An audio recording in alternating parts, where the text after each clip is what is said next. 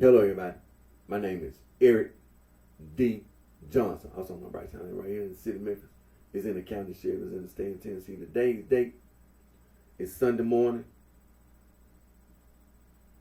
April the 23rd, 2023.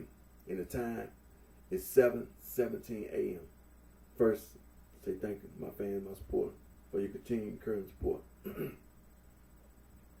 Continue to keep myself employed in the Memphis tri-state area and continue to further my education, moral college online, continue to pursue my social degree, studying being administrative contract mark. At this present time, I took a break from going to school. In the future, I will be going back to Monroe College Online, go back to school and continue to further my education and earn my social degree in being administrative contract mark. Now, I'm gonna start my Facebook Live.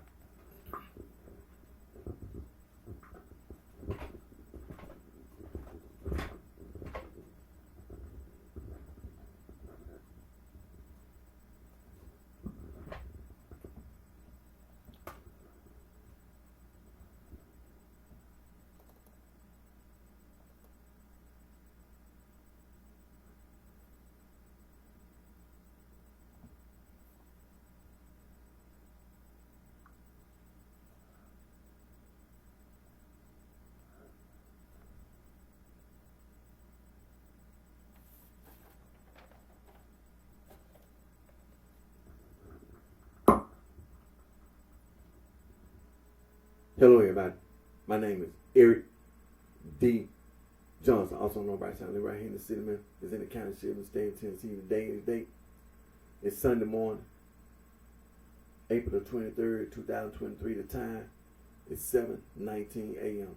First, I'm gonna say thank you to my family, my support, for your continued current support.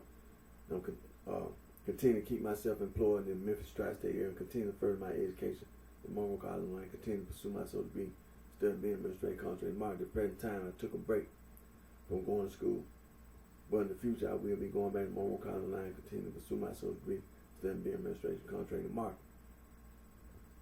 Now, what you see in front of you: anti-gang, anti-Gnostic, anti-hazing. Also, adversus heresies, translated meaning against heresy. Saint Irenaeus, the Bishop of Lyons, together with Saint Ignatius, the Bishop of Antioch. Together they wrote a 5-volume book refuting Gnosticism, proving that Gnosticism was a heresy. Adversus heresies, translated meaning against heresy. Also, Saint Athanasius, the Bishop of Alexandria, in the year 367 AD, in his 39th festal letter, Easter letter, banned all non-Christian writing. That Nagamite library, that the little farm boy in 1945 outside playing found some leftover Gnostic writing wrapped in some papyrus paper and put it it was placed in a jar and buried in Nagamite, Egypt. The little farm boy was outside playing and found it. After he found the Nagamite library, he gave it to his father, who was a farmer. And the farmer had to take what his son found and try to think about what to do with what his son had found. Eventually, the scholars at the colleges and universities around the world, they found out about it. The Catholic churches all around the world, Roman Catholic churches, Eastern Orthodox Catholic Church, Oriental Orthodox Catholic Church, they all found out that this little farm boy was outside playing and found some leftover Gnostic writing that had been written down on some papyrus paper, and it was put in a jar and was buried in Nagamite, Egypt. This little farm boy had found it over in Nagamite, Egypt, and then he gave it to his father, who was a farmer. And he had to think about what to do with what his son had found. The Catholic churches found out about it. St. Athanasius, Bishop of Alexandria, together with all the other bishops in the Catholic Church, in the year 367 AD, after banning all this Gnostic writing, they went around and collected all that Gnostic writing and destroyed it. You can't find none of this Gnostic writing nowhere on this planet, on this earth. Nowhere. It was destroyed by St. Athanasius, the Bishop of Alexandria, and all the other bishops in the Catholic Church. Also, St. Epiphanius of Salome, the Bishop of Cyprus, wrote a 3-volume book titled Panarian Greek, Panarian Latin, translated mean bread basket. Scholars have also said that St. Epiphanius of Salome, Bishop of Cyprus, 3-volume book is also adverse heresies against heresies.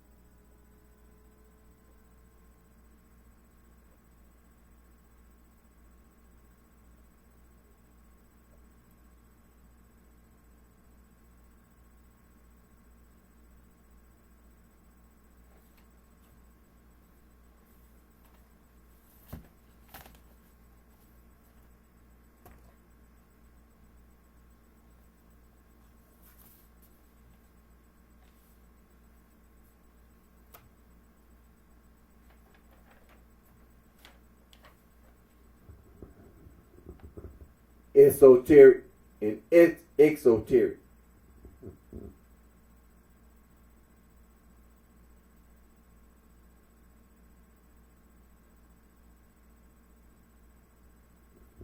Esoteric and exoteric.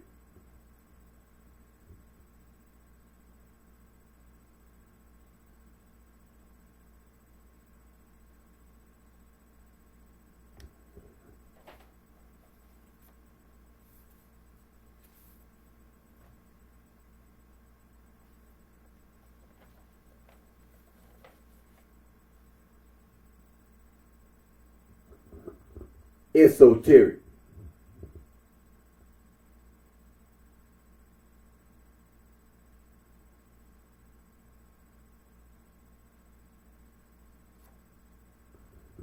Esoteric.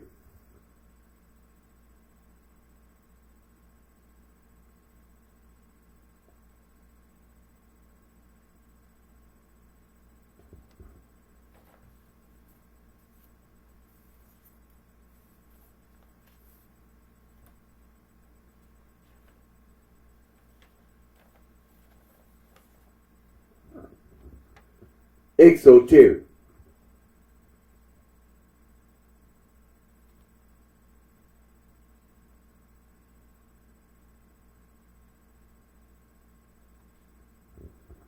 Exoteric.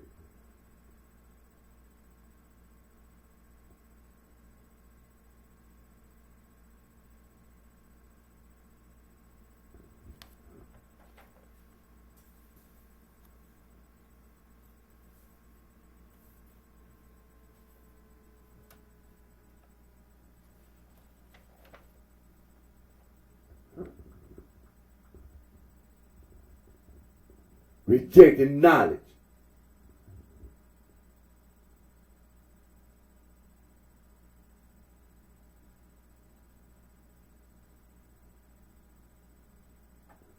Rejecting knowledge.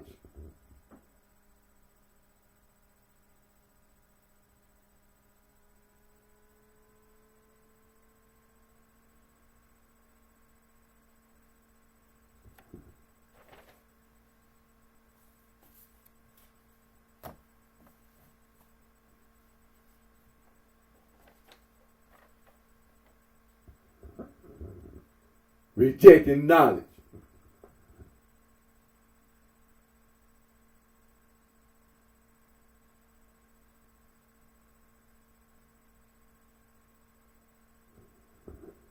Rejecting knowledge.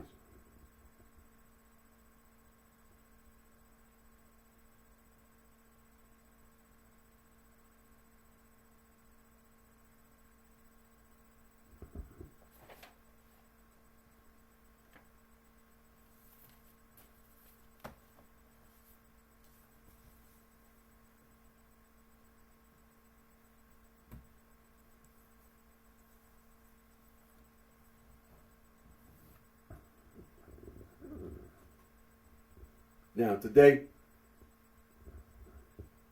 want to go ahead and say, today is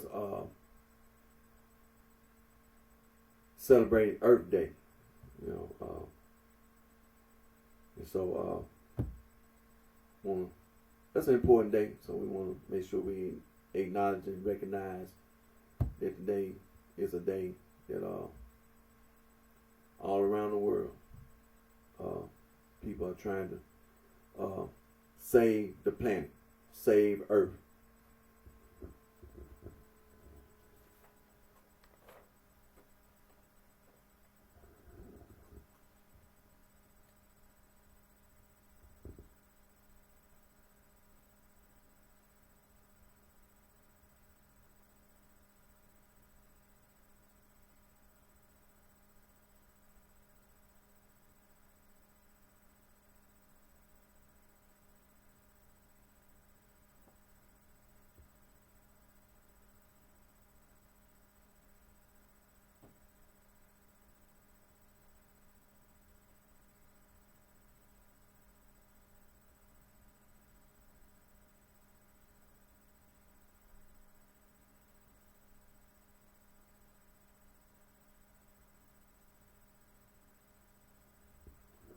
The Almighty, Vice Lord, Four Corner Hustler. The Almighty, Black Prince Stone. The Almighty, Black Disciples, Poppy. The Almighty, Mickey Cole, Crack. The Bluefin, Black Disciple, the Black Disciple. The Lord, Stone, Disciples. 7-Eleven, G Killer. Gangster Disciple Killer. GD Killer. Glazed Donut Killer.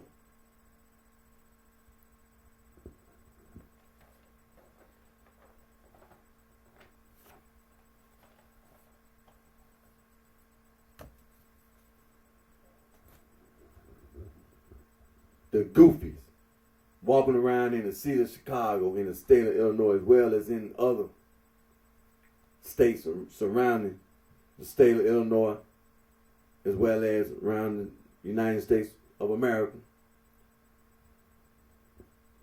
The Goofies, the Glazed Donuts.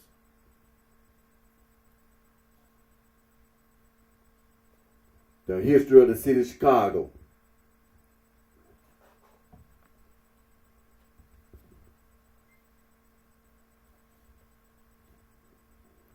Now, the history of the city of Chicago. Now, this is my dad, Chester Johnson Jr., and he passed away in 2012. And my mother, Annabelle Johnson, she recently passed away this year, in January of this year, 2023. And so,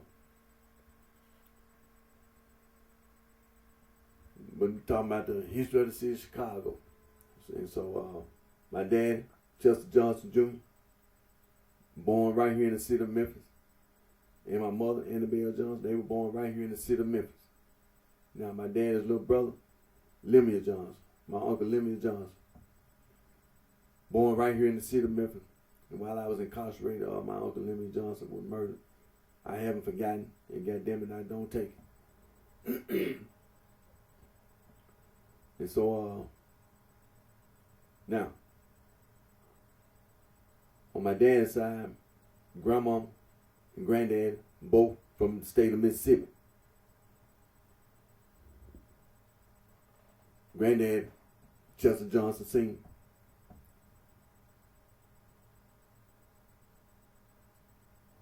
after being married to my grandma, eventually moved to Detroit, Michigan, and was working at the Ford Motor Company, and retired and lived in the city of Detroit, Michigan until the day he passed away. Now my grandma,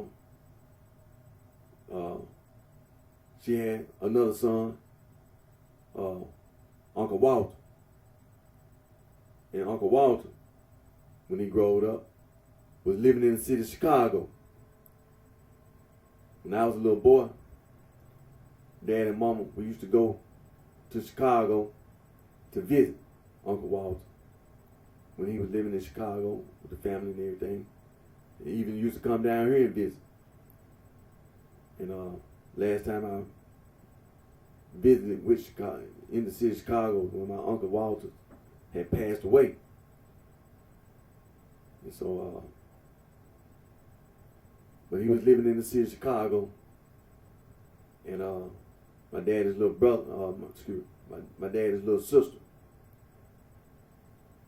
my dad, Lemuel, and Walter had a little sister, my Aunt Virgin May.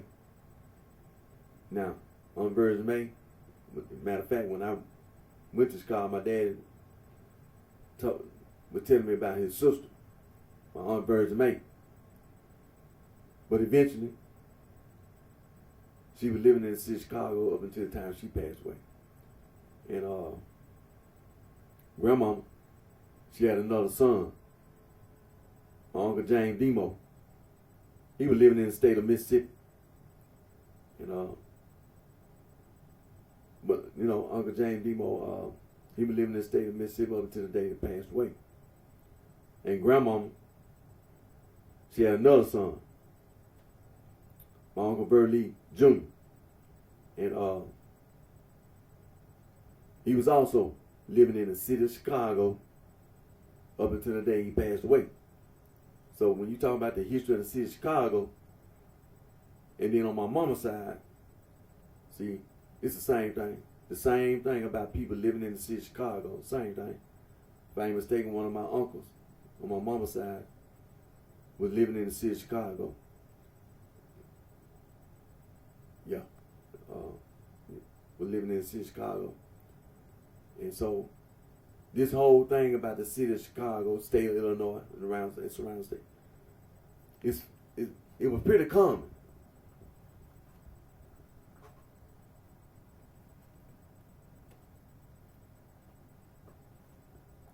It was a pretty common thing for people to have a family member or members who were living, for example, here in the city of Memphis, in the state of Tennessee, and then you'll have a family member or family members living in the city of Chicago, and and in the state of Illinois.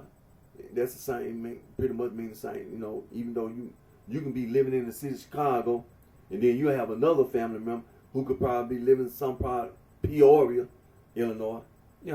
Same thing, somewhere in the state of Illinois or the surrounding states. Because we talk about this migration to these factories, supposedly seeking a better economic life.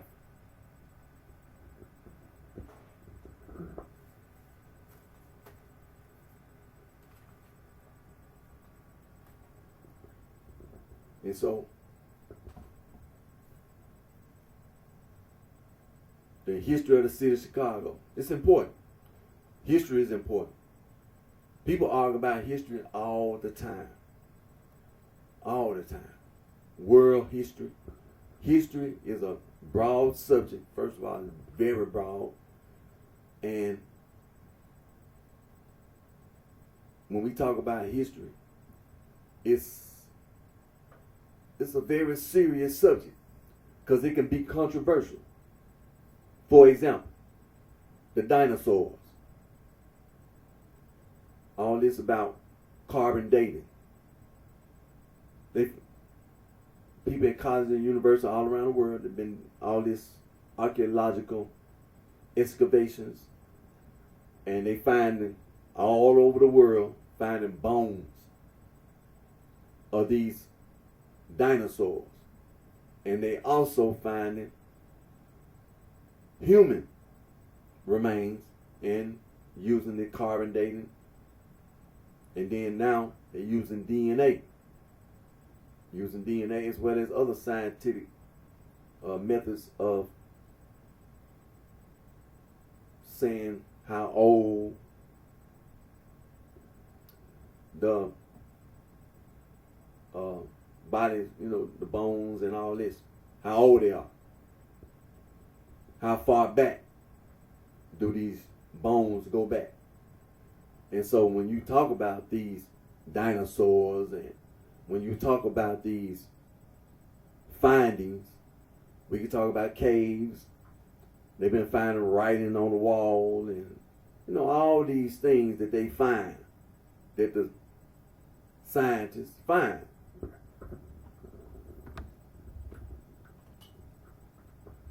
And history can be controversial because the anthropologists and archaeologists and all the others, linguistics, you start talking about groups of people on this planet and the languages that they speak, and you talking about they found the caveman. History can be very, very controversial. They finding bones in places that they didn't think they'll find bones. Dinosaur bones as well as human bones. Very, very old.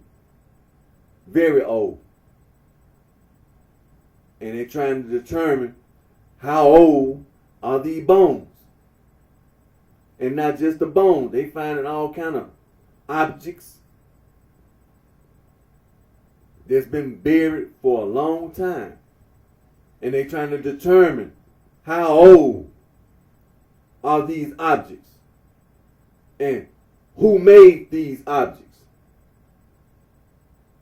It's very controversial. We talk about the writings on the wall that's been found. How old are these writings? It's very controversial.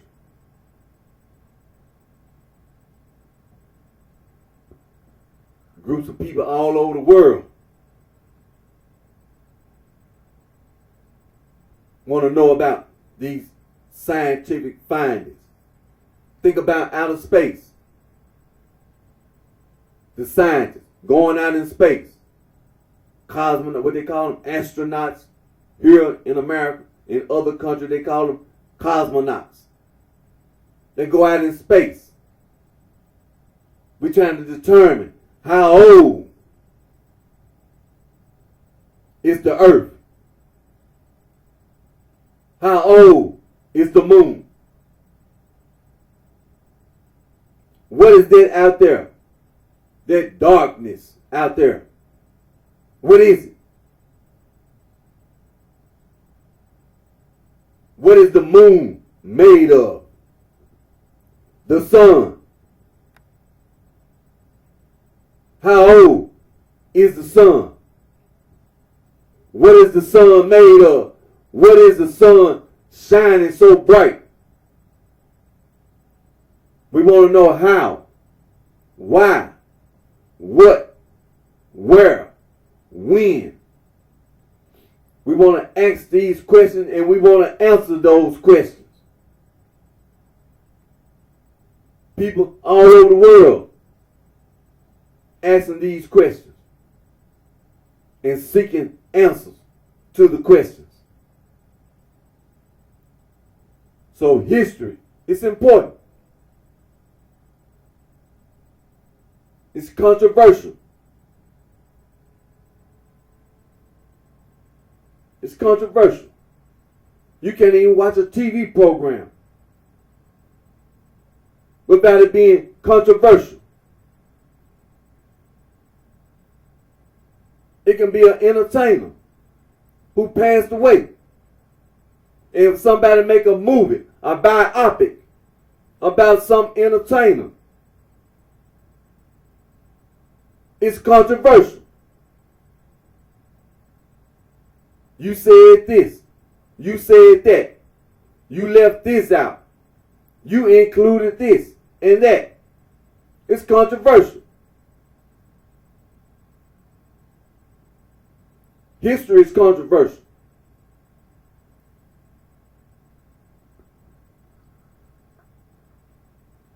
It's important. But it's controversial.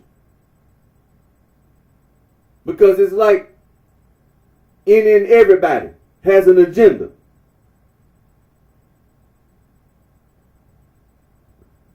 When you tell the truth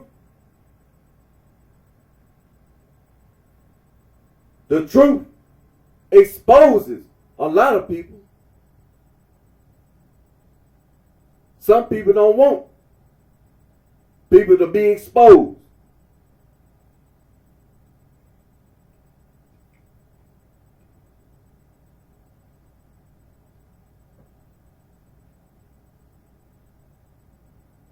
We talk about the first American, Native Americans. We talk about African Americans / Black Americans.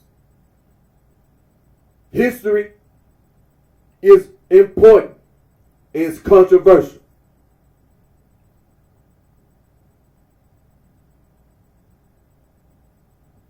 If you had told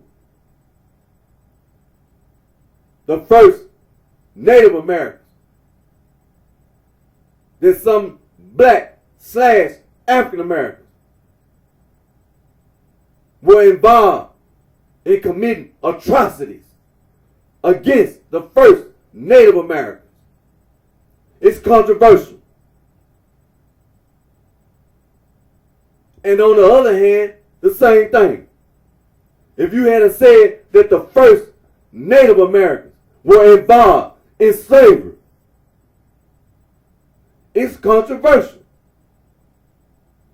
It could be true. It could be true. But goddamn it, it'll be controversial. See, you tell the truth. The truth can expose people. It can expose people. You tell people today, Black / African Americans, not saying it's a secret, but saying some people just not informed. If you had said that Black / African American owned slaves, it's controversial. It's true. It's true. And people be asking, how is that? How is it that Black / African American could own slaves? It's true. It's controversial. It's true. If you tell Black / African American about the Black / Africans, the Niger Congo being involved in the East African / Arab slave trade, it's true. It's controversial.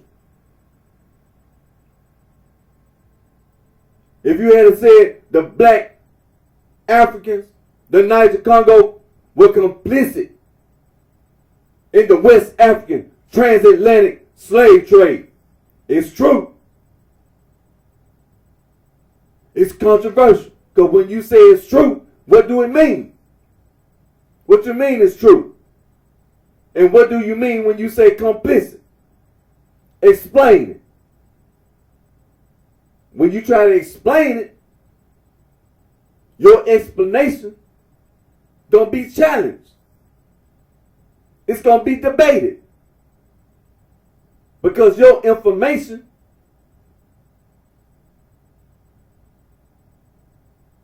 gonna be questioned for its authenticity, for its genuineness. You can say it's true, but if people gonna have questions about the information, about what you said is true. Because what do it mean? You can't put everybody in a box. Do it mean that people are making profits?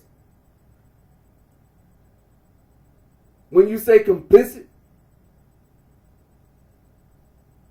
show me the profits that a black African, Niger Congo made, as you say, was complicit in the slave trade. Show it to me. Because that's something that you're going to have a problem doing.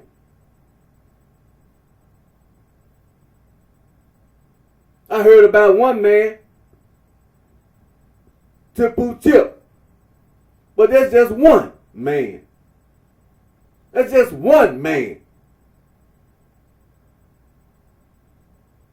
It's just one.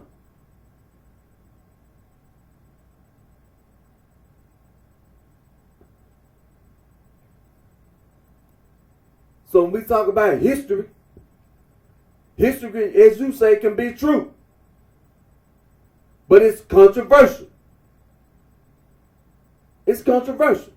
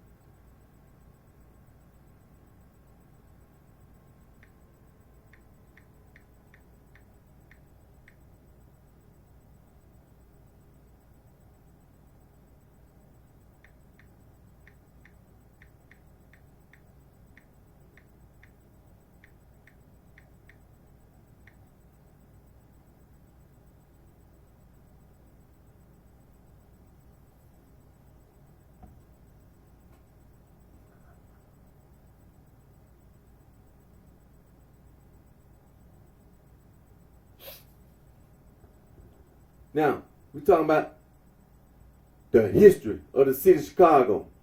Being more specific, the gang history of the city of Chicago. Not leaving anybody out. And one particular place, not the only place, but one particular place. You can go www.chicagoganghistory.com.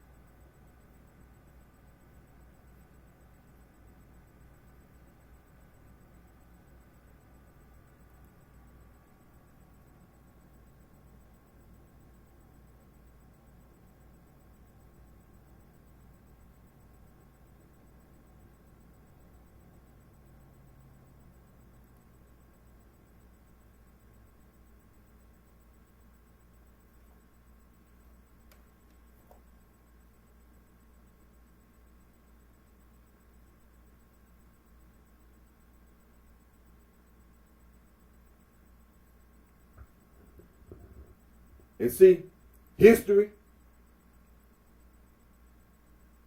is important. Just like all history is important. It's controversial. I mean, when you say controversial, I mean, it'll be, people just don't hear the things that you just said about history without it being a lot of sensitive issues. Because, I mean, history is so broad, you can take history and just break, it can be it could be cooking history. You talking about some water and trying to put water on top of in a pot and putting a fire up under the pot to boil the water. It's history, but it's controversial. It's controversial because it's all kind of uses for water and for fire. It could be true. You can, use water to cook with. And then you'll be making it sound like people dumb. And so it's going to be a big argument about the fire, about the water, about the pot. It's going to be a big argument. Because it's going to be like, what you trying to say? Like the people you talking about are ignorant. See, it can be true, but it's controversial. Fire. People all over the world today use fire. But you want to get into a historical conversation about fire. You sit there and think like it's not. Yes, it is controversial. It's controversial. What do people use fire for? And as soon as you start talking about the uses, not just to kill somebody, talking about burning somebody in stake, yeah, they did that too. To execute somebody. How many times have you heard about somebody sacrificing, using fire to sacrifice another human being? You see how controversial it is? Just talking about fire. You see how controversial it can get? Do you see how controversial, how heated the debate can get if you start talking about fire and the uses for fire? It's going to get real heated. You might have to get in between some people. See, history can be truthful. It can be, but it's going to be controversial. The history of the city of Chicago, specifically gang history. We have to talk about it. Because today, see, it's so widespread. That's the reason why I took the time to talk about it. Because it's history. It's important to me. And it's controversial to me as well as to others. Because myself as well as others. When you hear somebody talk about it, it's like it's inconsistent. That don't mean it's not truthful, but the way and what, where, when, why, how can be a problem. So it has to be, we have to talk about it. We have to have the proper format, just like me sitting here. And when I talk about it, it's not like I don't know. When you say something, people come behind me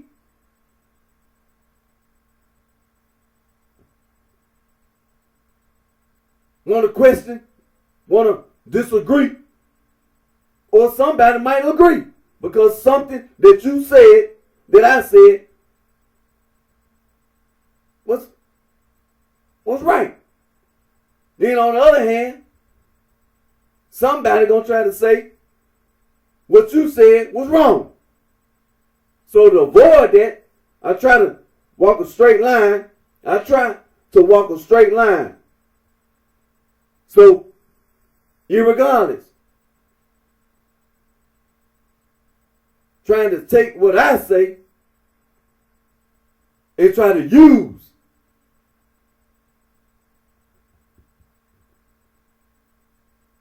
no. Because I'm very careful. Meaning, when I try to walk that straight line, I'm trying to be careful. Because I'm aware that somebody could try to take what I say to try to use to lie. That's what you would try to do, not me, but what somebody else attempt to do. What I've been saying all the time is that you've been walking around lying.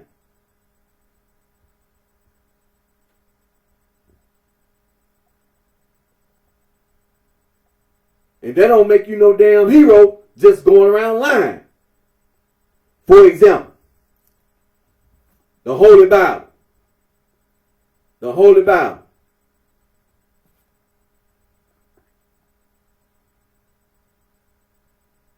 It ain't, you can't never walk around and not hear accusations of people. People, including me, get accused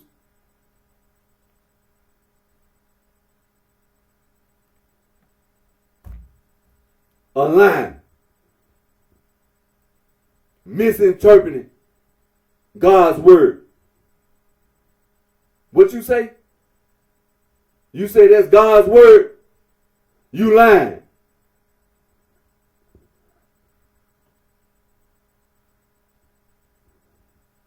That's what happens.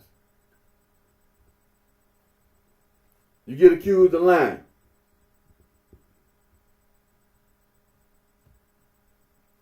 History is important, but controversial.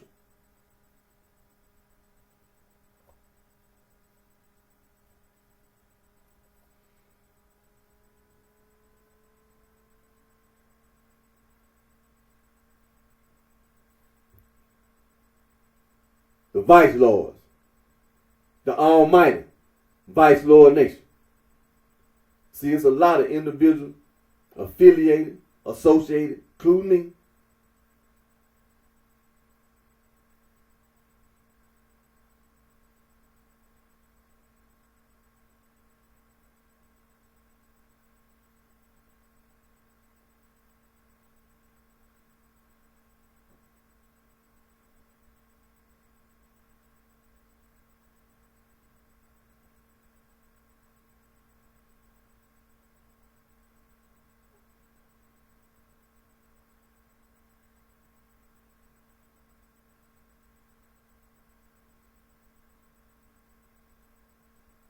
See?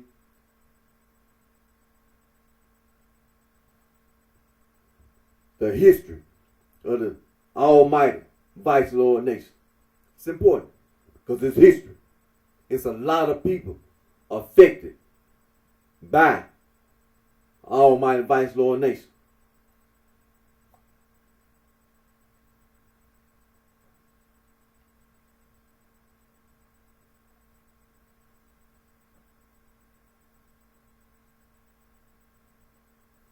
And in that history of the almighty vice lord nation, the origins,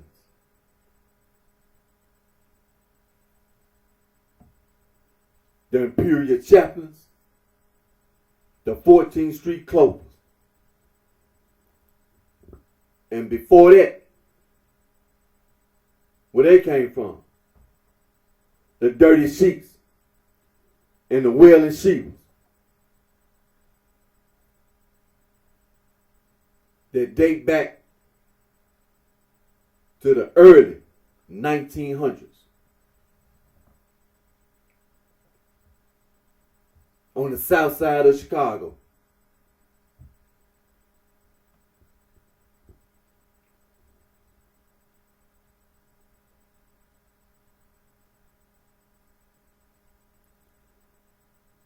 And them two, the dirty sheiks and the willing sheepers,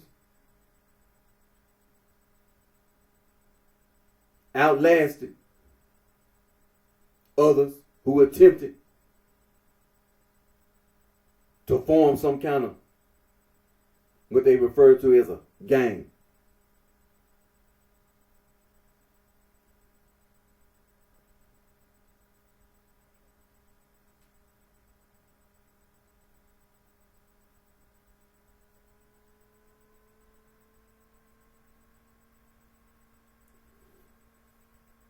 And these two gangs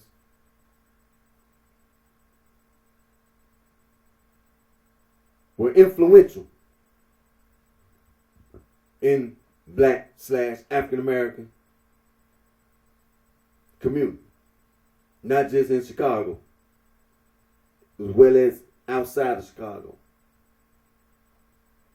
Many Black/African Americans before the 1900s and the 1800s,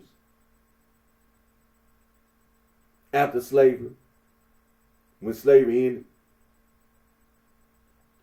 you had men, women, children, Black/African Americans, who were now free after the Civil War, could travel anywhere they wanted to go.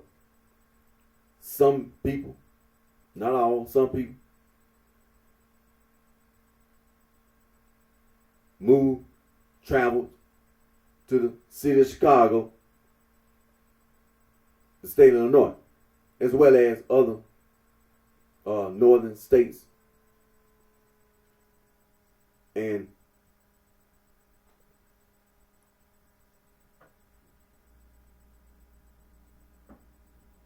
the history of the vice lords, that is the history.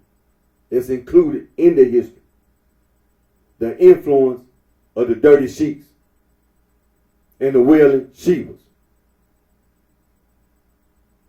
It extends all the way back to slavery as well as after slavery.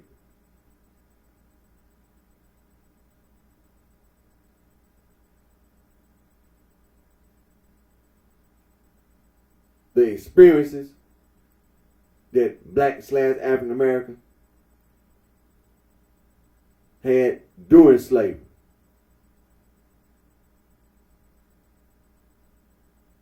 were just cruel, atrocious,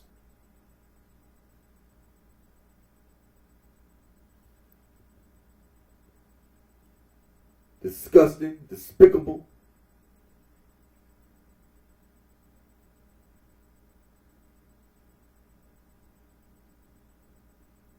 There's no word that you can just take to describe slavery that Black/African Americans experienced.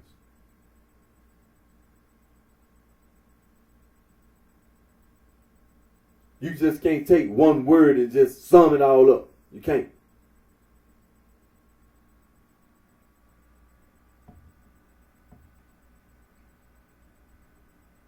But eventually one day, slavery came to an end. 1865, the year 1865. It was a process. There were many people who didn't want slavery. And when slavery was instituted, people spoke out against slavery. For example, the abolitionists, a lot of white who were against the whole idea of slavery. They was against it. And eventually, because of their efforts, as well as blacks / African Americans. It led to a civil war here in the United States of America, what we call the United States. There was a war between the states. The northern states didn't want slavery, and they made laws. They didn't want no slavery. But the southern states were slave states. Well, it came to a point where it wasn't no need of arguing about it no more. It came out to war. And what they refer to as brother fighting against brother, all that. The Civil War. About slavery. That's what it was about. Slavery. And the South lost the war. The North won the war about slavery. And so, slavery through the Civil War came to an end in 1865, the year 1865.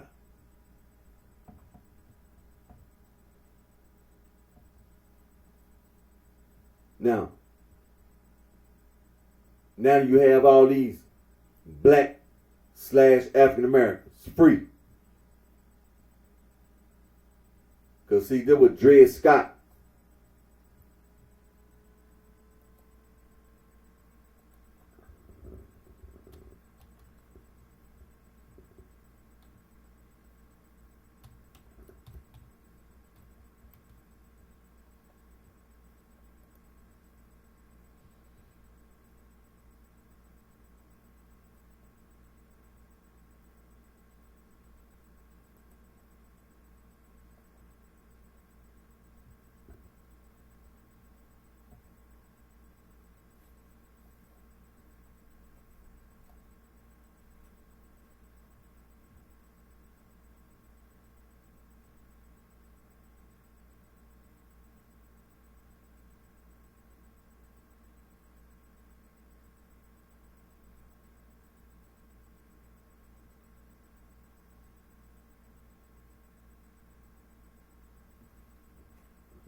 It's an important court case.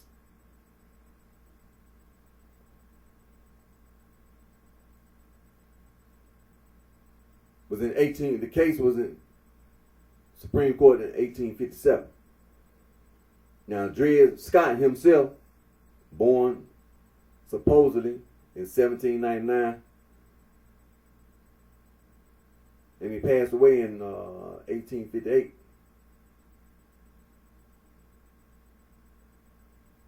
And Dred Scott was married, had a wife named Harriet.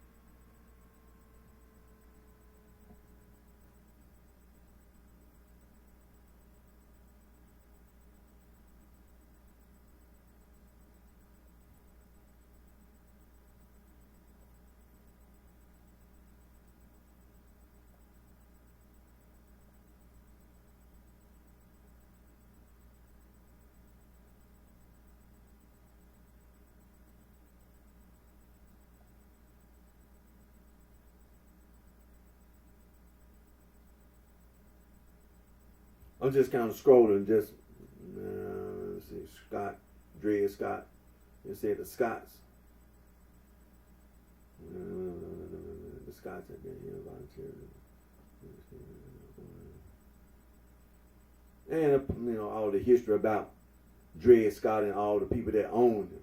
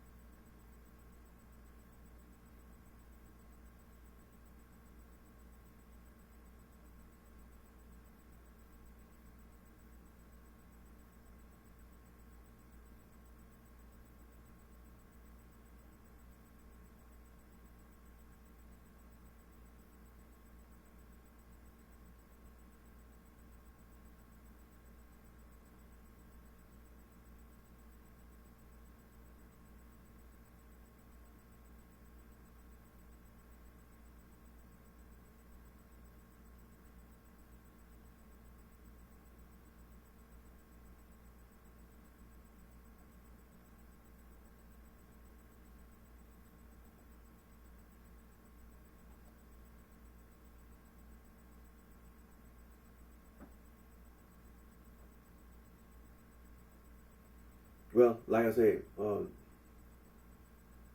Dred Scott and his wife, and they had children. Uh, Two daughters. The other children died in infancy. But this whole thing about slavery,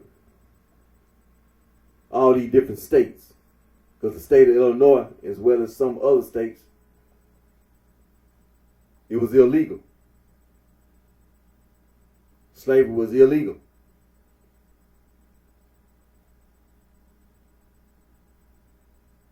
Then you start talking about the state of Missouri. And so eventually what happened is this court case.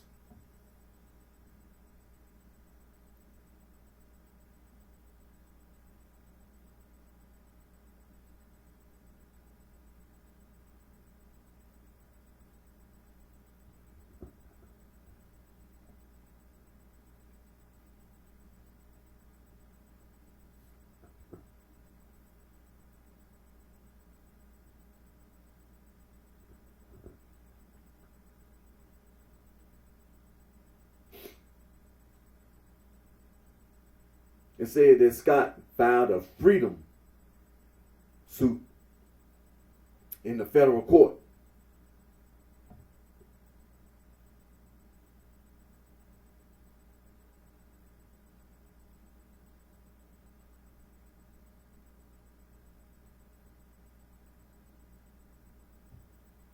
And, Supreme Court ruled that African descendants were not U.S. citizens and had no standing to sue for freedom. And then also made a ruling on the Missouri Compromise was unconstitutional, and so on and so forth.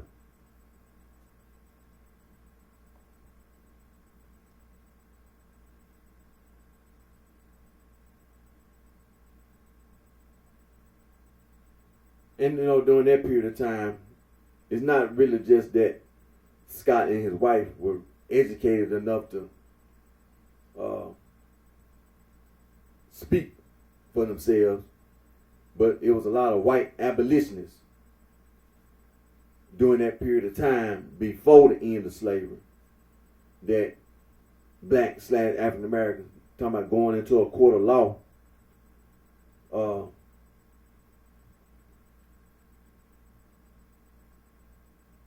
advocating for their rights. And so this court case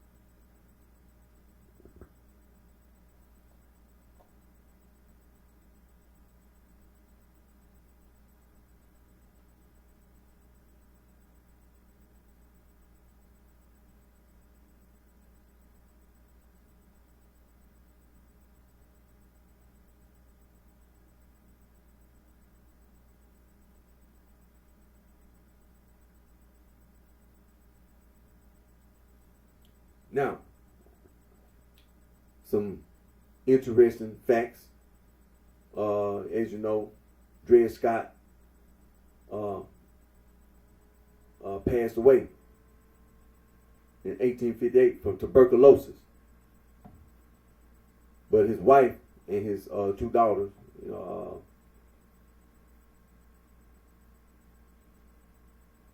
Harriet, she lived. Let's see, slavery ended in 1865, so she lived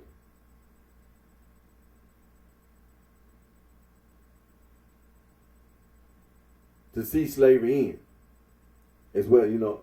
She lived to be she died in 1876, so she lived to see the Civil War being fought as well as the end of slavery. And like I said, she passed away in 1876, as well as her daughters, because her two daughters, Dred Scott and Harriet's two daughters, they were born in slavery, but they lived to see the end of slavery. And so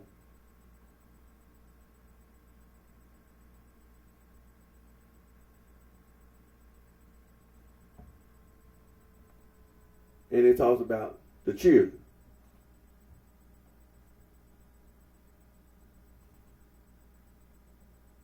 Said that one of the girls, she had got married, had two boys, two sons. But unfortunately, she died. She had an early death. But her sister, Lizzie, she never married, but she helped raise her two nephews. And unfortunately, one of the same daughter who passed away early, who had two sons, one of the sons died young, but the other married, and his descendants, some of whom still live in St. Louis as of. But the thing about it is that this court case, it's not like Dred Scott really had this lot of information about the society he lived in. All he knew, he was a slave. But to put the idea in his mind to be free, there were some people who was around him, some abolitionist whites, not just the white slave supporters, but you had those who were opposed to slavery, who put the idea in his mind as well as in his wife's mind to be free before the end of slavery. While they was being held as slaves, the idea, that thought was put in his mind and his wife's mind that they could be free. And the method to go about being free. See, you have to think about it.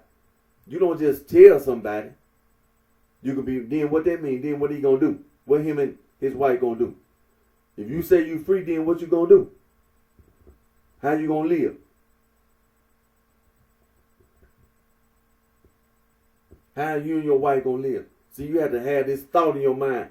You don't really have no education about the society you live in, except that you're a slave.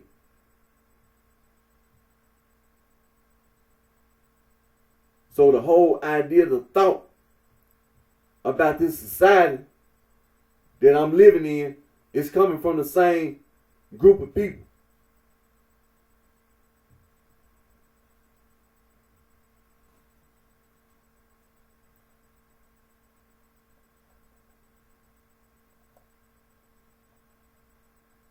And so eventually, the Civil War fought, and the efforts that they made to be free was a spark for the Civil War. And so they, Dred and Harriet,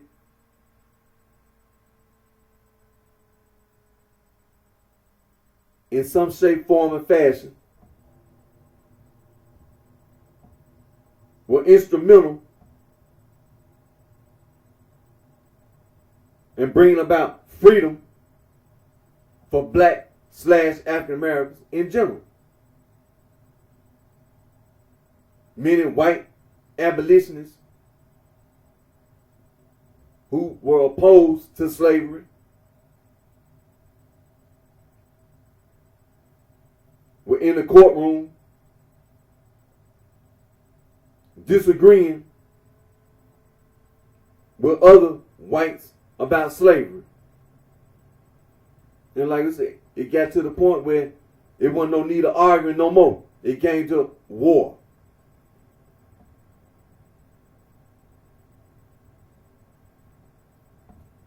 About who right and who wrong. So it came down to war.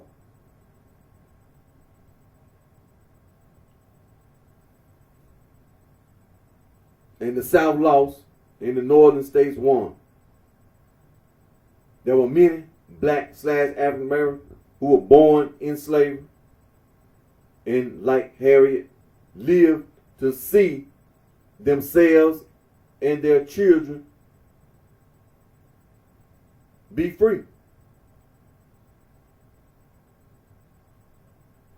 To be free. Now, what did it mean to be free?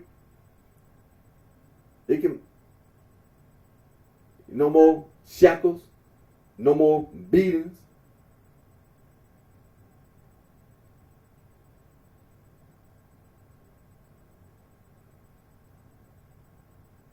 That's what it meant, as well as other things as well, to be a slave. It was over. No more slavery. The year 1865, it came to an end. As well as for whites. That's what it meant for whites. None of these black/African Americans are slaves anymore. This whole culture of slavery is over. No more slavery. Not just for the black/African American, but for the white European American. It's over. That way of life is over.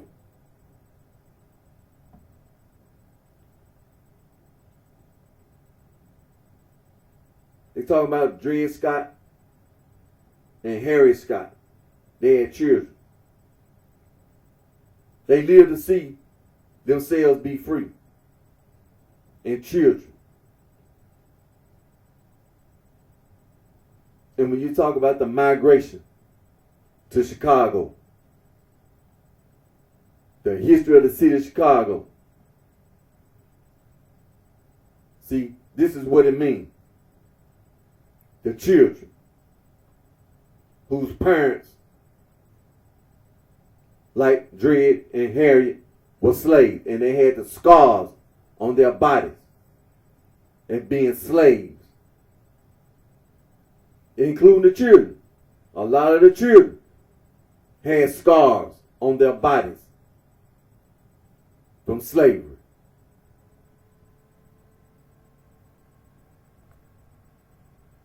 But that whole culture came to an end. It was sparked by the Dred Scott case. So now you had this post-Civil War. Post-Civil War.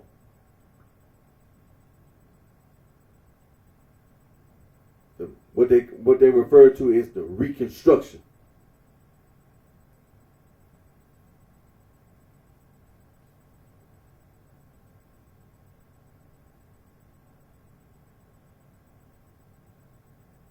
And like I said, Dred Scott and his wife Harriet Scott had children. They had two children, $2.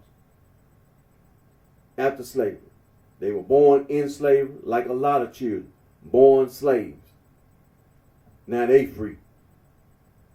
And then they had children. Well, one child of Dred and Harriet had children. One child died. So one child lived.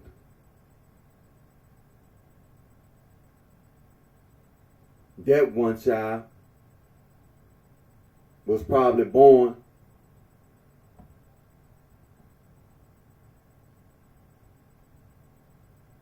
after the Civil War. Matter of fact, yeah. After the Civil War, that child, those two boys were born, and then one passed away. So that one surviving little child of Dred Scott and Harriet Scott daughter was born after slavery. So when you talk about coming to the early 1900s, that one child, and you talking about the migration to Chicago, see, it was many children born during slavery, right at the end of while the Civil War being fought. And as well as the early years during Reconstruction. There was a lot of little children born in the 1870s, 1880s, 1890s. A lot of little children. Mom and daddy was a slave. Grandmama, granddaddy was a slave. They carried them scars and them stories. Then you had all these black / African Americans moving around, traveling various places.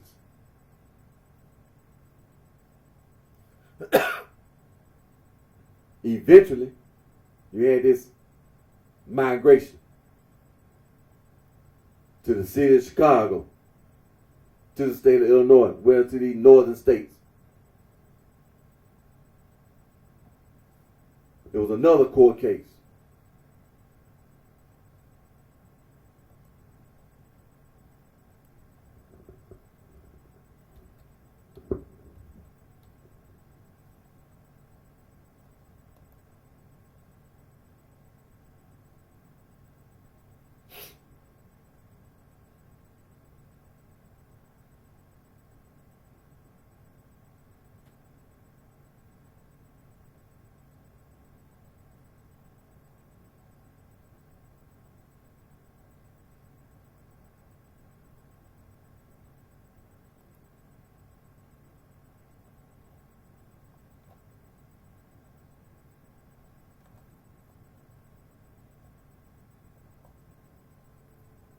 Another important court case. This court case came after the Civil War. It was a Supreme Court case, Plessy versus Ferguson. The Supreme Court, the United States Supreme Court, ruled in this decision that racial segregation law did not violate the United States Constitution, as long as the facilities for each race were equal in quality. A doctrine can be known as separate but equal.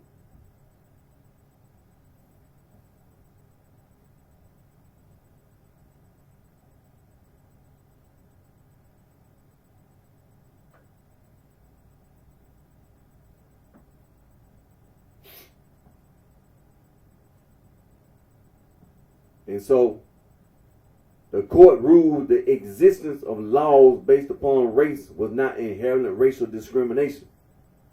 The decision legitimized the many state laws reestablishing racial segregation that had been passed in the American South after the end of the Reconstruction era, which was around 1865 to 1877.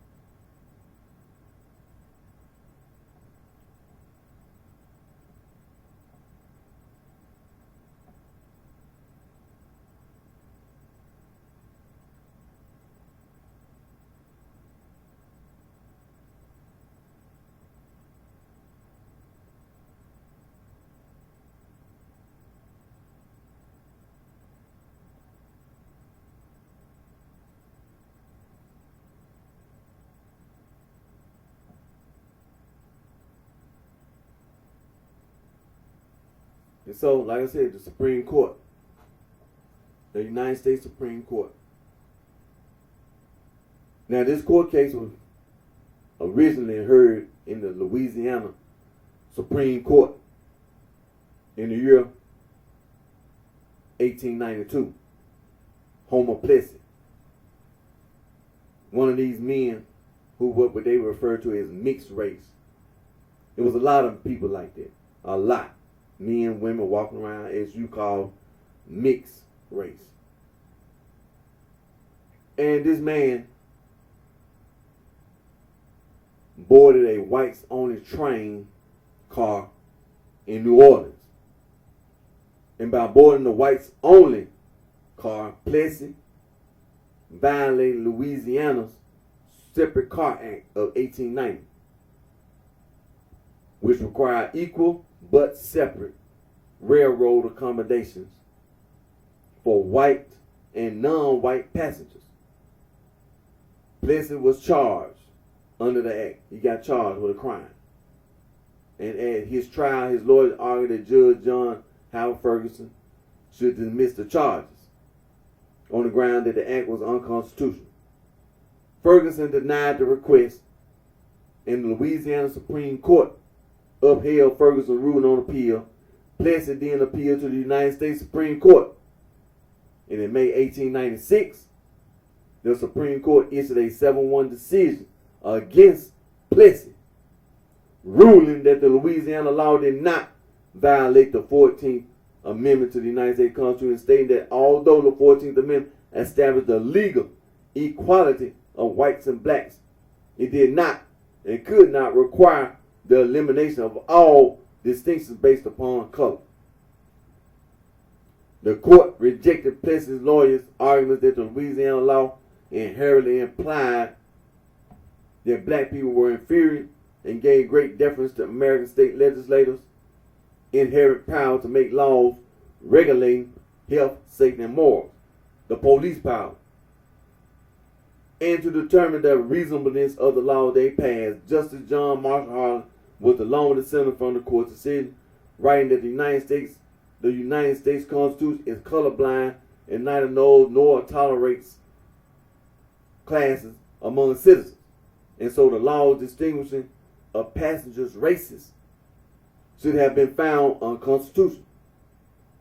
Plessy is widely regarded as one of the worst decisions in U.S. Supreme Court history. Despite its infamy, the decision had never been explicitly overruled. But a series of the court's later decisions, beginning with the 1954 decision, Brown versus Board of Education, which held that the separate but equal doctrine is unconstitutional in the context of public school, have severely weakened Plessy to the point that it is considered to have been de facto overruled. The United States Congress regards Plessy as having been overruled by Bob Jones University versus United States.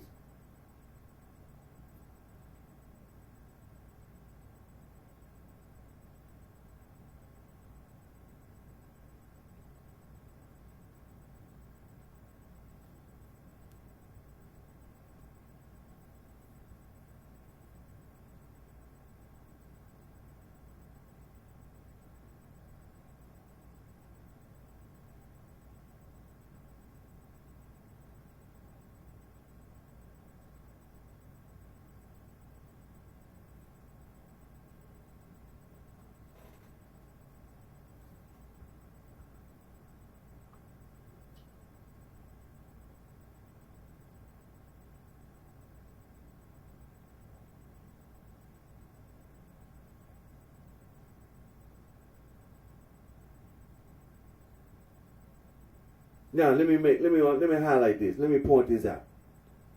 When we talk about this court case, see, this is what I was saying about. Let me refer back to the Dred Scott case. When we talk about the Dred Scott case and the whites who were involved, let me click back over. Let me show you how the whites were involved in this court case.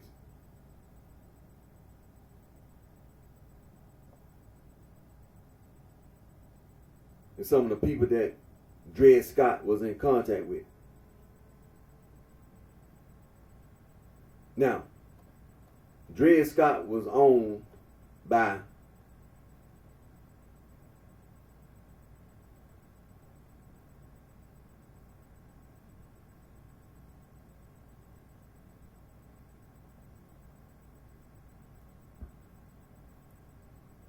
let me see.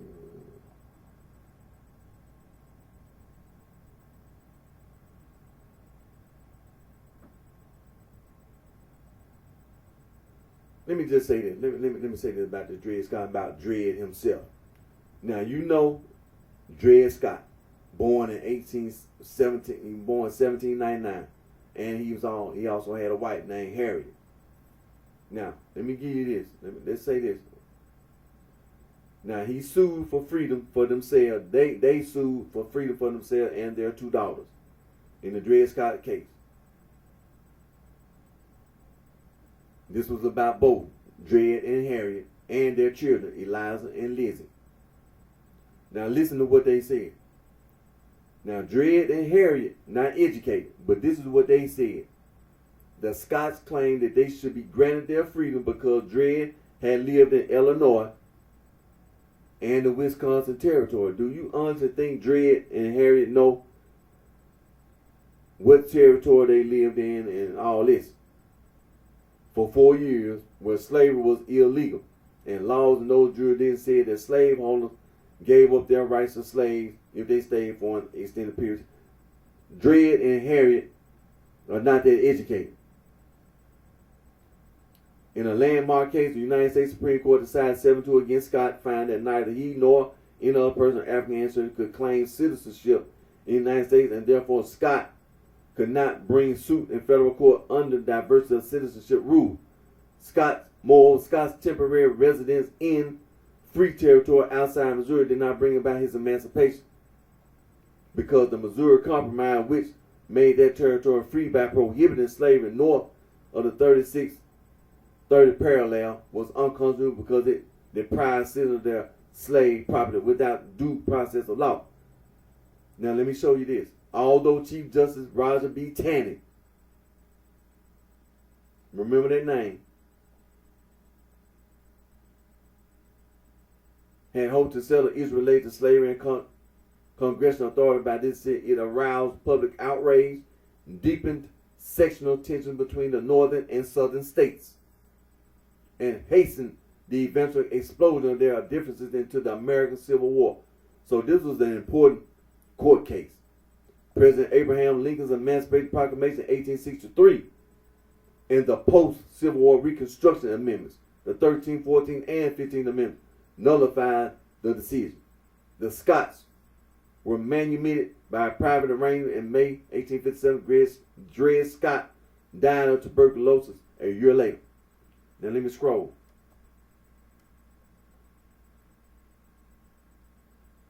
Now,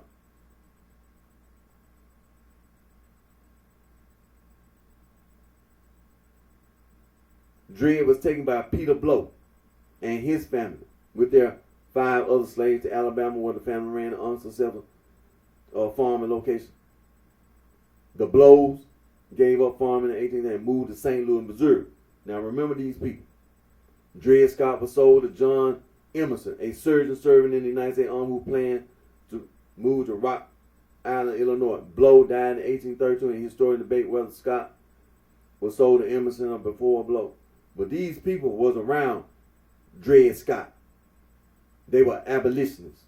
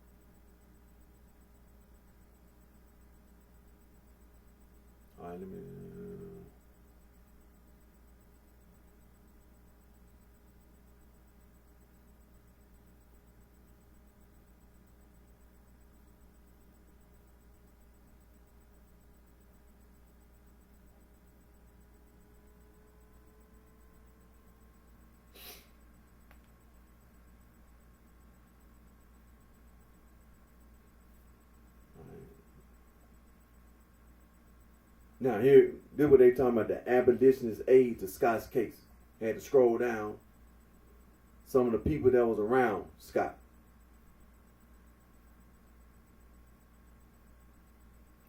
Now you remember that Dred Scott was originally owned by Blow. But it says Scott's freedom suit before the state's court was backed financed by Peter Blow. Peter Blow's adult children who had turned against slavery.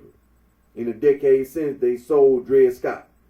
Henry Taylor Blow was elected as a Republican congressman after the Civil War, and Charlotte Taylor Blow married the son of an abolitionist newspaper editor, and Martha Ella Blow married Charles D. Drake, one of Scott's lawyers who was elected by the state legislature as a Republican U.S. Senator. See, this is what I'm saying. See, this is when we see that Dred Scott, Dred and Harriet themselves, they couldn't voice themselves. They had to have some help.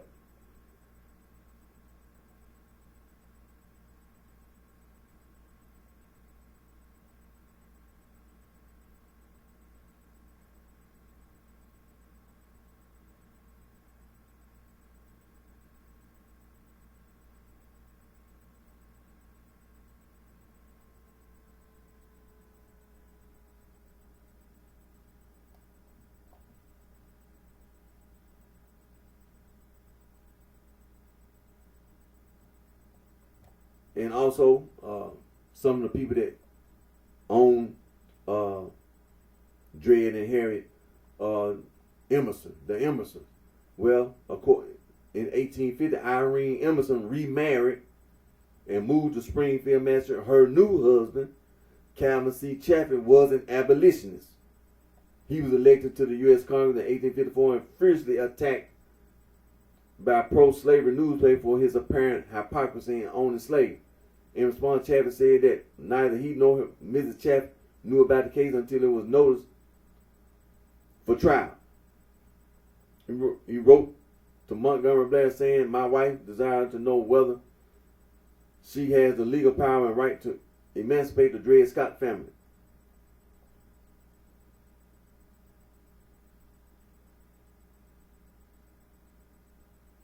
And then it says, given the complicated facts of the Dred Scott case, some observers on both sides raised suspicion of collusion to create a test case. Abolitionist newspaper charged that slaveholders colluded to name a New Yorker as defendant, while pro-slavery newspaper charged collusion on the abolitionist side.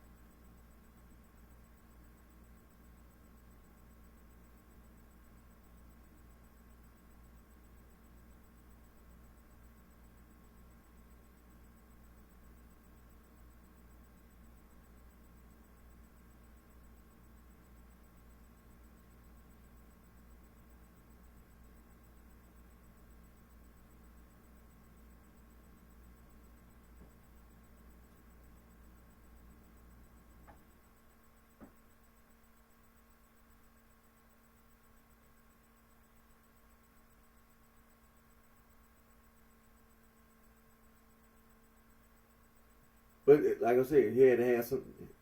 Dred and Harriet had to have some help, and that's who was helping them, the white abolitionists. Now I'm gonna click back over to Plessy versus Ferguson about this test case because it was something that can get your attention. How did all this Plessy versus Ferguson come about? Well, see, it was pretty much the same thing. According to this, it says, of course, you already know that Homer Plessy was a mixed man, black, white, all that. And so,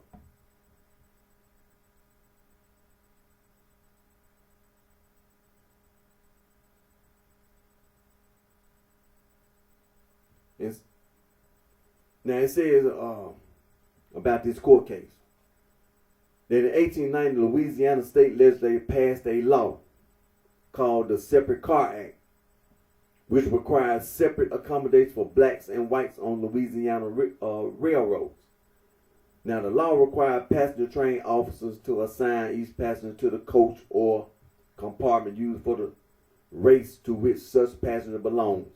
It also made it a misdemeanor for any passenger to insist on going into a coach or compartment to which by race he does not belong, punishable by either a $25 fine or up to 20 days in prison.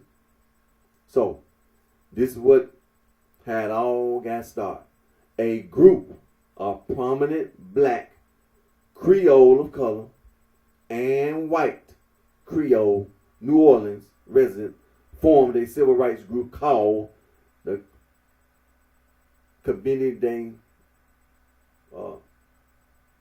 Citoyens.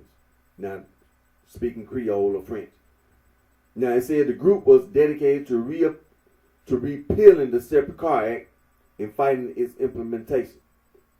The committee eventually persuaded Homer Plessy, a man of mixed race who was an octoroon, person of 7/8 white and 1/8 black ancestry, to participate in an orchestrated test case to challenge the act. Plessy had been born a free man and was fair-skinned. However, under Louisiana law, he was classified as black and thus required to sit in the colored car. And so on June 7, 1892, Plessy bought a first-class ticket at the Press Street Depot and boarded a whites-only car of the East Louisiana Railroad in New Orleans, Louisiana, bound for Covington, Louisiana. The railroad company, which had opposed the law on the ground that it would require the purchase of more rail cars, had been previously informed of Plessy's racial lineage and the intent to challenge the law. Additionally, the committee, the citizens hired a private detective with arrest power to detain Plessy.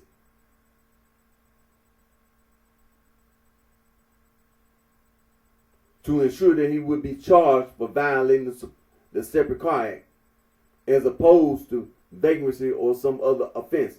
After Plessy took a seat in the whites-only railway car, he was asked to vacate it and sit instead in the blacks-only car. Plessy refused and was arrested immediately by the detective. As planned, the train was stopped, and Plessy was taken off the train at Press and Royal Streets. Plessy was remanded for trial in Orleans Parish. And according to, they had a trial, of course.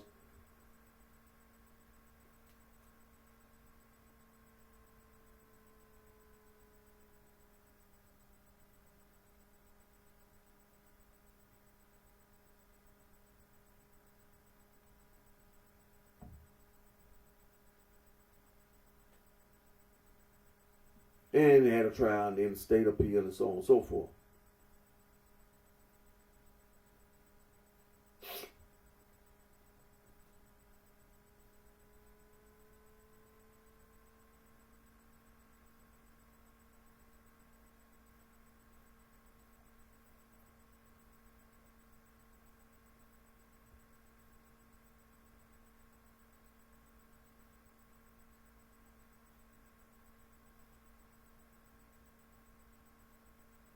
Then went to the Supreme Court.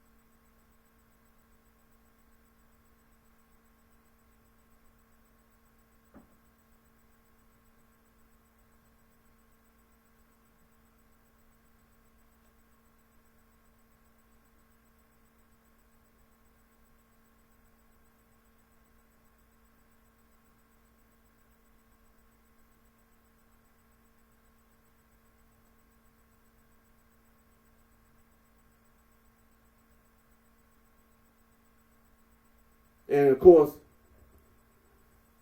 after the court it went to the Supreme Court, but after the Supreme Court ruling, Plessy's criminal trial went ahead in Ferguson's court in Louisiana on February 11, 1897. It said that Plessy changed his plea to guilty of violating the Separate Car Act, which carried a $25 fine or 20 days in jail. He opted to pay the fine.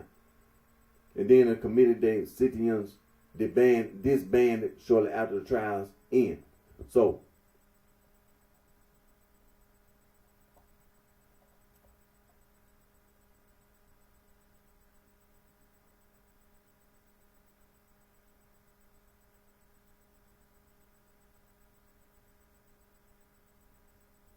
now it says that Plessy's legitimized state laws establishing racial segregation in the South and provided an impetus for further segregation laws. It also legitimized laws in the North requiring racial segregation, such as in the Boston school segregation case noted by Justice Brown in his majority opinion. Legislative achievements won during the Reconstruction era were erased through means of the separate but equal doctrine. The doctrine had been strengthened also by an 1875 Supreme Court decision that limited the federal government's ability to intervene in state affairs, guaranteeing to Congress only the power to restrain states from acts of racial discrimination and segregation. The ruling basically granted states legislative immunity when dealing with questions of race, guaranteeing the state's right to implement racially separate institutions, requiring them only to be equal.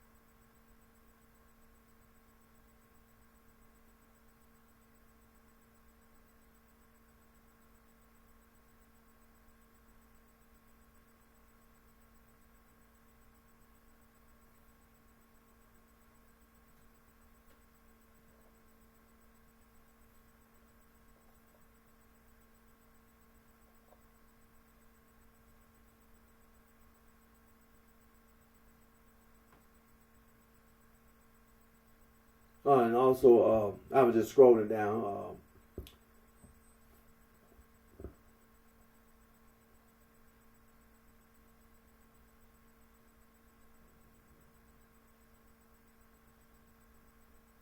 It says that in Plessy and Ferguson Foundation, 2009, Keith Plessy and Phoebe Ferguson, descendants of participants on both sides of the 1896 Supreme Court case, announced establishing the Plessy and Ferguson Foundation for Education and Reconciliation.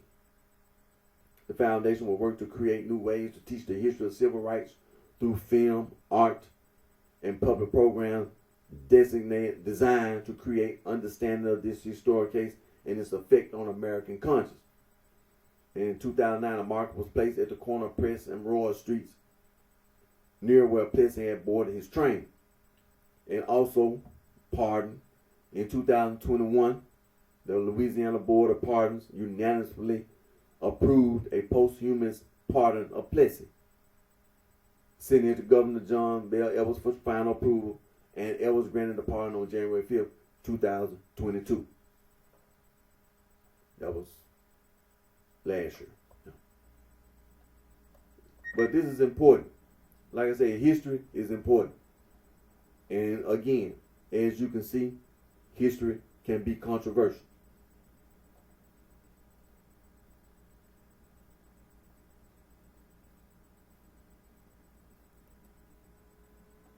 And see, all this is important.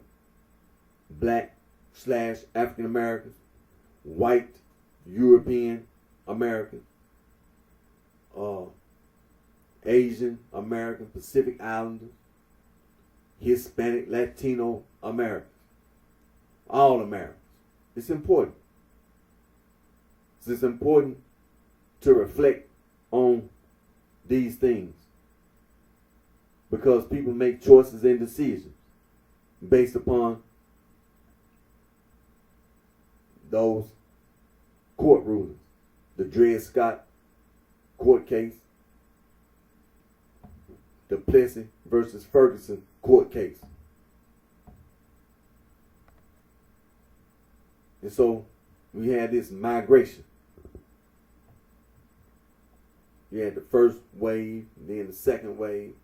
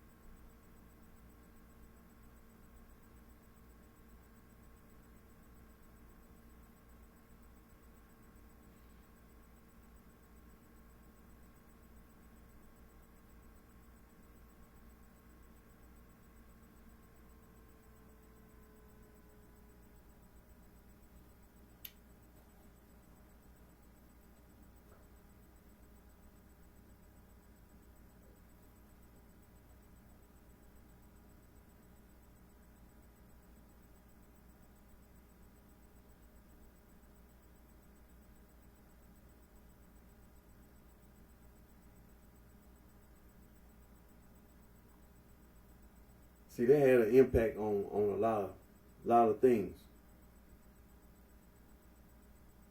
with these this separate but equal.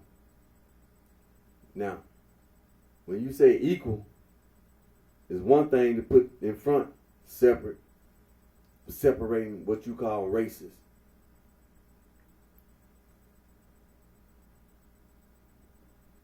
You know, a lot of black / African Americans after the Civil War were totally uneducated. The majority of black / African Americans were not educated. They didn't know anything except being a slave. That's all they know, to be a slave. What they refer to as the field niggas and the house niggas on a plantation. You had those who were out in the fields. That's what they did, from sun up to sundown. Whatever it was, it could be women just picking cotton. You had others had some type of instrument, was doing some cutting and cultivating. You had some people that'll take the product and load it onto carts, wagons, various tasks to be done on the plantation. Male and female, young and old. You the field niggas. Then you had the house niggas.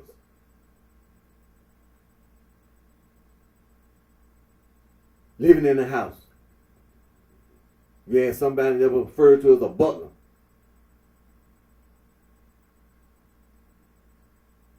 Then you had another one who was referred to as a maid, a female. You had a male that was a butler. You had a female that was a maid. Then you had somebody in there cooking and so on and so forth.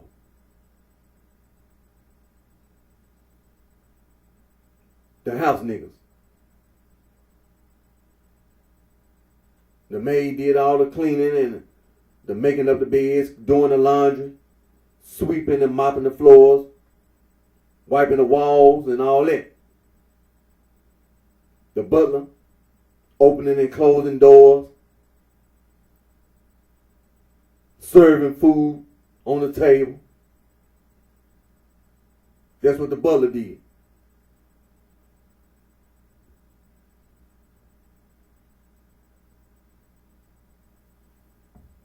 You had field niggas and house niggas.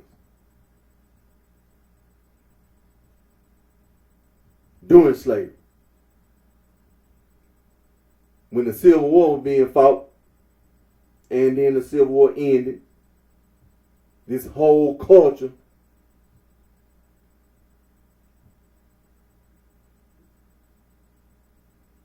it had to end. Because there was no legal to say that you could own slaves. So slavery ended. So the slaves were free. The house niggas were free. The field niggas were free. The house niggas were free. They were free to go wherever they want. Some didn't have nowhere to go. Didn't know where to go. So they stayed. Because that's all they know.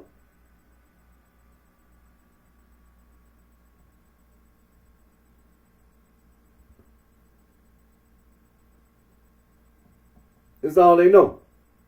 So some house niggas just kept being a house nigga. Because that's all they know. Some field niggas just kept being a field nigga because that's all they know. But eventually it came to an end. Because the society changed. This whole slave plantation way of life came to an end. The economy of the slave society, it ended. Even though the field niggas and the house niggas, they were free, the whole slave economy had ended. They really didn't know this new society, this free society. They didn't know.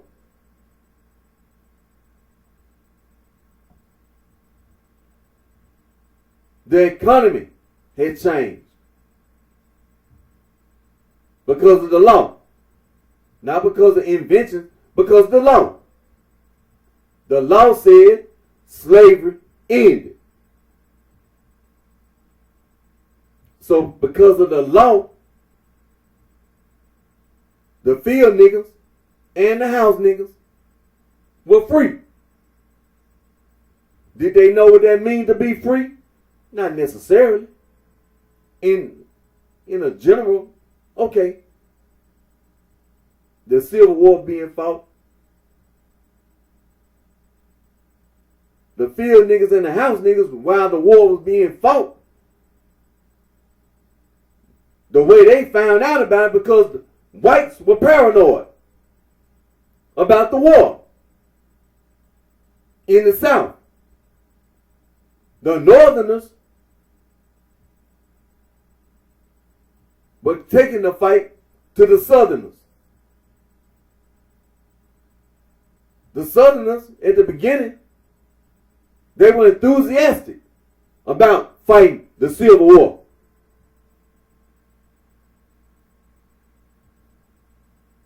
But it's one thing to say you want to fight, and it's another thing to get into a fight. See, you can't predict the future. You can say, based on my assessment at the beginning, I can say we're going to fight this war. We got guns, we got bullets, and we got the manpower. We're going to fight a war. We're going to fight. On the northern side, they wanted to end slavery. That's all there is to it. The northern state, we want to end this slavery. We want to end it. Because we fighting for the government. We fighting for the United States. We're not breaking away. We're not trying to break away. We're trying to hold everything together. We're going to end slavery. And we're going to also end this secession. Because that's another topic as well. states' rights. It all came to an end. The northern states won. So the slaves, the field niggas and the house niggas,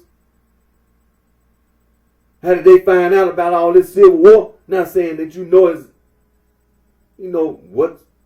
what it means or what it's about, but when you hear people around, you hear the whites around talking about it, about a war. The slave going about their everyday life still on the plantation while the Civil War was being fought.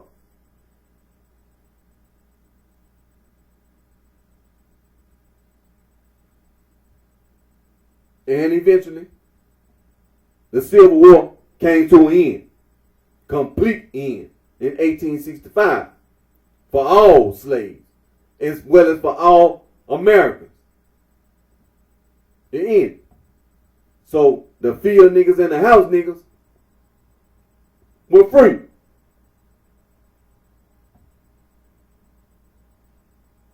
But there was no preparation. There was no saying that when slavery ends, this is what you're going to have available. It wasn't anything made available for the slave, period. It just ends slavery. And that's what happened. The northern states fought and won the Civil War.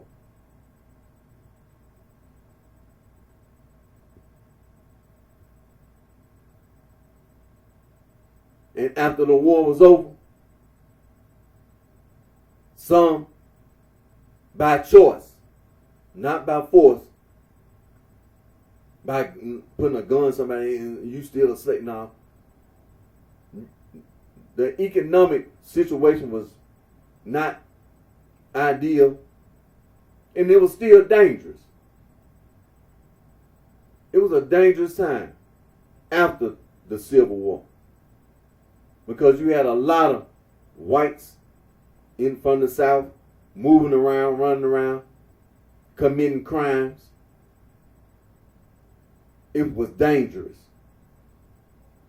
You just been granted your freedom, and then you thinking about traveling. It's a dangerous thing. It was dangerous, especially for a woman. It's one thing for a man, but talking about some women and children, that's a dangerous thing to end the slavery, to even consider traveling. You don't know where you're going. You don't have no guarantee where you're going. Don't even be better than where you left. See, it's not, you can't put this idea in your mind like it's at the end of slavery, all like everything is so pretty and so beautiful, and it's not, especially for the black/African Americans. It's a danger. It's a dangerous thing. A lot of black/African Americans stayed right where they was at, and it was a good thing to do. But eventually started having the government start trying to make provisions with the Reconstruction.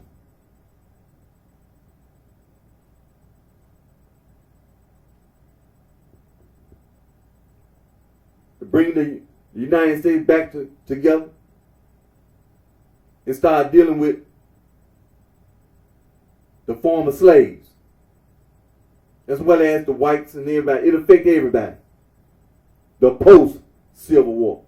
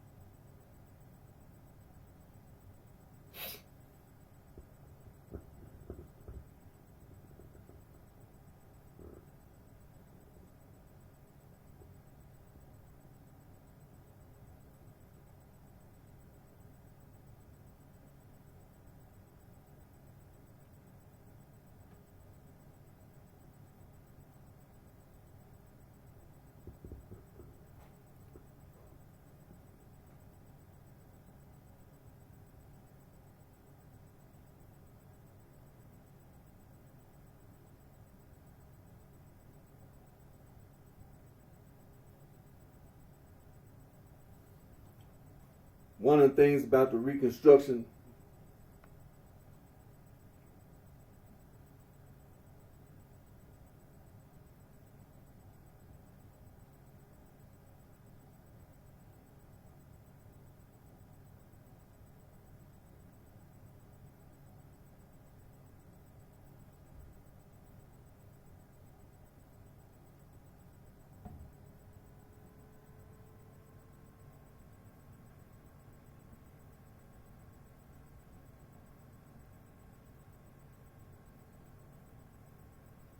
lot of points. Reconstruction was necessary. You brought the Union back. That was one of the things. It ended the remnants of the Confederate secession in the South. That was important. Bringing the United States government back to the United States. You can't have people saying they free and still have all these Confederate states. You can't. That won't work. That won't work. You got to bring all states back to the United States to be the United States of America. That was necessary. It wasn't just necessary to just say that, just end. No, we got, because these states, they seceded from the Union. They wanted to be a separate from the northern states, from the United States of America. They didn't want to salute the flag no more. They didn't want to be a part of America no more. They wanted to be a separate, the Confederates. So it was very important that when you end slavery, bring all these southern states back into the Union, the United States of America. All states.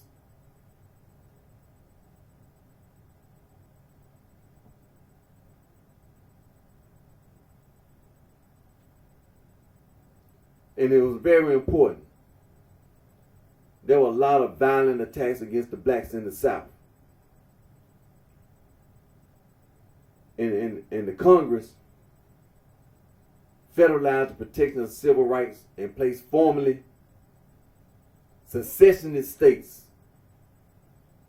under the control of the U.S. military, requiring ex-Confederate states to adopt guarantees for the civil rights of free men before they could be readmitted to the Union.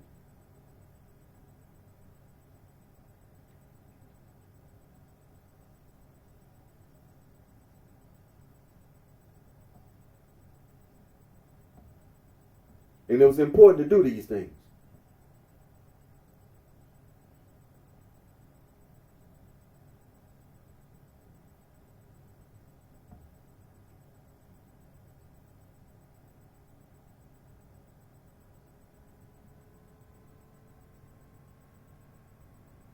And like we was talking about,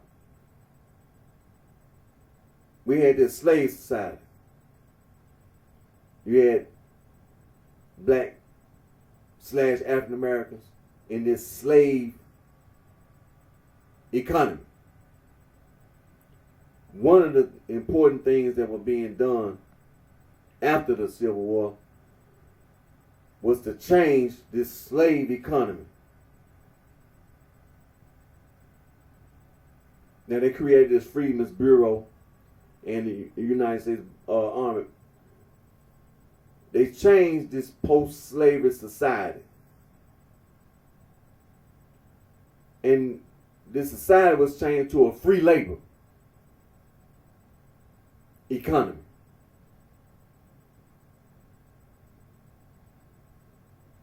Now,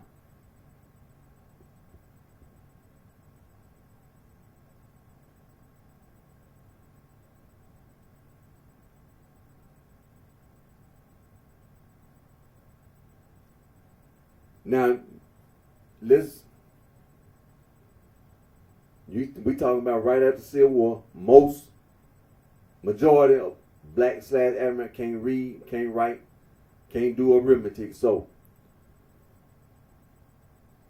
when we sit here today talking about free labor and how the United States government created the Freedmen's Bureau in the United States Army and implemented a post-slavery free labor economy.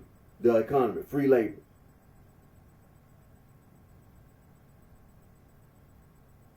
And also, in addition to that, protect the legal rights of freedmen and negotiate labor contracts and help establish networks of schools and churches. So, but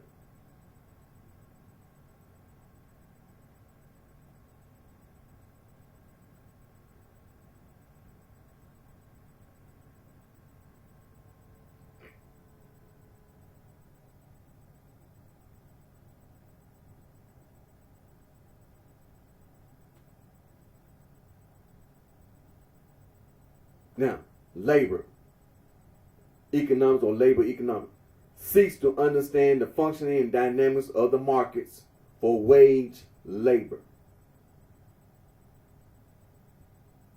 Labor is a commodity that is supplied by laborers, usually in exchange for a wage, paid by demanding firms, because these laborers exist as part of a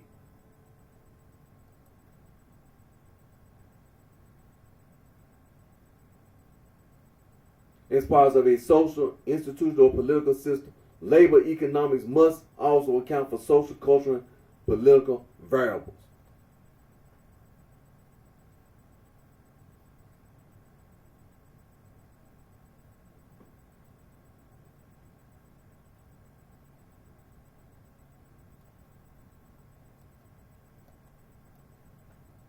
So this is what the United States government is trying to do. Take these former slaves who were doing all this work for free. As we say, free, without any income or pay or whatever. Now, we're going to change that to a free labor economy. Now you get a wage.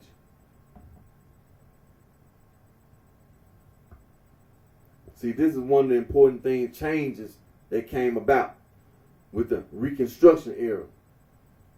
This is what the government is trying to do. Bring all the states back. And then when we bring all the states back, we're going to change this whole slave society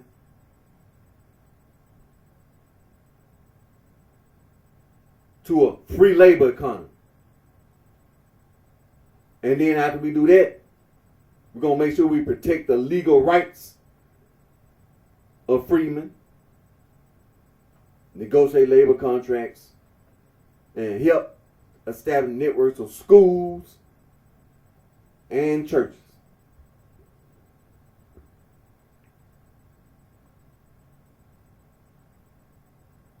You had all the carpetbaggers from the north, as well as those from the south who supported Reconstruction of the scalawags.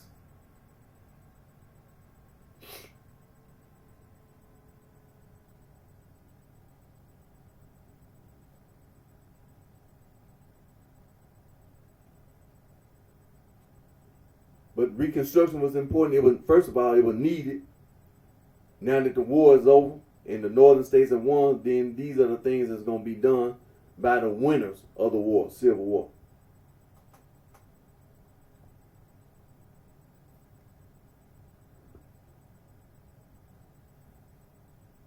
Now, during this period of time,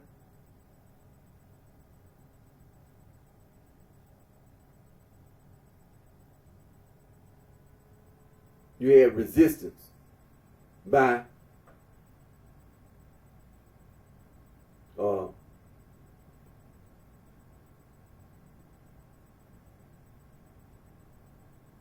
we're called the white redeemers.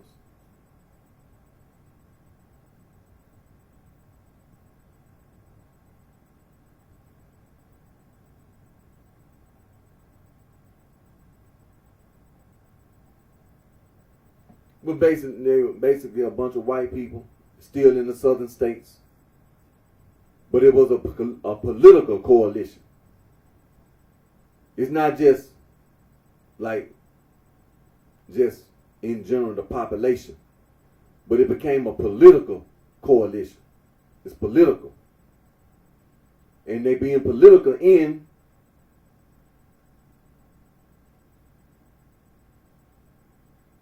the Democratic Party. It was during the Reconstruction era in the southern wing of the Democratic Party. They wanted to regain their political power and enforce white supremacy.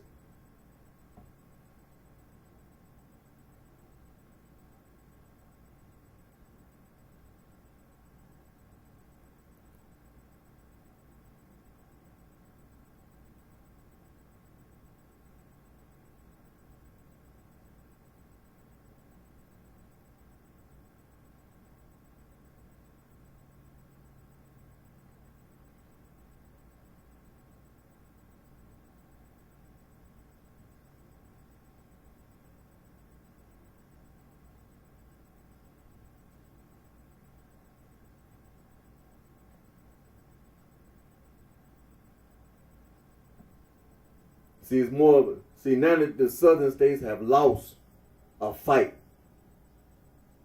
So the only thing they can do now, see, they lost a lot.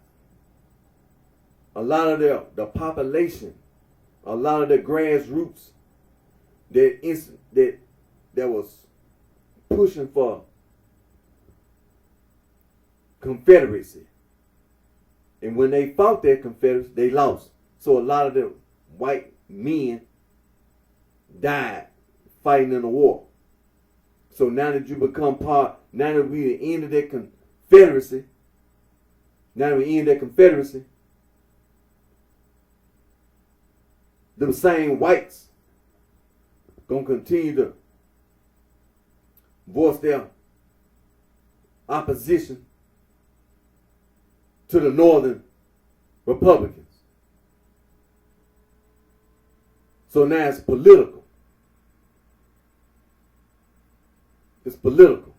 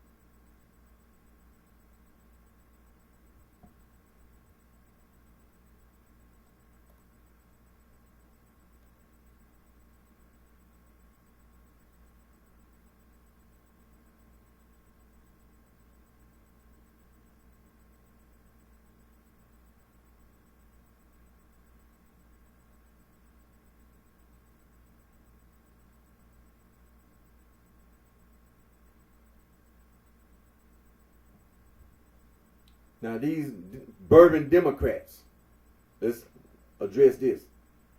It was a term used in the United States in the later 19th century, 1872 through 1902, to refer to members of the Democratic Party who were ideologically aligned with fiscal conservatism or classical liberalism.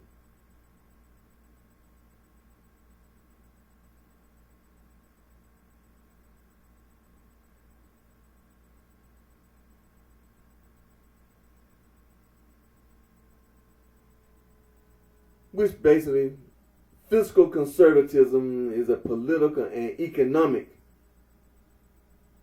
philosophy regarding fiscal policy and fiscal responsibility with an ideological basis in capitalism, individualism, limited government, and laissez-faire economics.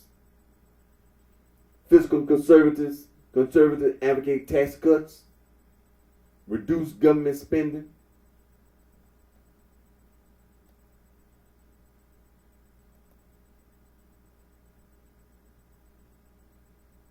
free markets, deregulation, privatization, free trade, and minimal government debt.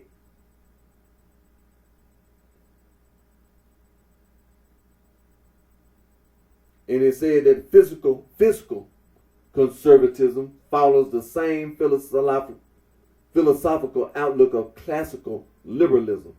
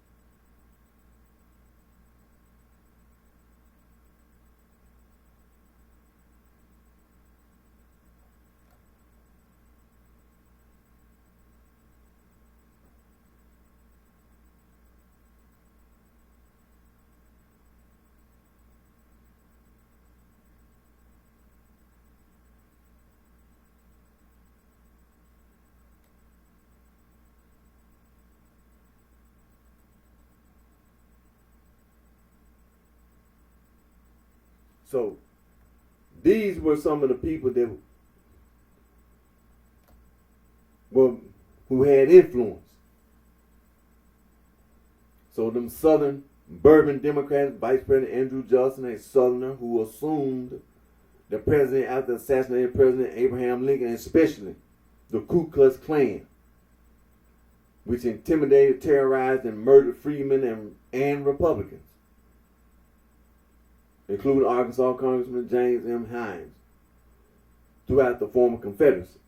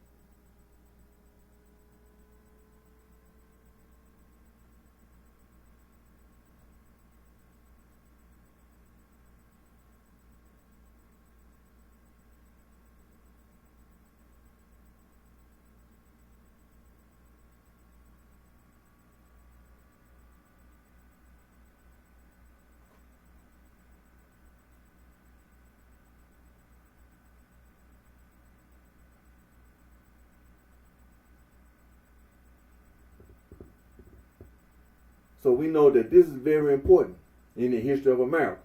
And of course, we say it's history, it's going to always be controversial.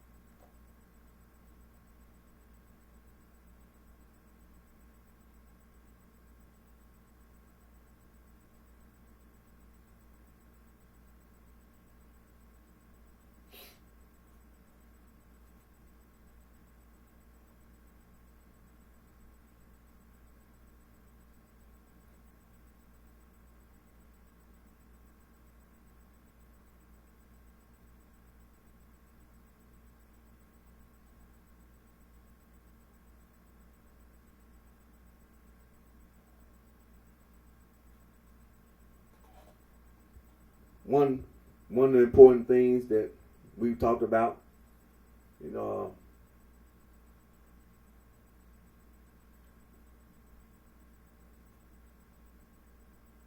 Reconstruction had officially provided freedmen with equal rights under the Constitution, and blacks were voting and taking political office.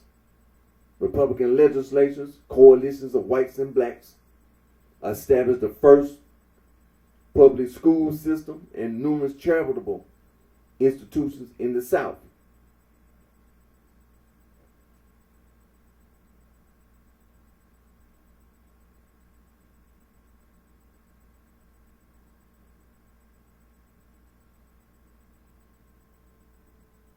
But on the other side of that, you had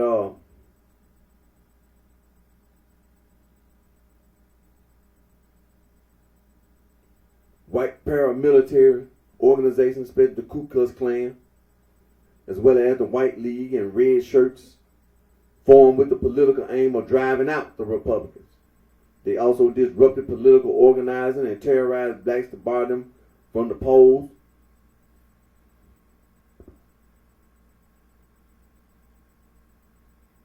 See, President Grant used federal power to effectively shut down the KKK in the early 1870s, though the other smaller groups continued to operate.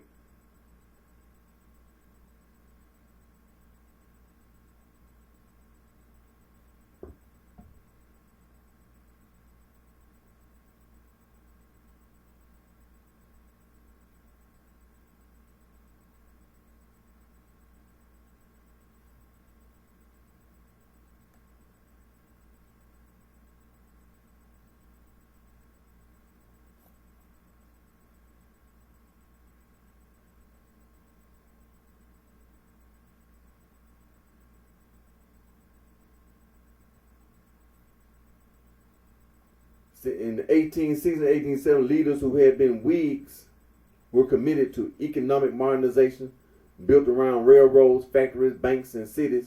Most of the radical Republicans in the North were men who believed in integrating African Americans by providing them civil rights as citizens, along with free enterprise. Most were also modernizers and former Whigs. The liberal Republicans of 1872 shared the same outlook, except that they were especially opposed to the corruption they saw around President Grant and believed that the goals of the Civil War had been achieved and that the federal military intervention could now end.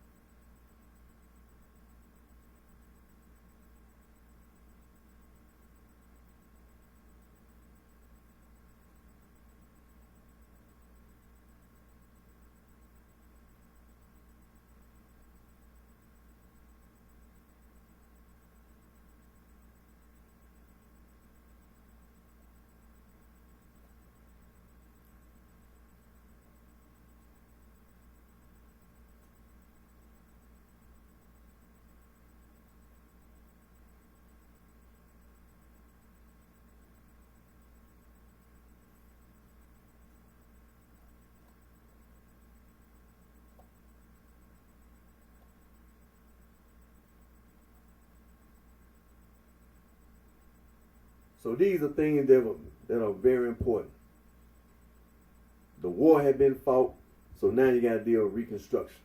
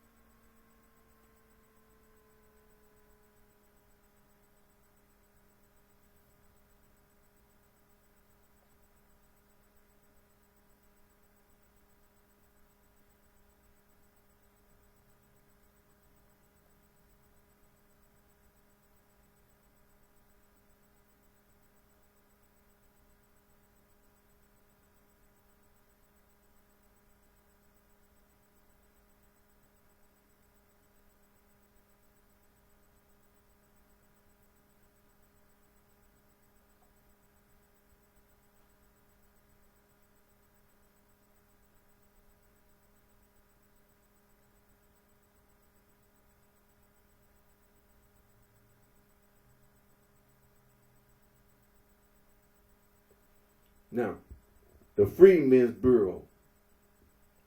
On March 3rd, 1865, the Freedmen's Bureau Bill became law, sponsored by the Republicans, to aid freedmen and white refugees. A federal bureau was created to provide food, clothing, fuel, and advice on negotiating labor contracts. It attempted to oversee new relations between freedmen and their former masters in the free labor market.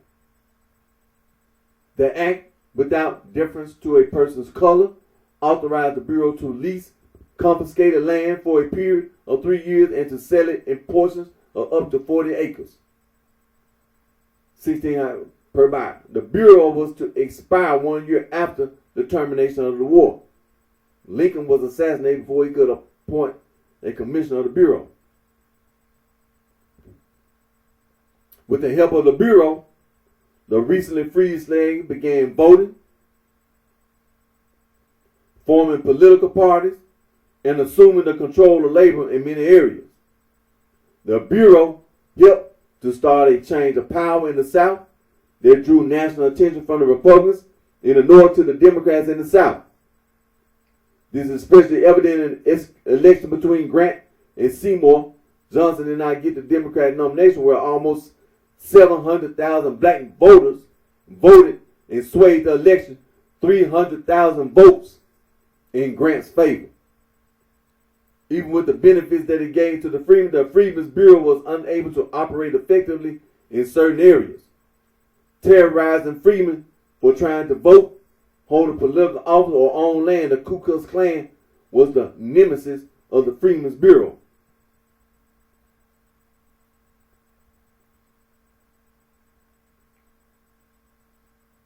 Bans color discrimination. Other legislation was signed that broadened equality and rights for African Americans. Lincoln outlawed discrimination on account of color and carrying U.S. mail and riding on public streetcars in Washington, D.C., and in pay for soldiers.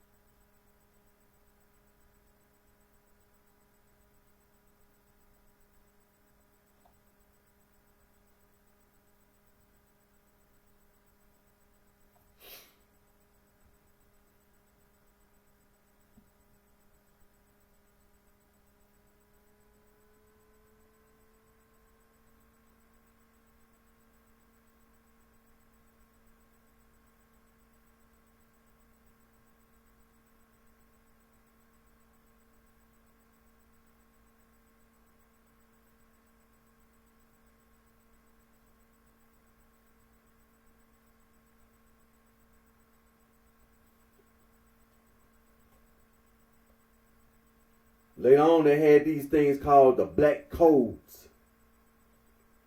And what these was southern states. Governments quickly enacted the restrictive Black Codes. However, they were abolished in 1866 and seldom had effect because the Freedmen's Bureau, not the local courts, handled the legal affairs of freedmen.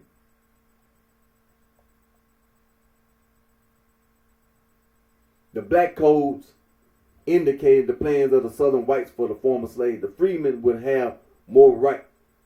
The freedmen would have more rights than did free blacks before the war. But they would still have only second-class civil rights, no voting rights, and no citizenship. They could not own firearms, serve on a jury in a lawsuit involving whites, or move about without employment. The Black Codes outraged Northern opinion. They were overthrown by the Civil Rights Act of 1866. They gave the freedmen more legal equality, although still without the right to vote. The freedmen, with the strong backing of the Freedmen's Bureau, rejected gang labor work patterns that had been used in slavery. Instead of gang labor, free people preferred family-based labor groups. They forced planters to bargain for their labor.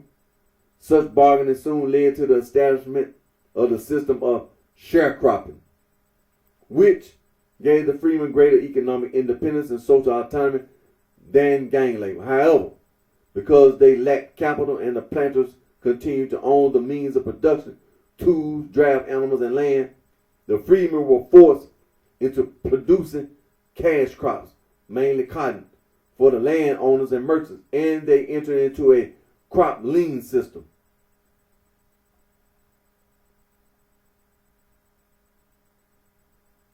Which was a credit system that became widely used by cotton farmers in the United States and the South from the 1860s to the 1940s. Widespread poverty, disruption to an agricultural economy too dependent on cotton, and the falling price of cotton led within decades to the routine indebtedness of the majority of the freedmen and the poverty of many planters.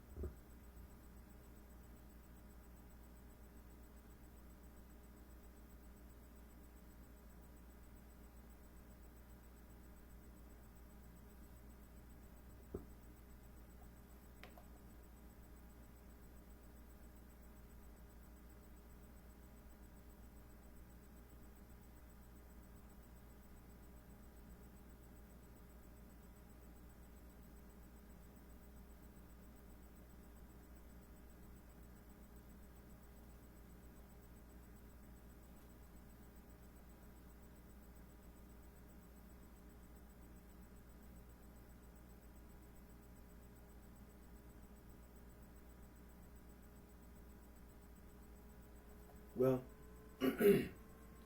things like this was becoming a part of life. So it was a change from the whole slave society coming into this free society. And it was those who supported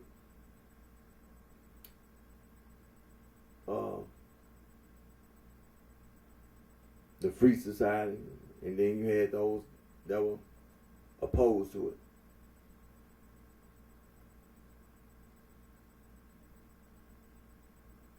See, a lot of these things were done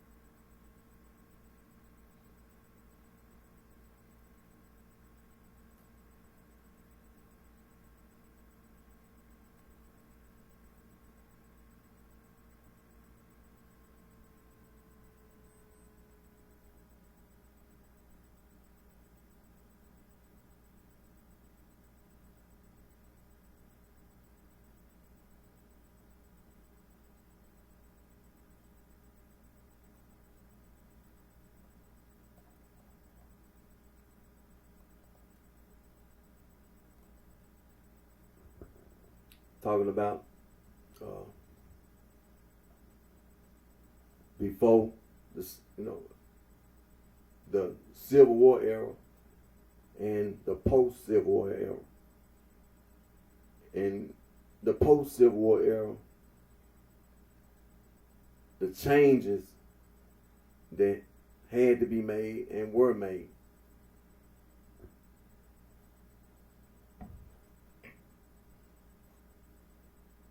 This whole of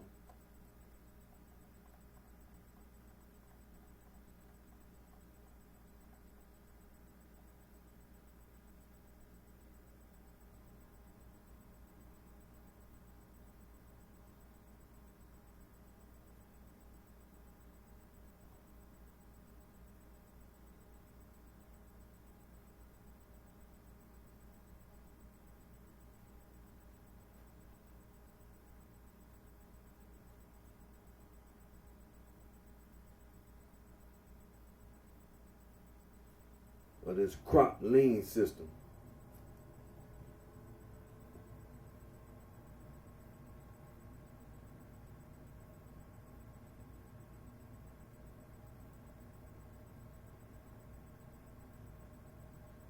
And that itself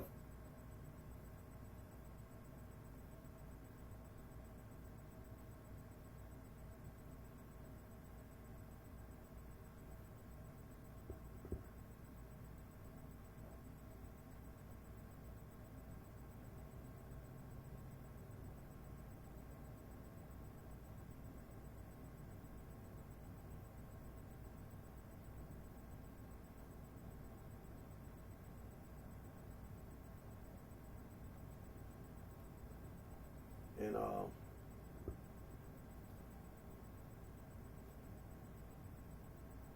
had a very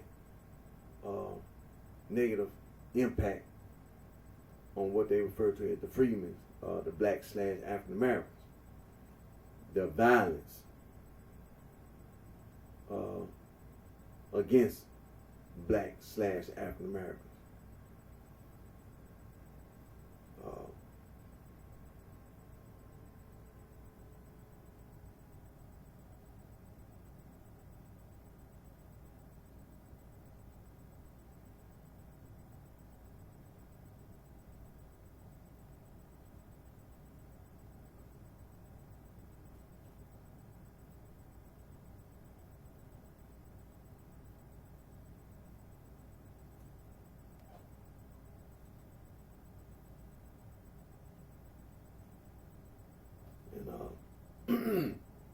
The violence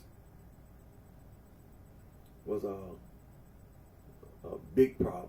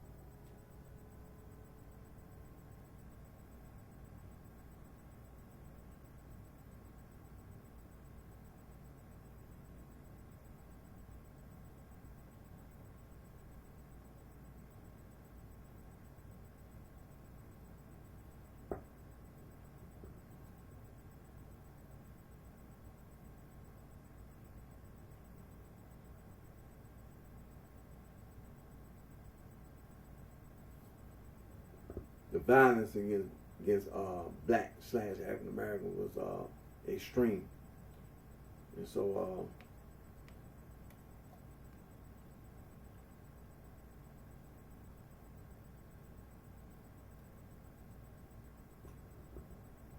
it was a process of change.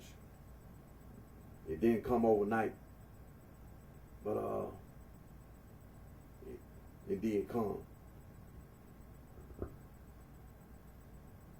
And so many of these men and women with this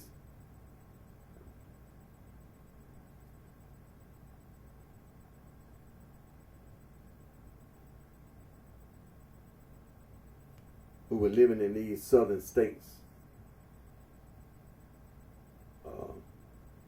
with this crop lean system and just being in the South period. And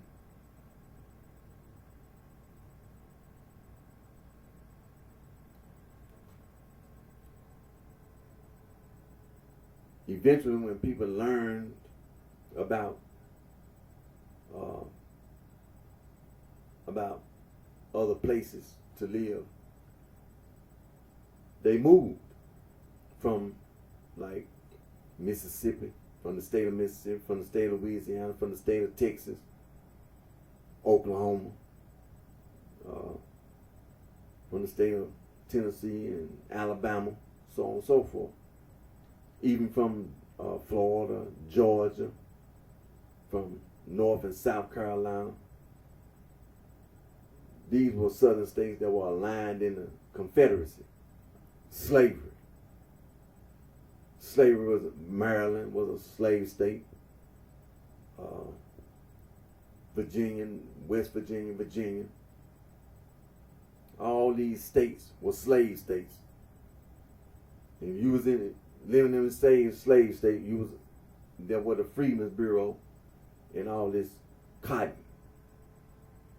So this was before the 1900s. We still in the 1800s. And this crop lean system.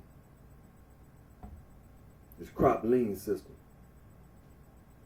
But many blacks / African Americans, because of the Freedmen's Bureau and because of the things that the Republicans were trying to do in the northern states, building factories and banks and cities and things, because the South was destroyed.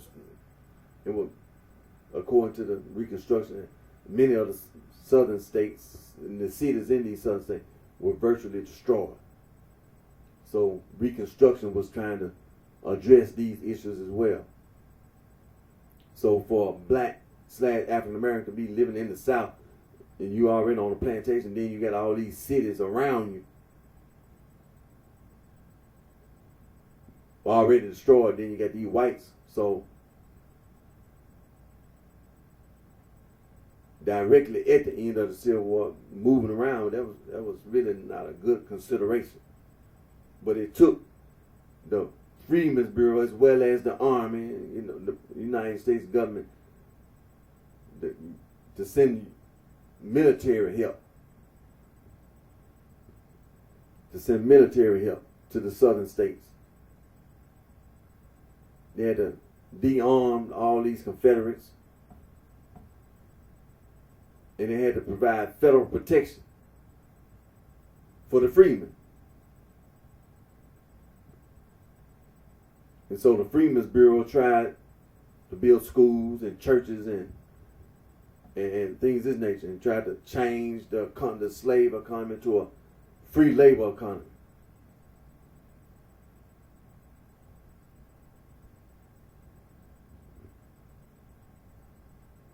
And as you get closer to the 1900s, you had all these things being done.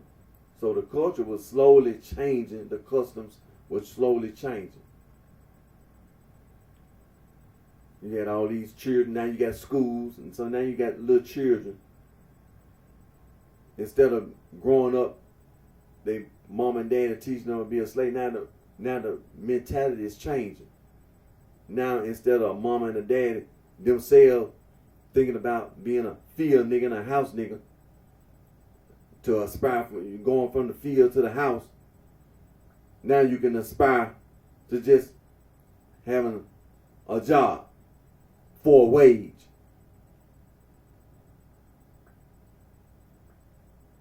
And when you see a child can be in school.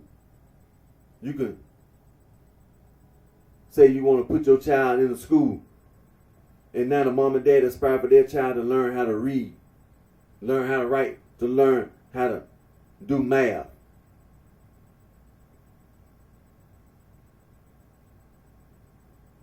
Many black men, at that time black men, Reconstruction, were politicians, were leaders in the community. They were passing laws, enacting laws in all these southern states.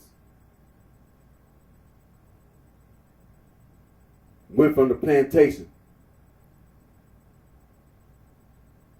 to the state capitol. And then from the state capitol to Washington, D.C.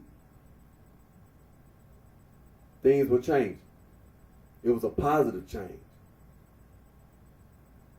Things were changing. Positive change.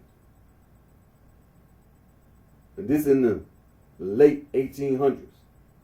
Just like Plessy versus Ferguson. When it went from the Dred Scott case, now we in the Plessy versus Ferguson. See, it's finna come to a point where all this stuff with the Freedmen's Bureau, and then you had these white Southerners who lost the Civil War, trying to maintain some political power, and still trying to use the paramilitary groups to intimidate blacks / African Americans. As much as the United States government tried to prevent the Southern whites from being successful,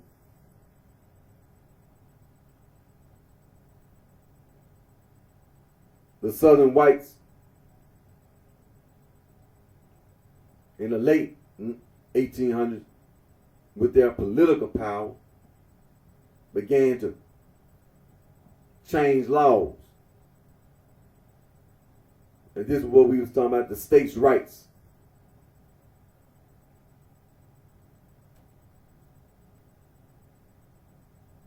The states have rights.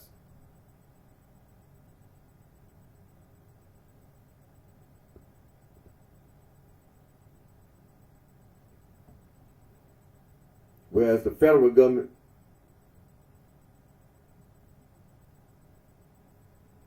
brought the Union back And now that the union's back, they're continuing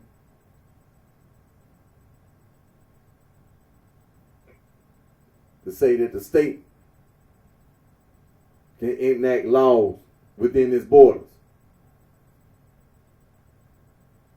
So this so-called political party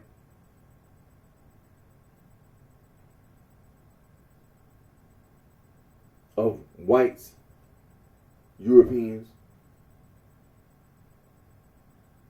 the Bourbon Democrats,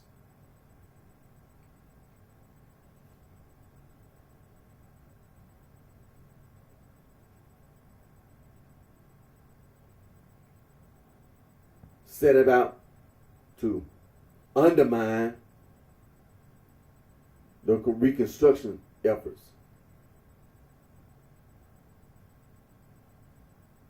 And see, this is where you get to the Plessy versus Ferguson.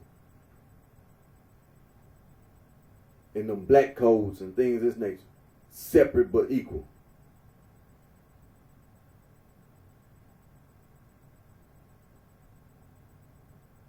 All the success that the Republicans were having, railroads and banks and all the factories, which lead to more and more inventions. You start having this white supremacist group using political influence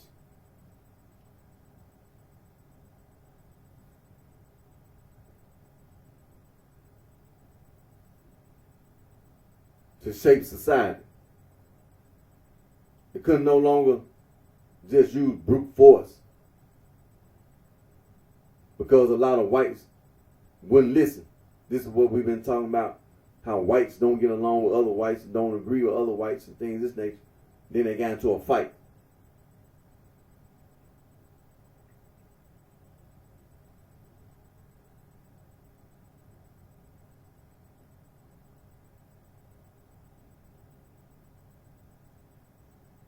But coming to the 1900s, the late 1800s, you had this court case, Plessy versus Ferguson. And this is one of those things when you talk about how the Freedmen's Bureau was trying to do things to address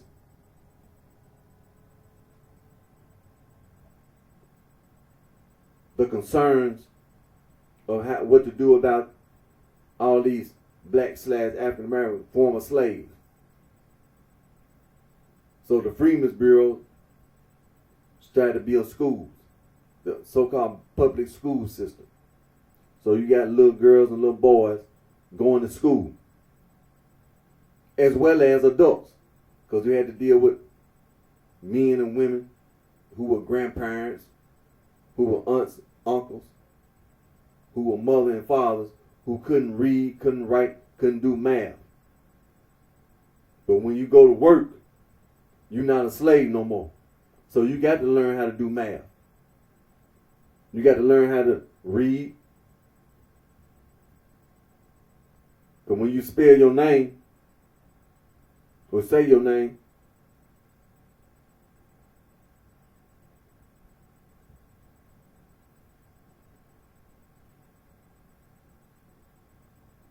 see, things were trying to change positively. Positive change.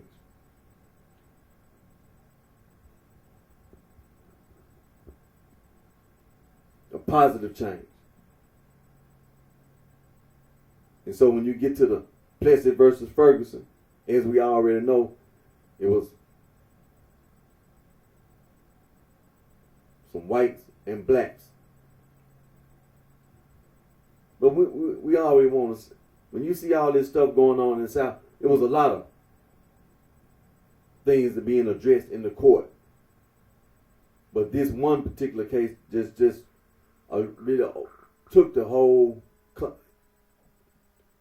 idea of this racial segregation stuff. This segregation. And so it came to the state court first in the state of Louisiana.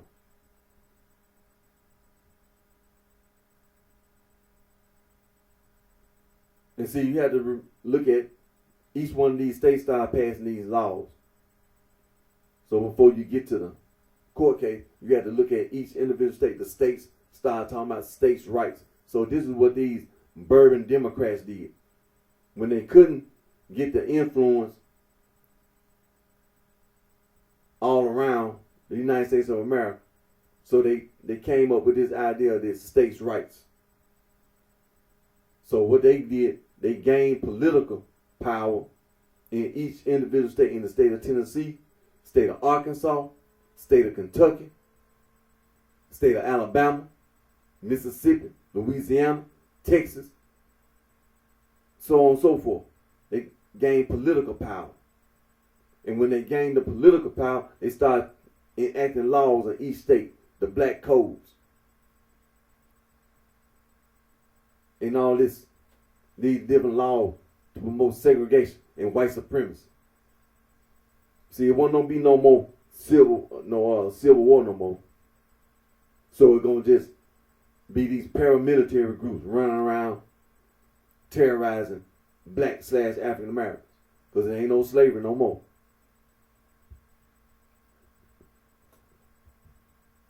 So a way of life then changed. So now it's this crop lean system.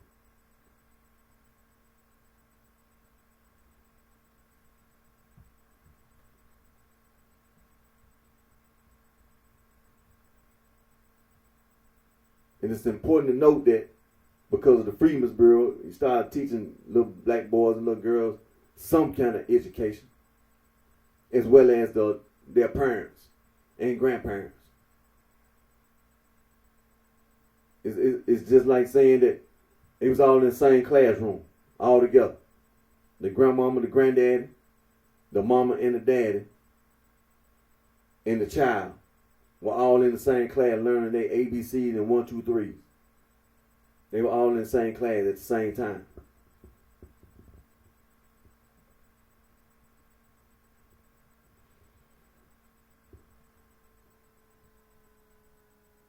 And from that point, you had blacks doing voting, who were exercising their right to vote.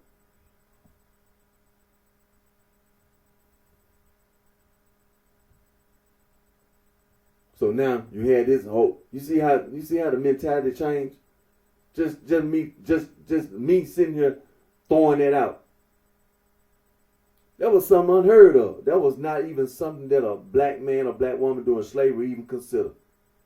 Voting. And even pronouncing the word vote and actually having the idea of knowing what it means. But a lot of black men all across the South got involved in this concept of voting. It becomes part of your vocabulary. It becomes part of your culture, your custom. Voting. And somebody that's going to be put into some kind of political office. Do you see these black men and women? Just look at them now. Picture in your mind the change from being a slave yesterday in 1865, that same year, before the end of that year, considering a candidate for public office.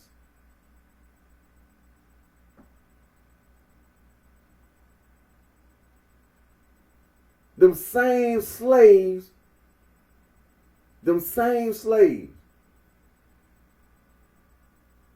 who were being slaves, now that they free, can vote. Now I know about the women not having the right to vote, including white women who didn't have the right to vote. But the black men, and then this whole thing about voting is a change. It's part of your vocabulary. It's in your mind now. It's part of your thinking now. See, this is the reason why it's important to talk about these things. Because during slavery, there was no such thing as even thinking about doing these things. Now you got a whole society change. When the Civil War ended, when you ended slavery, that way of thinking, it changed. Now you don't even think about being a slave no more. It's not even a thought no more. You're not a slave no more. Now you're in a different society. That's the reason why it was important to create the Freedmen's Bureau. It's important. Now you take your ways. You see a bank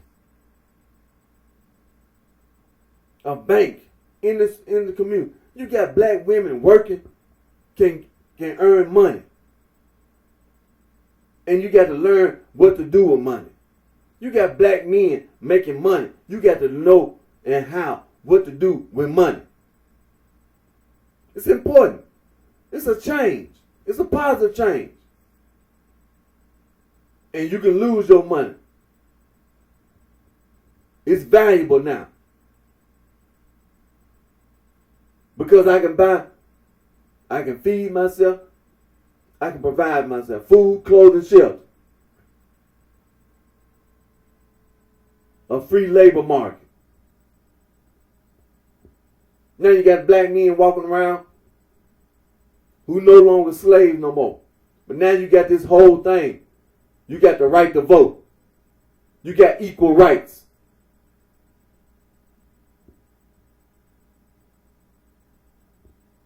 Can't even read. But you got equal rights. It's important to talk about these things. It's important.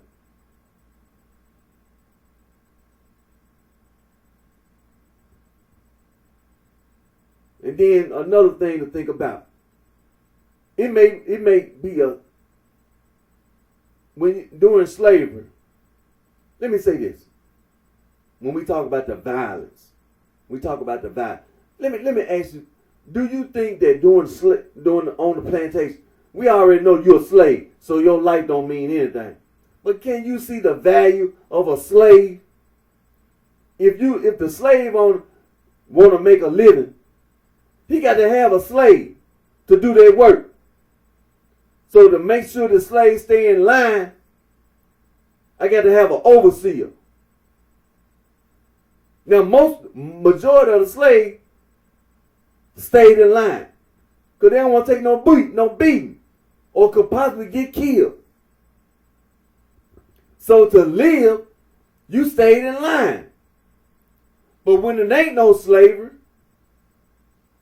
the violence from this terrorist group, the Ku Klux Klan,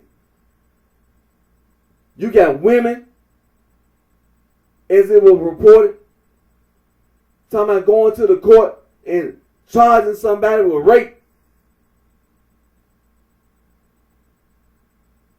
It wasn't no. It's not that it couldn't go to court, but to have the court to prosecute the accused, as it was reported, white men. It was pretty prevalent. White men were attacking black women, forcing themselves on black women. And on the other hand, accusations against a black man could have been rape against a white woman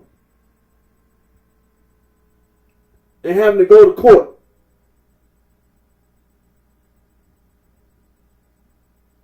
But this is some. Think about it. On a slave plantation, the black woman was a slave. You were property.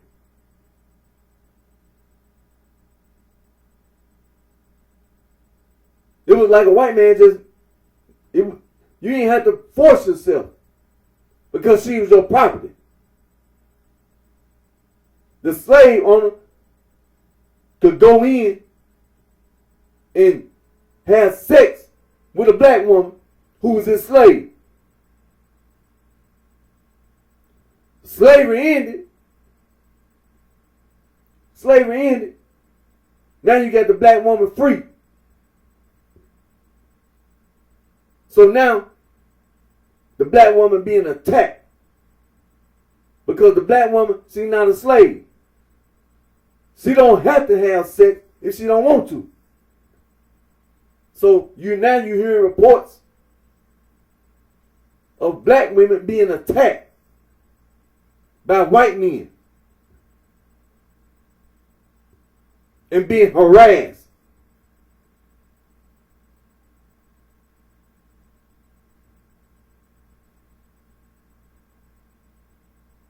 See, it's a complete societal change from being on a plantation to being free.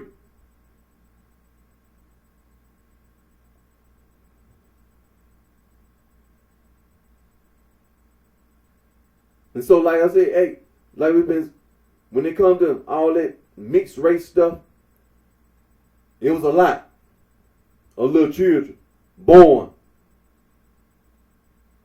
mixed, as you say, mixed. Because the white man during slavery was impregnating black women. After slavery, there were white men attacking black women and impregnating black women. So it was a lot of little children that you call mixed race or colored or whatever. During slavery, talking about a black man and a white woman, that was unheard of. Not saying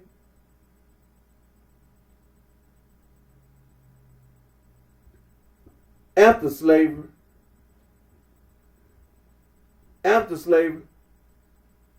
it was things that were happening because the black man was free. We talking about in the South now. We ain't talking about up north. But we talking about down south. The black man now free. So you talking about a white woman, the black man free. Some things happen. I heard somebody say something a long time, talking about some poor white trash. And during this period of time, it was a lot of whites who were just poor and the whole economy gone, the way of life gone. So, like I said, you had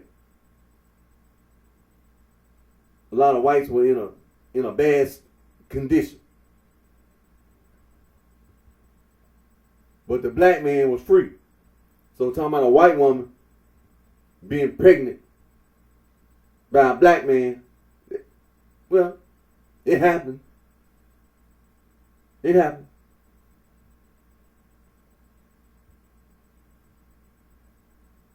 And so these things had to be talked about.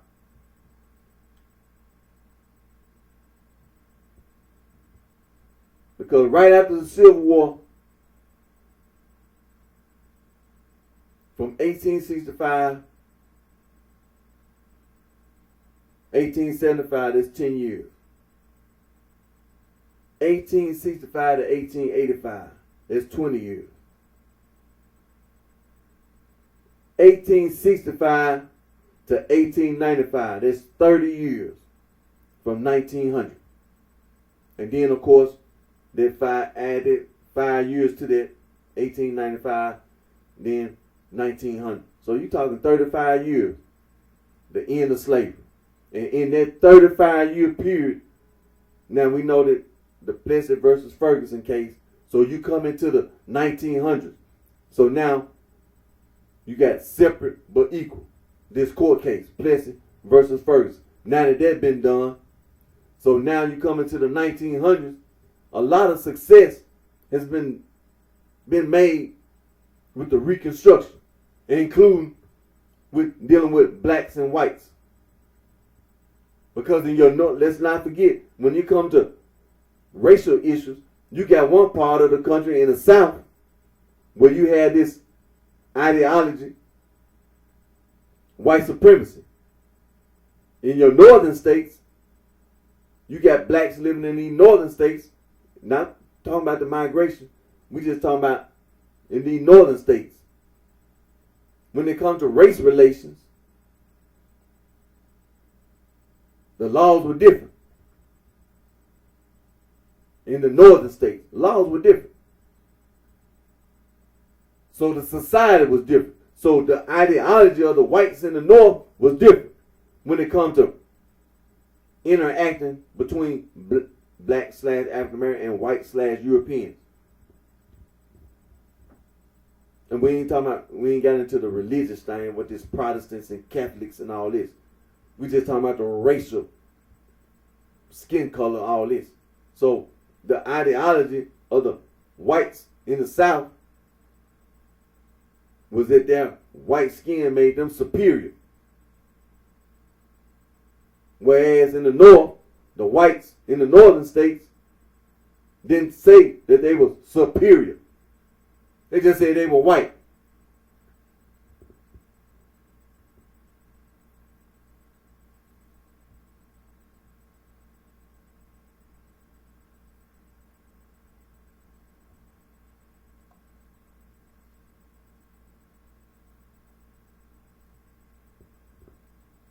So when you come into the early 1900s, we see what was being done with the school, with the Freedmen's Bureau. The Freedmen's Bureau made a significant contribution.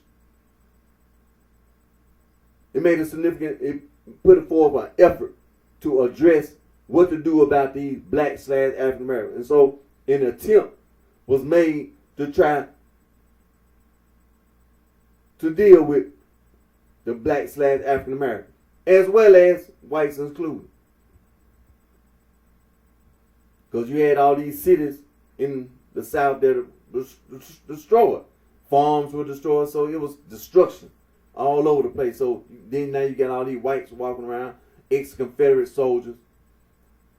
You know, some wounded and lame. So the Freedmen's Bureau was mainly to address the problem with the black / African American, but also included in it is to deal with the whites. To deal with the whites.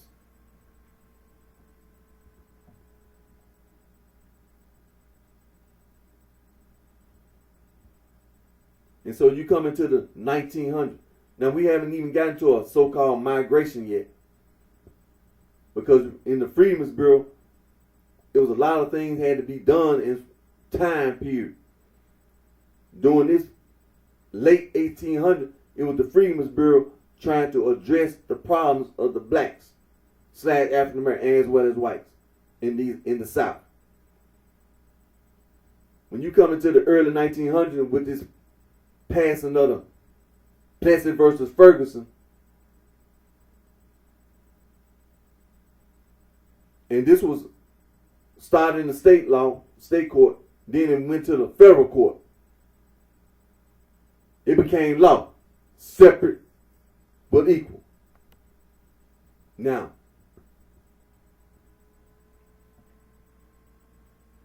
and that's as far as it went in the law, because in practice, Jim Crow laws were in effect in a majority of a lot of states. But then it started being things all around the country with all this racism, bigotry, prejudice, and hatred toward black / African Americans, as well as Native American suffered discrimination, prejudice, hatred, bigotry. Asian, Southeast, Asian, Pacific Island saints suffered, endured all these things as well. If you want a white / European, it's separate but equal. all the schools that the Freedmen Bureau built, separate but equal. So the whole so-called public school system, separate but equal. The whole society went from being about equality, tearing down all this slavery, to separate but equal.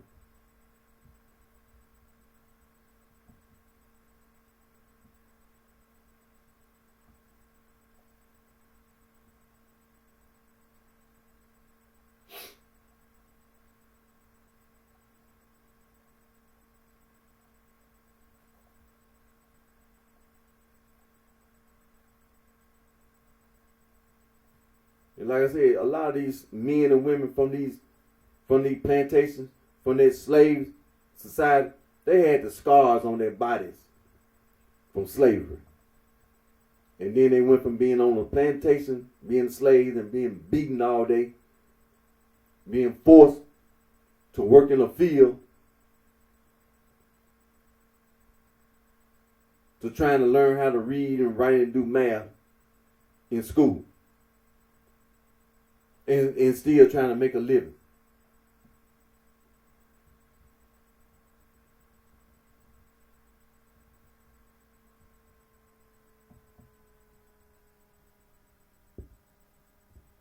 See, a lot of these little boys and little girls growing up during this Reconstruction period, coming into the early 1900s, by the time they growed up, about 5, 10, 15, 20,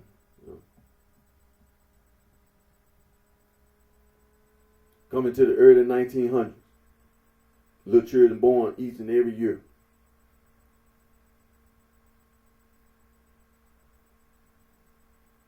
So you can just say if you had a child that was born in 1865, by the time you get to 1900, you're 35 years old. Probably already had a family of your own already.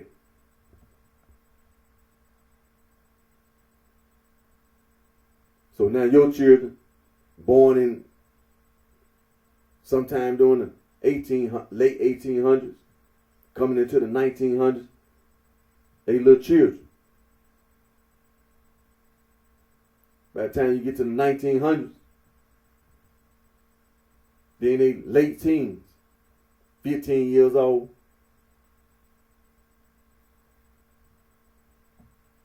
Coming to the 1900s.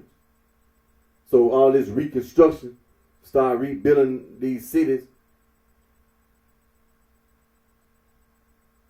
But you still got a lot of black / African Americans with this cash lien,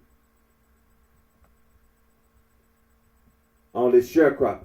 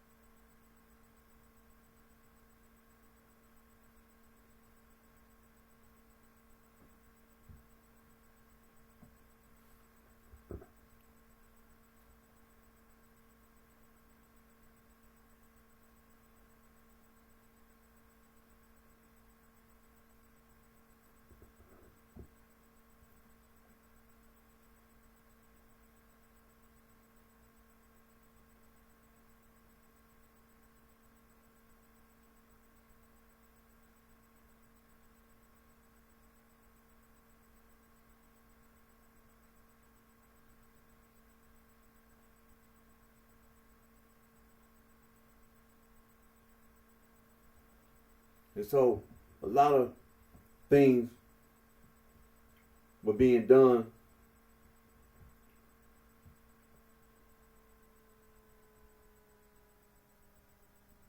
to completely change the whole American society. All this stuff about slavery, which was already there at the beginning of this nation. But it came to an end. And it had to come to an end through war. But now, bringing it to an end brought about more changes. Once you bring the union back together, this society as a whole still trying to address this race issue in all these varieties of supporting this race issue.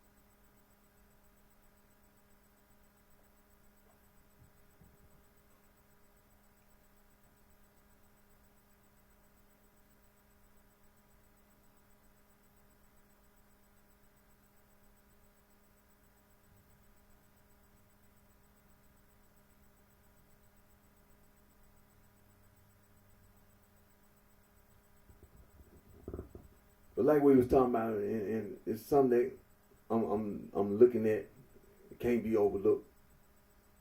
Is how the mentality of black people changed. When the war ended in 1865, then I'm looking at just in 10 years, they talking about elections and the violence. We talking about the Civil War ended in 1865. And when you're talking about elections, I'm looking at some of the things, and you think it's not catching my attention, but I am paying attention to the dates, the year.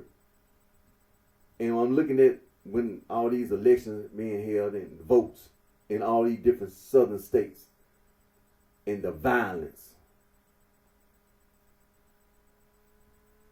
when it comes to voting. But it's only been 10 years. Only 10 years. These men and women who were former slaves, they were not worried about being slaves on the planet. They were just worried about voting, putting somebody in office. In just 10 years, that's the positive impact of the Freedmen's Bureau. That you completely went around all over these southern states and completely changed the mentality of these black men that really didn't have no education, and women. And then you got all these little boys and little girls with being influenced by their mothers and fathers talking about voting, being put in public schools, learning how to read, write, do math.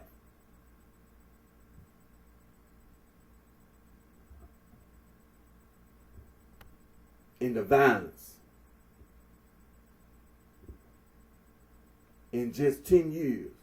I'm looking at the dates.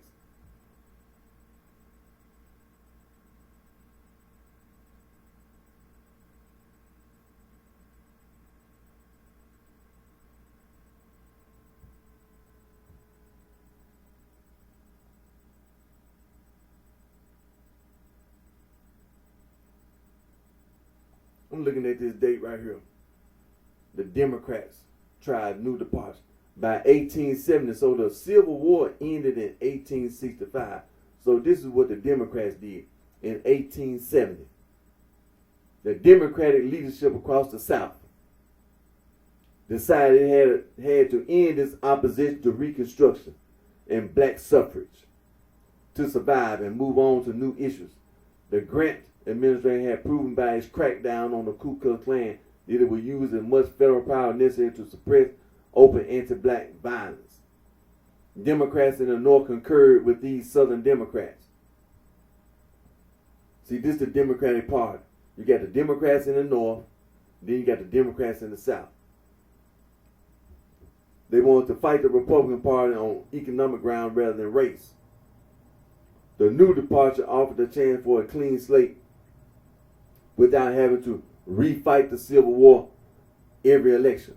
Furthermore, many wealthy Southern landowners thought they could control part of the newly enfranchised black electorate to their own advantage.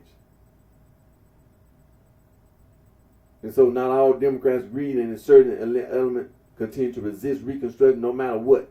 Eventually, a group called Redeemers took control of the party in the southern states. But when you see the dates, you only five. If you say 1870, the Civil War ended in 1865, so you're only 5 years from the Civil War.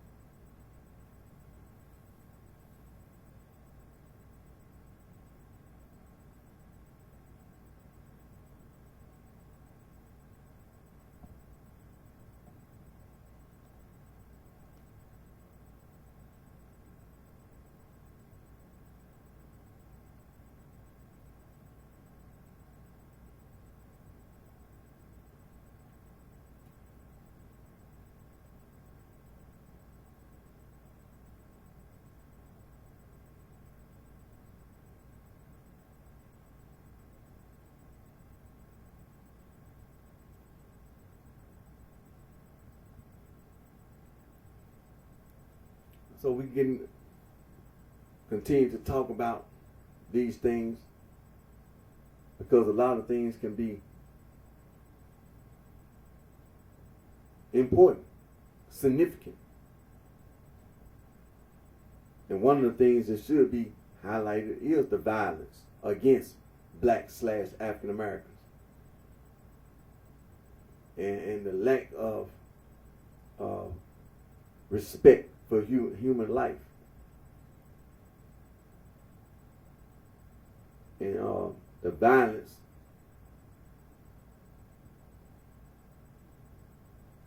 made it really difficult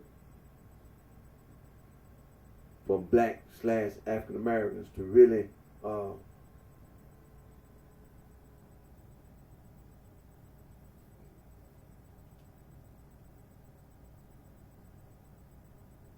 to be able to just life, liberty, and pursuit of happiness.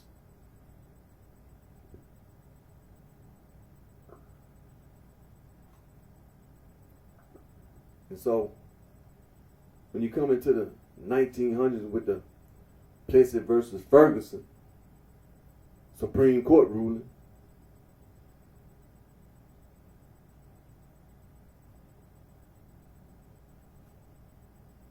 the whole society in America was shaped by this ruling. Separate but equal.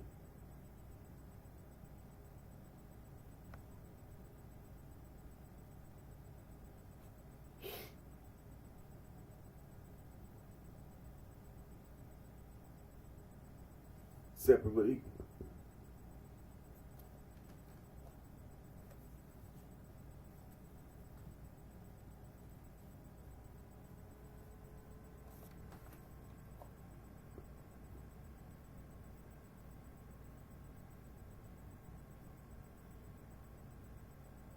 And coming into the early 1900s,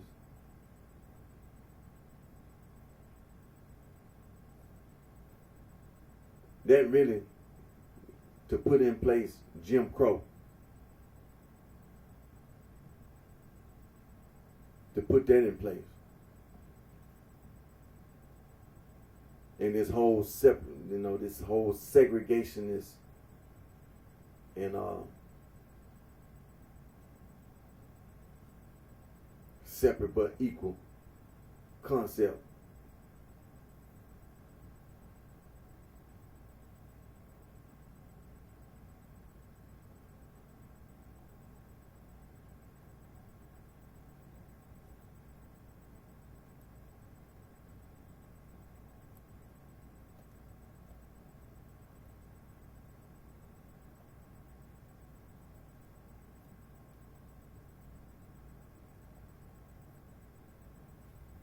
And it's really, really important to talk about the slavery and after slavery, coming into the early 1900s with this Plessy versus Ferguson.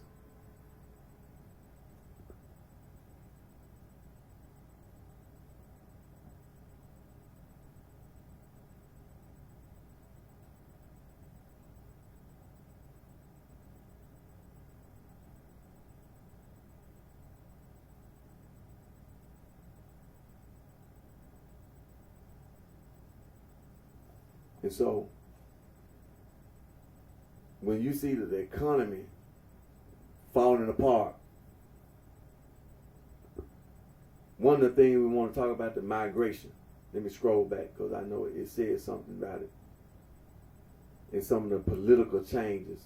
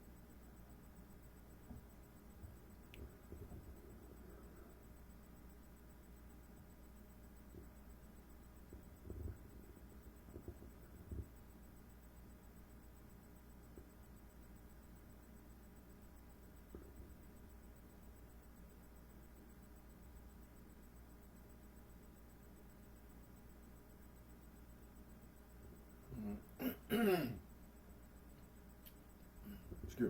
Now, what I was reading, I was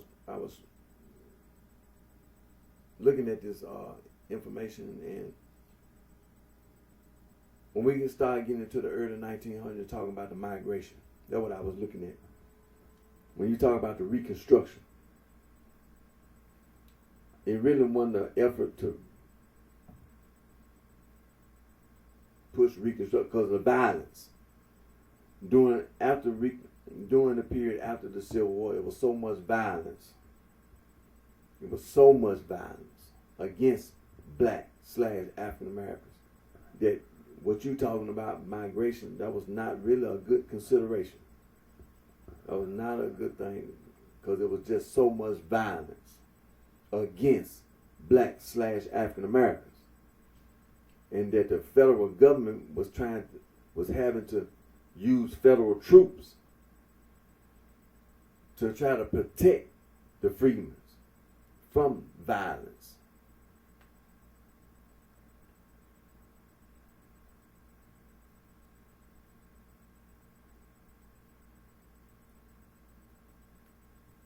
I mean, the violence was like right after the Civil War. We talking about the 1870s. It was just violence everywhere. During the 1870s, it was just violence everywhere. I'm just sitting here looking at it, and you just see violence.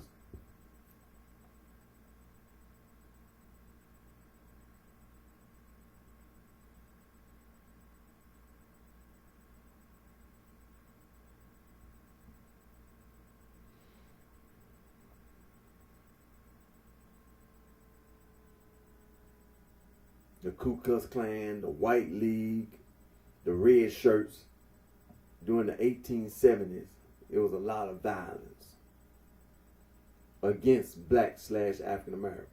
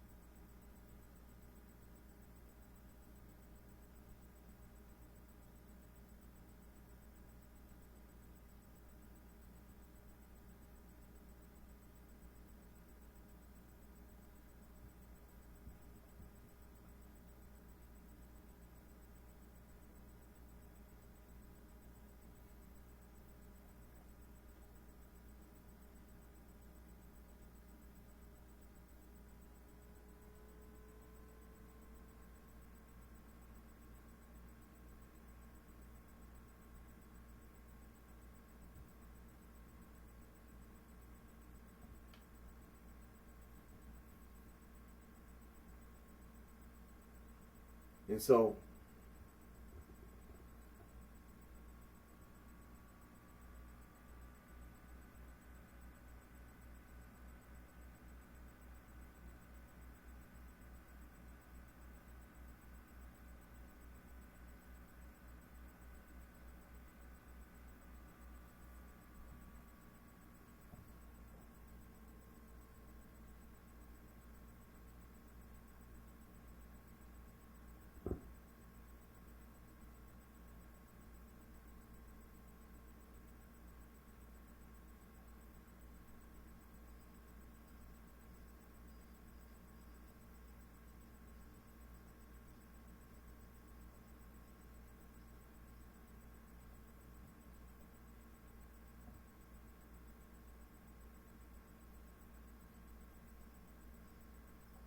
one of the things that we need to look at is that the Hayes, Rutherford B. Hayes, the election of Rutherford B. Hayes. See, this is really why when we talk about things like that, we come into the early 1900s and we talk about Reconstruction. Like I said, it wasn't no such thing as moving around because of violence. against black / African Americans. It was just in all these southern states. It was just too much. It was violence, and there was a lot of federal troops trying to intervene. And so, when you come into this with all this voting, there was an election.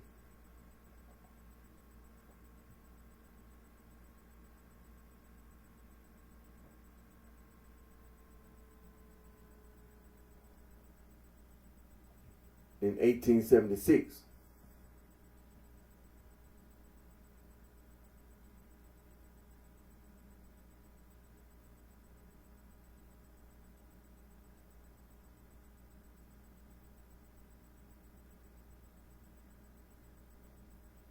Rutherford B. Hayes, he was a Republican, and he won the disputed 1876 presidential election, the National Compromise of 1877.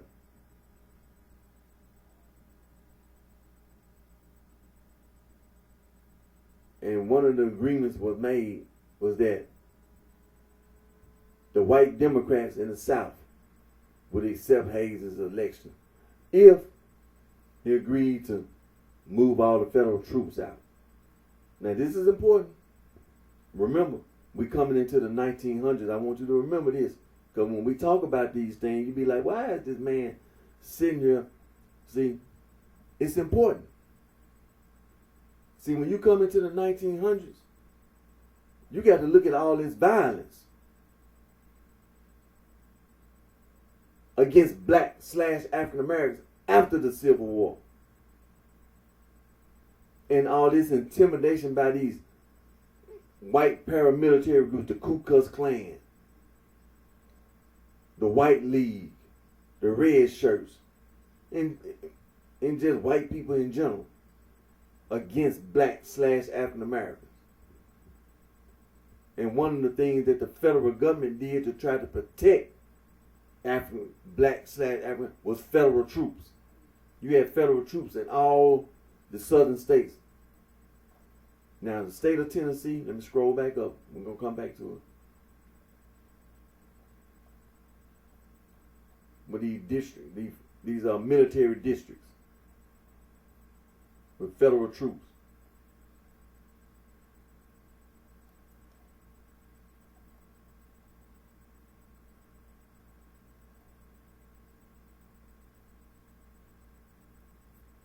Right. And so it's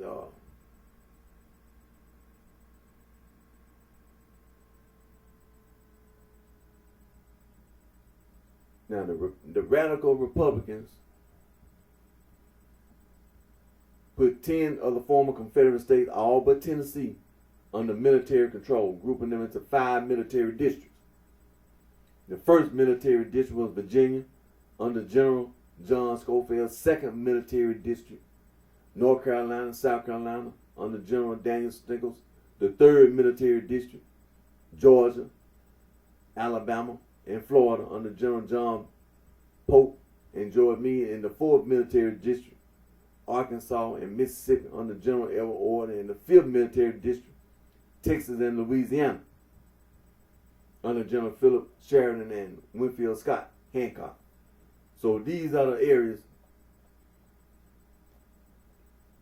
where military troops, federal troops,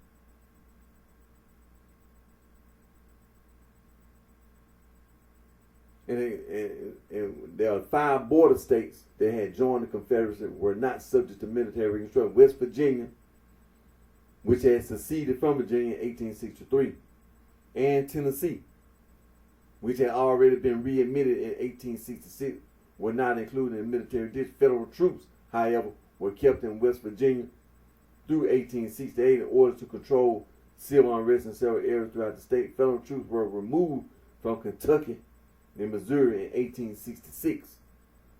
The 10 southern states governments were reconstituted under the direct control of the United States Army. One major purpose was to recognize and protect the right of African Americans to vote. There was little to no combat, but rather a state of martial law in which the military closely supervised local government, supervised elections, and tried to protect office holders and freemen from violence. Blacks were enrolled as voters. Former Confederate leaders were excluded for a limited period. No one state was entirely represented.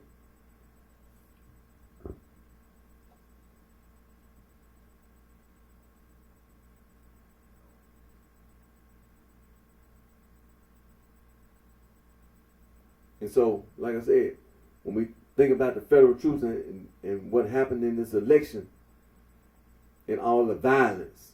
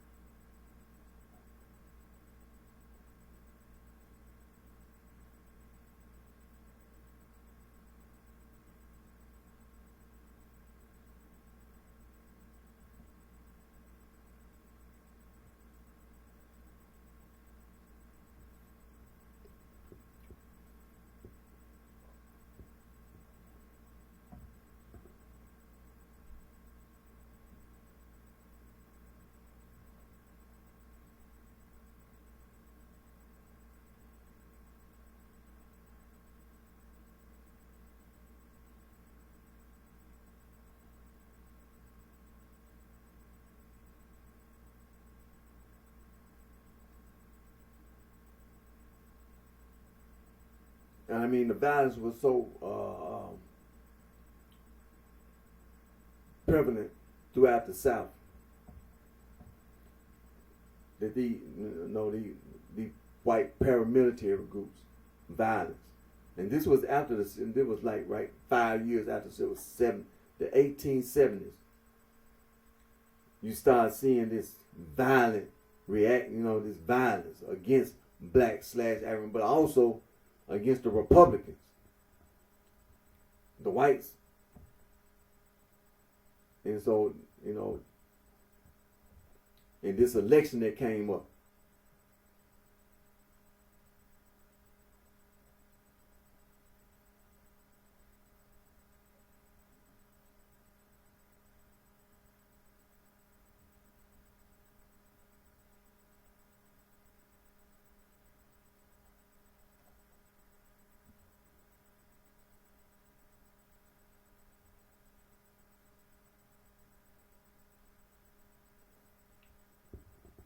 and it's important to highlight these things because the time period we're talking about after the Civil War, and we're looking at the federal government trying to make positive changes for the whole United States of America. You had this white supremacist resistance in the South, and over a period of time, the Republican Party in the northern states once they saw that white nationalism and the goals of the end of the war had been achieved. First of all, we ended the war. We ended slavery, first of all. And then we brought the Union back. So that was one of the things that brought Republicans, the white Republicans, to the point of view that they had. They had achieved some of the goals that they wanted to achieve. First of all, end slavery. They did that. Then they brought the Union back. All the southern states are now back part of the Union. So we back again as the United States of America. So that, for the northern Republicans, that was, they achieved that. So now they having this reconstruction, and they seeing these whites paramilitary groups. So this interventionist effort and this white supremacist resistance. And so when you had this election of Rutherford B. Hayes, which he won, and they made a deal. And what the whites wanted to make, they wanted to make a deal. They accept the presidency of Rutherford B. Hayes on the deal. Remove all federal troops from the South. So that's what he did.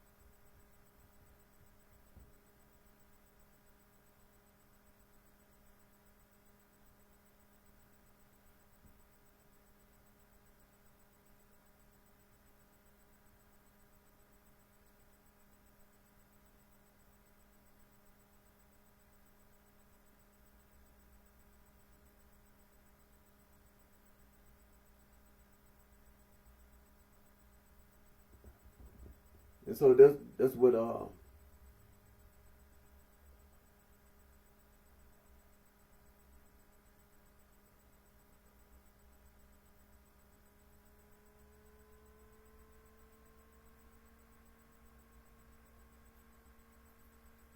and that really what brought an end to the what they call Reconstruction.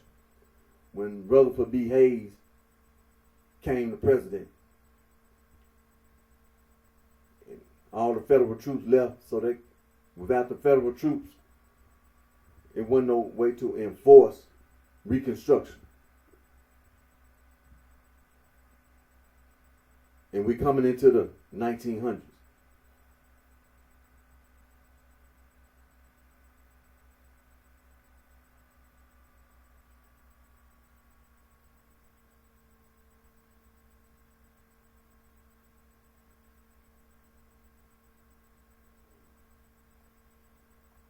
And so now all the federal troops are left. You come into the, with Rutherford B. Hayes was elected, and then he gets into office in 1877. So you coming into the 1880s, and then you get to 1890s when you have this court case, Plessy versus Ferguson. Look how things starting to come into your mind. You had Reconstruction, you had Civil War ended first, then Reconstruction. But the violence right after the Civil War ended. You come from 1865, you get to 1870, and it's like this explosion of violence all across the southern states. The southern states have all come back into the Union. All the southern states have come back into the Union. Then you have this thing about the vote. And when you had this thing about the voting, you have an explosion of violence from these white paramilitary groups all across the South against black / African Americans and also against Republicans. And so when you get to 1870, when you get to this election, Grant, the president, Grant, then you get to Rutherford B. Hayes. So now you starting to see, when he won the election, they had to make a deal for the, and so when they made the deal, move all the federal troops out the South. So they took all the troops out the South. That really ended Reconstruction because there wasn't no way to enforce Reconstruction. And there wasn't no way to protect black / African Americans. So when we talk about this migration thing, you see, you talking about violence against black / African Americans. And now you really don't have no protection.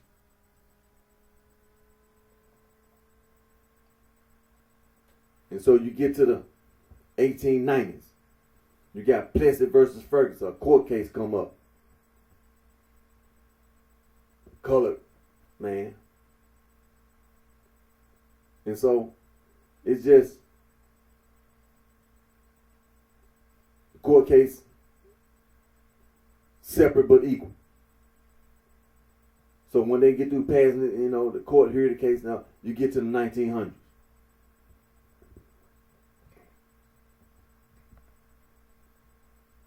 A lot of little children born after Civil War. 1880s, 1890s. So you still 5 years old, 10 years old. You get to the 1900s, you're in your teens. Now you got public schools for black / African Americans. You learn how to read, write, do math. And then you had this thing with after the Civil War, you had this thing where they're gonna build these historically black colleges and universities, and were being funded by the state. The land grant thing is this. So these institutions were in place. So you get to the 1900s.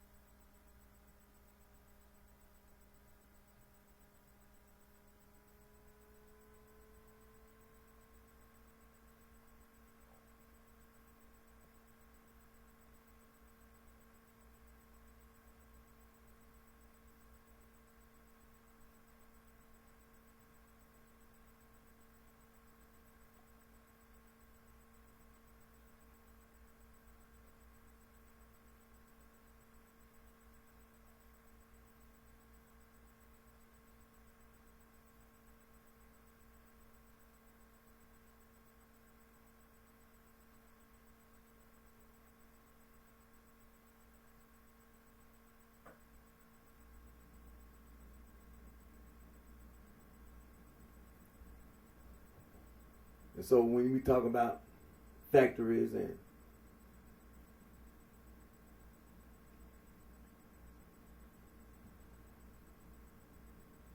banks and all this in northern cities,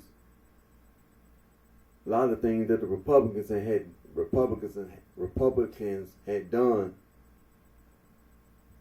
during Reconstruction, the railroad, even not just in the South, but the railroad was expanding out west as well, and things of this nature.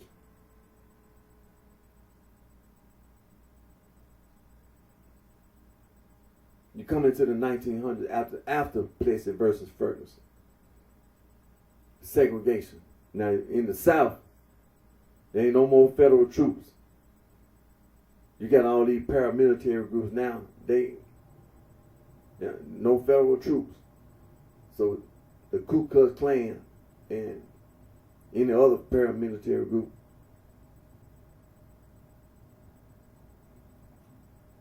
they use violence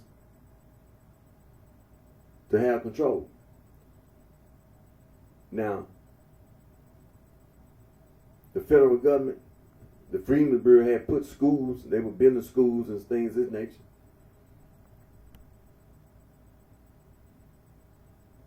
But we know that in the South,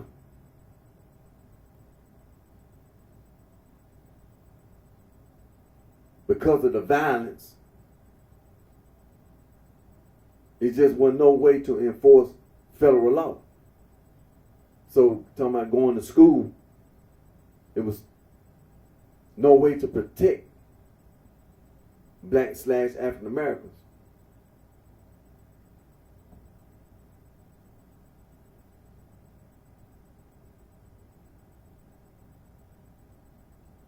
And so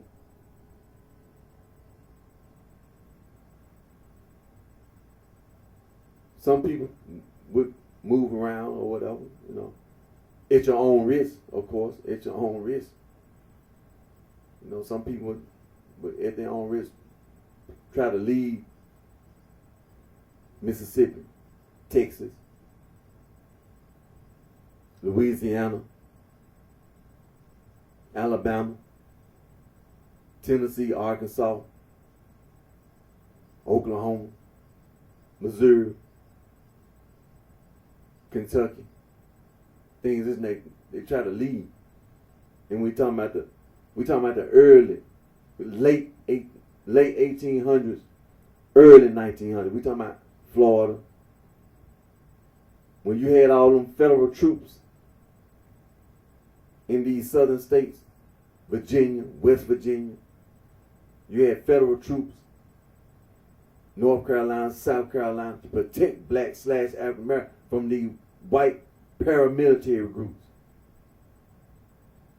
Georgia, Florida, Alabama. You had 5 military districts all across the South, from the East Coast, from the Southeast Coast, Maryland, all the way across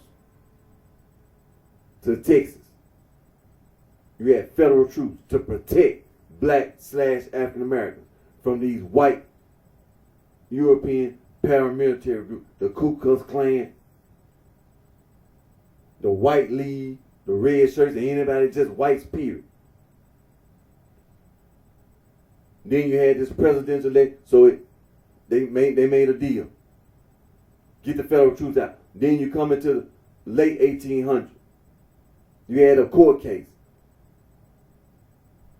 Plessy versus Ferguson. Segregation, but separate but equal. Jim Crow in the South. Racism, prejudice, hatred, bigotry, bias. No federal government can protect you, so you're talking about going to school.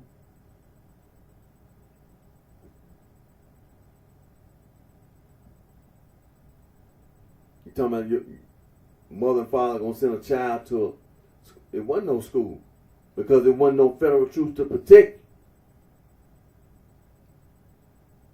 And so in every one of these states, it was Jim Crow. separate but equal.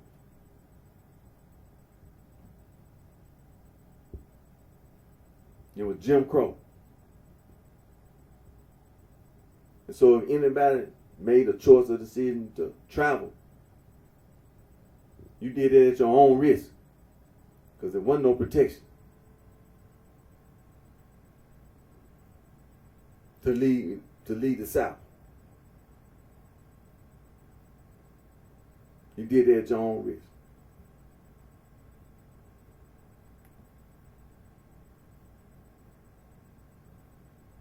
You're coming into the 1900s.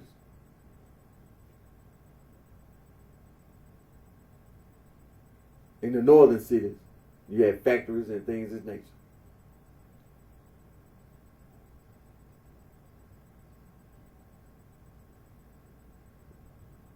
And so,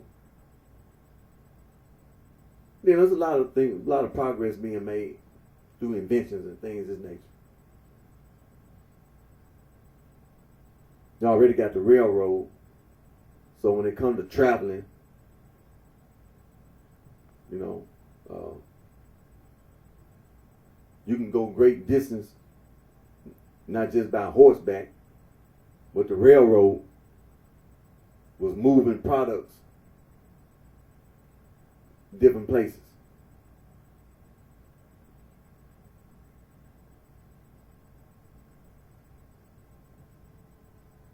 The 1900s. Coming into the 1900s, you got the northern states where a lot of factories produce products. The South was mostly agricultural. And so, no federal troops, so sharecropping.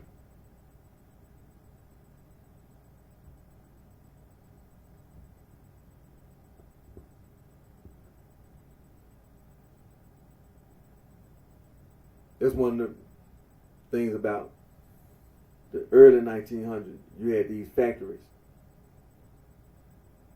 Reconstruction was already over, so that was, we ain't got, that was over.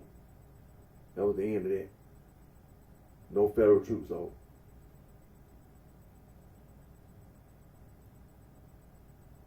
But you come into the 1900s with this Plessy versus Ferguson. So it really, like, once you put that in place, then you got Jim Crow. And so for that period of time, when you come into 1900, 1905, 1910, it ain't really just, it's Jim Crow.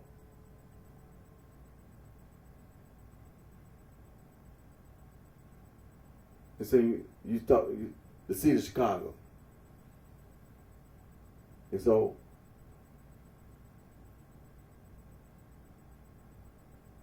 1900, 1905, 1910, some people,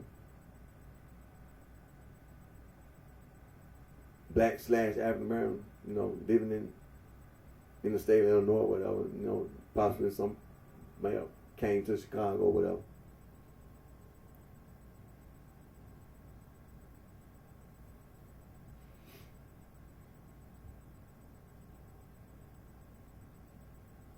But when you come back talking about migration, see, it's important that I do the things I do. See, you put it in your mind that you have to understand society, the American society. See, these things are important.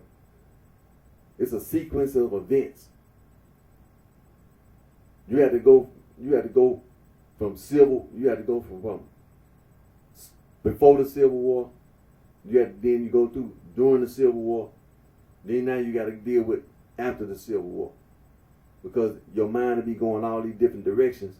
You have to make sure you're on the same page. You have a sequence of events. One thing, then you go this period of time, then this period. Because you just can't look at things and then just try to judge things. You have to look at the American society, and you have to understand that it's a sequence of events. You got slavery. Then you get to the point where it's all this opposition to slavery. There's a fight. It's a war. Then the war ended. See, it's a sequence of events. That was the major issue at that time, so that's the thing that's in people's mind. Then after the Civil War, what's on people's mind? Reconstruction. That's the only thing that, right there. And for a lot of black / African Americans, it's not like it's a thing about all this big broad picture. I got to deal with what I'm dealing with right here, right now, where I'm at. It's not like it is today, where I can say that I'm trying to do this for my people. I'm trying to take my one self and I'm gonna do this or I'm gonna do that for all these people. During Reconstruction, it was so much violence. It was so much violence. Even the white people was in the South was supporting the paramilitary efforts against black / African Americans. So it was like all the whites were against the black / African Americans. Yeah, people that were supporting, they didn't give a damn about what the Ku Klux Klan did to any black / African American. They didn't give a damn. They supported it. So this is the mentality of the people at that time. So you have to comprehend. You have to understand at that time that was the issue. Nothing else. There wasn't no such thing, no black man talking about he worried about trying to leave where he had it. You weren't gonna go nowhere. Because there was so much violence throughout the South. From the Carolinas all the way to Texas. There was violence against black / African American. You ain't going nowhere to the graveyard. Because they trying to kill you. And that's what they did. This was every day. Violence against black / African American. Every day. Slavery was over, yeah. Slavery was over. But it was just constant violence against black / African American. So you had this in your mind that period of time. Now, then we get to this election thing. That changed. That was another change for the black / African American. If you was living in Tennessee or you were living in Mississippi somewhere where they had federal troops and Rutherford B. Hayes got elected, and then you see the federal troops leave,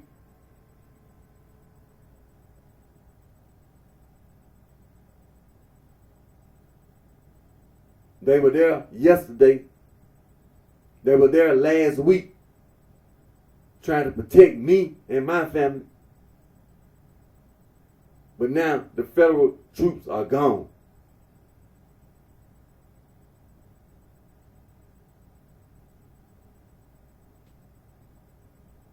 Jim Crow, black codes. Then you come up to Plessy versus Ferguson, 1890s. Separate but equal. Jim Crow.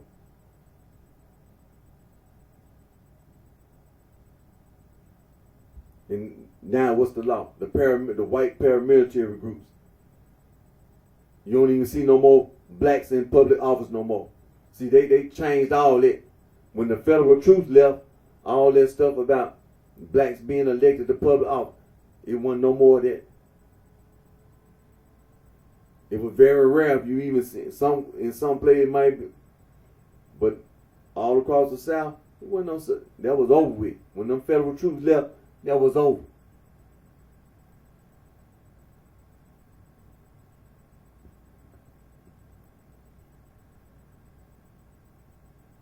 There was so much violence against black / African American. Then we come into the 1900s. Jim Crow.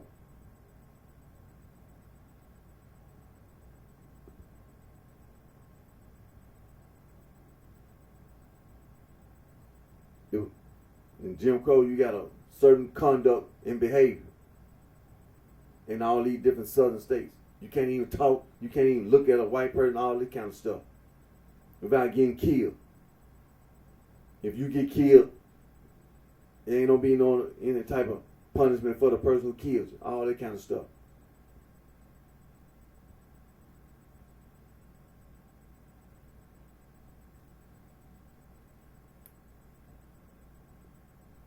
Separate but equal. There's only certain places blacks could live. The whites lived over there, and the blacks lived over here. Usually, if the whites live over here, their part of town is better, and while the blacks live, it's poor. It's poor.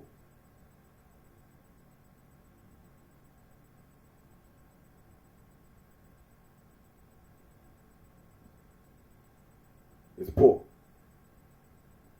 You don't have no access to any services or anything. And talking about going to school. Little black boys, little black girls, yeah, they may or may not went to school. Separate but equal. Jim Crow, talking about quality education.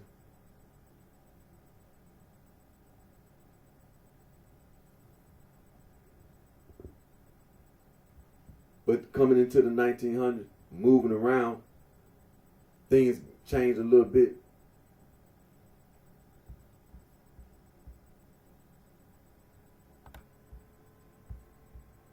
Things changed a little bit. You start seeing more and more black men, women going from the south, coming up to the north, and coming to the city of Chicago.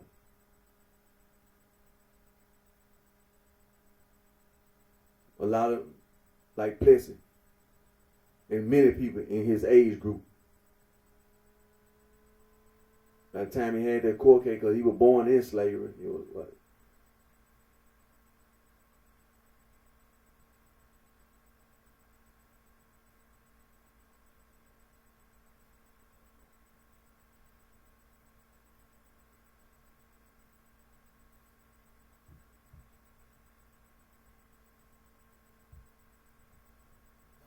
Might have been in his 30s by the time 1890.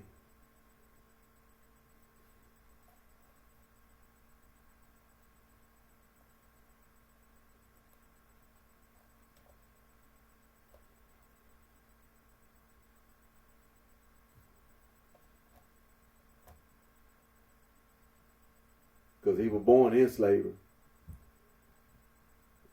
And so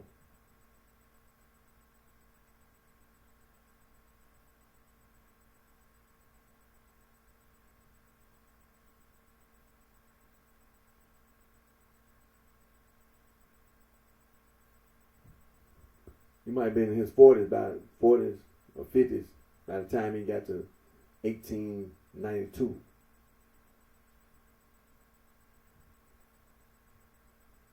Because that's when the court case, you know.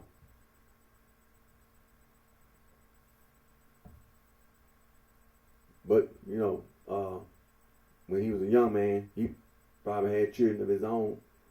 And then his children growed up coming into the 1900s. Now, this man, Plessy, he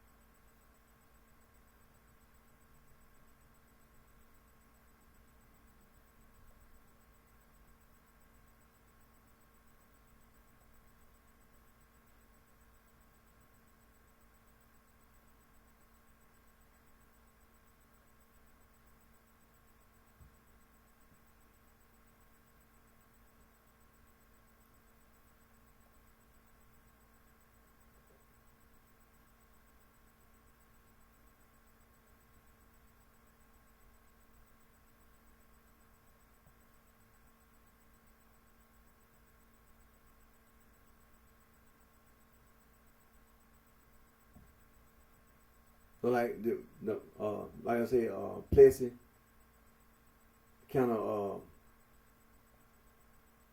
a debate about his date of birth.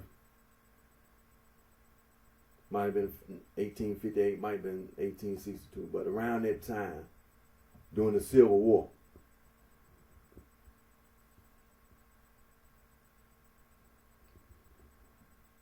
In other words, he was born a slave. He was born in slavery.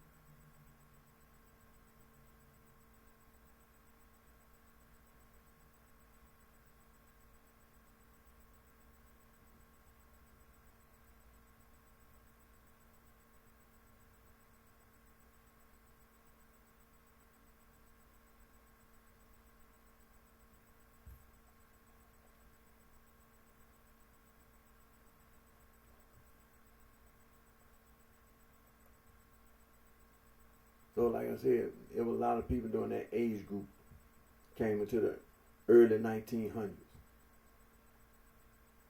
And when you get to 1900, 1905, 1910,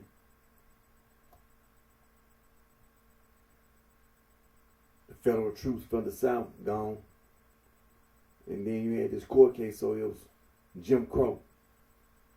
But racism was all across America.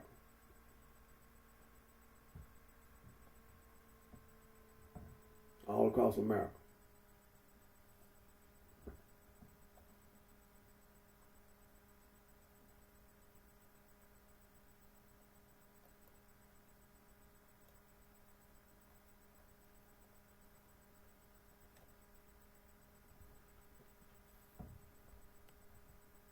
You come into the 1900s.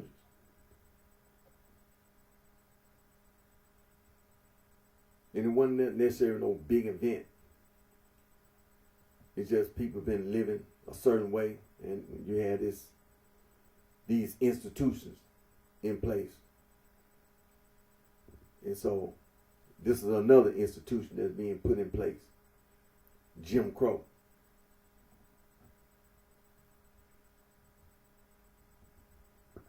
separate but equal. It's federal law, then it becomes, then as well as state law. It's federal because it started in a state court, but then it ended up in a federal court. So it's federal and state. So you come into the 1900s, it becomes an institution that's being put in place, separate but equal.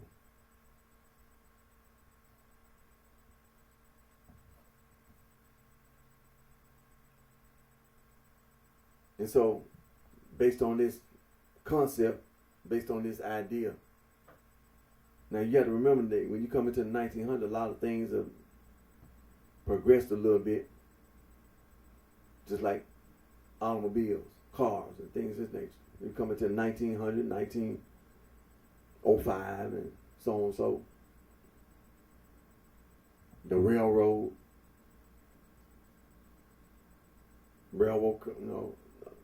it's a lot of inventions being invented.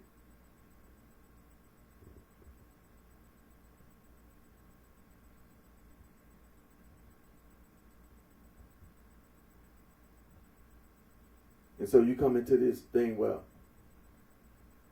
black / African American got education, or went to school because of the Freedmen's Bureau, and people started going up north. They find something, find a way to leave the South. Well, they end up in the northern city. They end up in Chicago. End up in Milwaukee, Wisconsin somewhere. End up in Indianapolis, Indiana.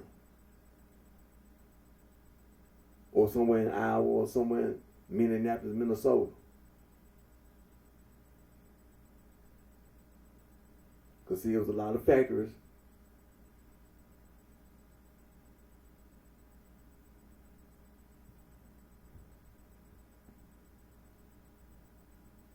And so this thing about leaving the South.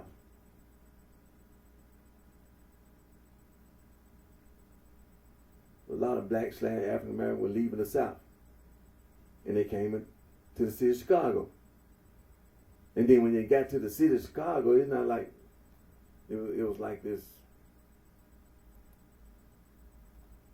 like you just left the worst place on earth and came to the better place on earth. It really wasn't like that. But it was just the idea that if you could leave the Jim Crow South, sharecropping and all that, all the way of life in the South, you can go to a different way of life in one of these northern cities, like Chicago. And when a lot of black / African Americans got to the city of Chicago, I mean, it ain't nobody rolling out no welcome mat for nobody. And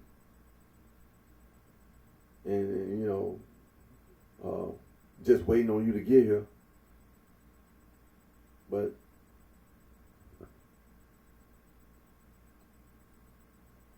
you had to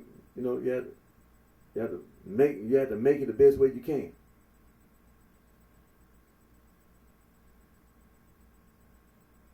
And so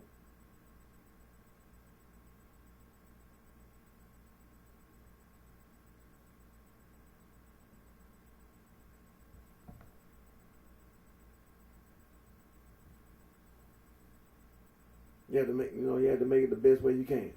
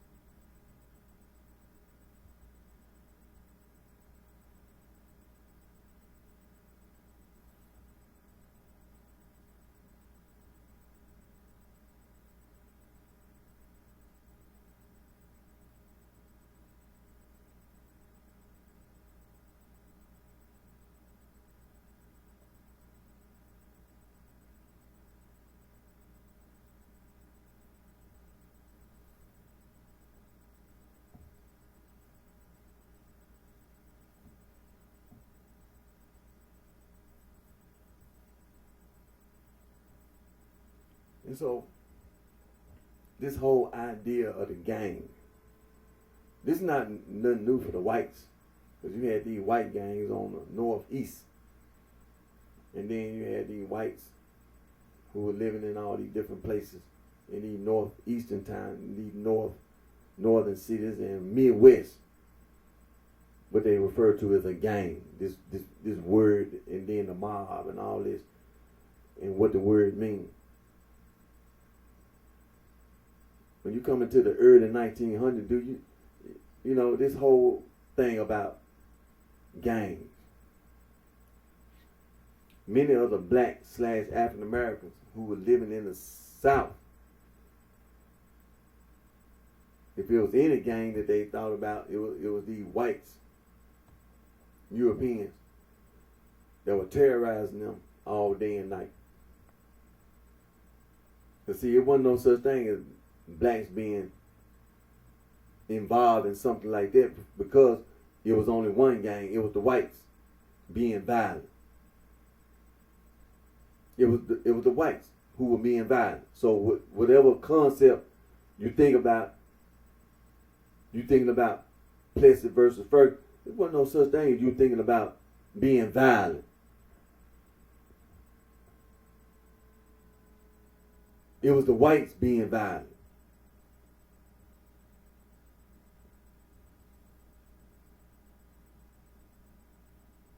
When you come to a different environment, it was some blacks, different places, leaving the South, going to these northern places, including the city of Chicago. So in the early 1900s, a lot of them whites with this gang, when they see you come up here to Chicago, what is it that they teach you that they didn't teach you in the South? See, it's something that they doing different. Even though it might be racism or bigotry, it's something they doing. It's the gang. See, in the South, it's racial prejudice.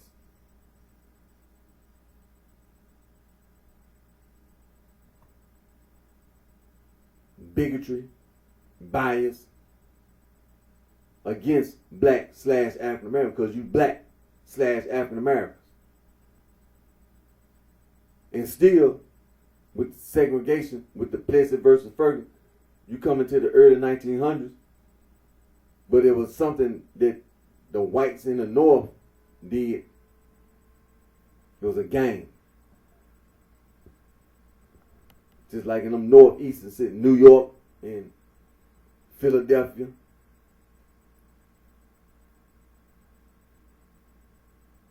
See, some of them gangs go back to the early 1800s.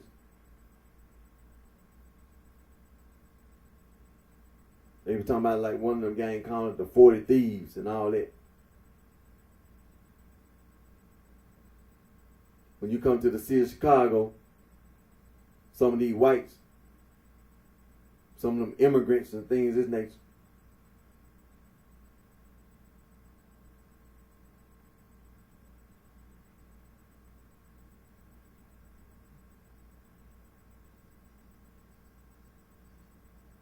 this is when a lot of things came into existence.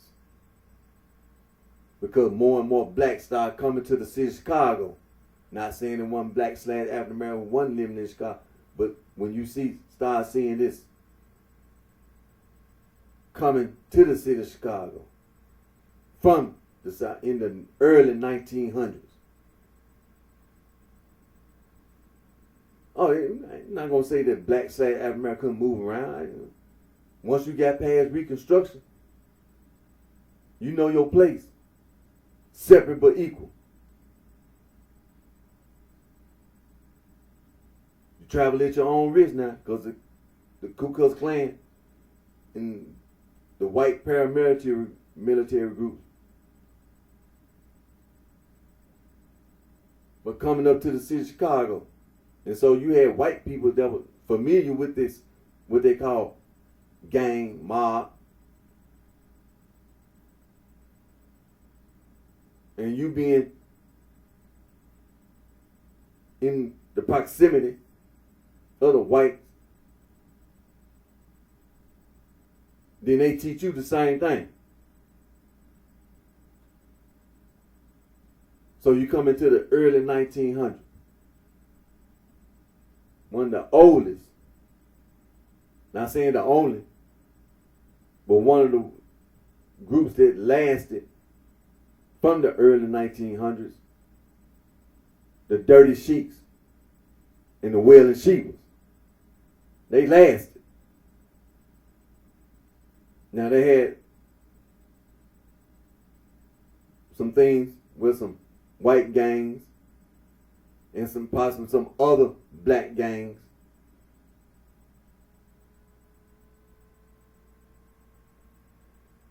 That fought against them. They outlasted them. They outlasted. The Dirty Sheiks and the Wailing Sheiks was outlasted any and everybody that tried to go against them.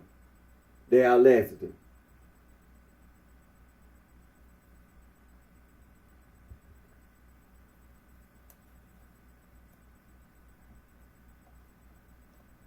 And so the Dirty Sheiks and the Wailing Sheiks, the early 1900s.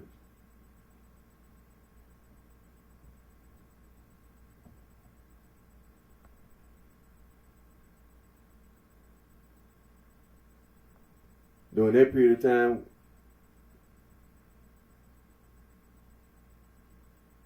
it ain't like you gonna have opportunities because it was Jim Crow. It was separate but equal. It possibly could be jobs for you to work. A lot of service jobs. And how did you get them jobs? The Dirty Sheiks and the Wailing Sheiks. See, when you have somebody in place, and then you have the whites, that's usually how it went.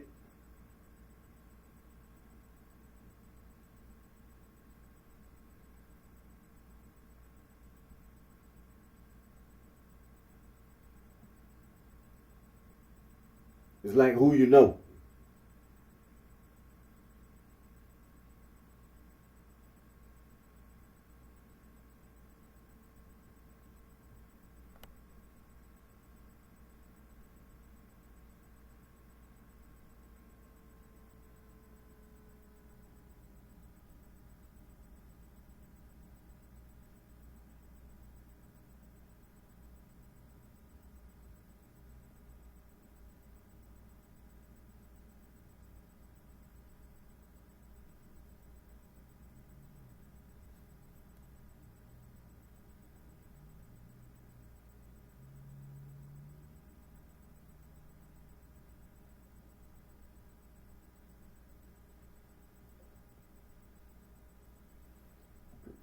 Like they've been saying that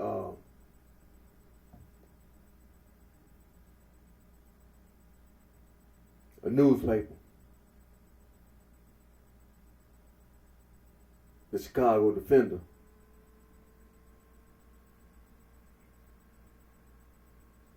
was telling black/African Americans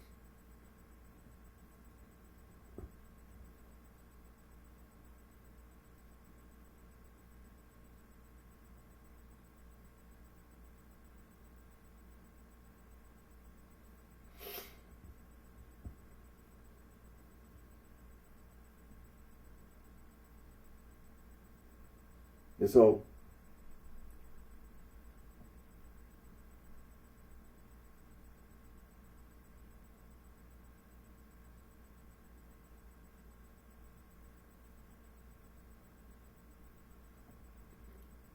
you had the newspaper that also triggered a migration from the South to the city of Chicago. Like I said, this whole thing about a gang and mob and all this. When you're living in the South during that period of time, it wasn't those. You wouldn't necessarily, because there was Jim Crow in the South, and you had this paramilitary group that was roaming around enforcing Jim Crow, the Ku Klux Klan.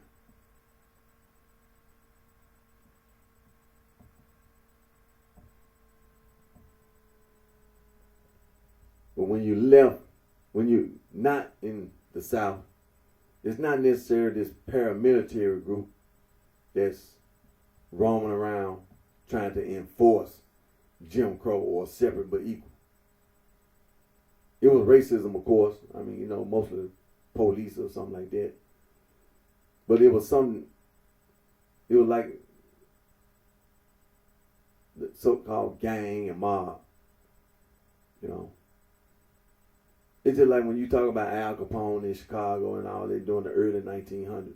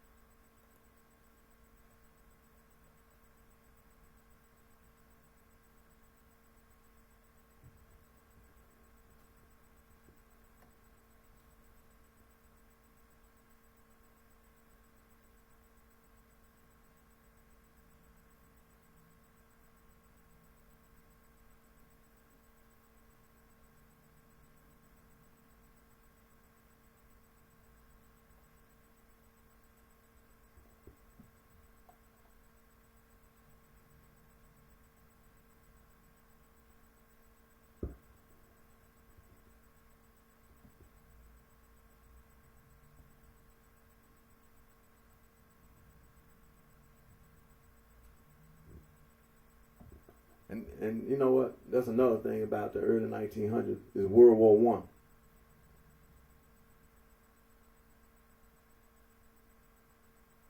During that period of time, see, this is what the dirty sheiks and the wailing shivas. When you had World War One,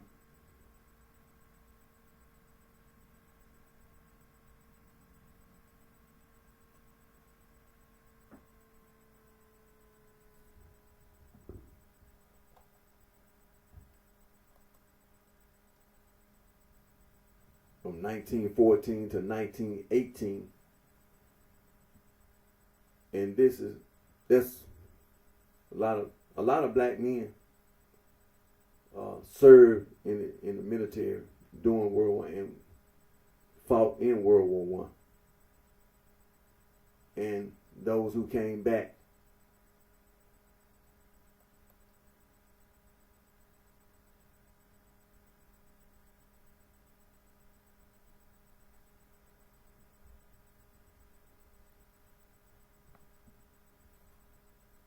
and like I said, the city of Chicago. Well, see, this is what all this migration is about. A lot of black men who were in the South, Jim Crow, got drafted into the military, got drafted. And you know, whatever, Army, Navy, Marines, whatever, and whatever they did in the military, you know, peel potatoes or whatever, you know, clean latrines or whatever.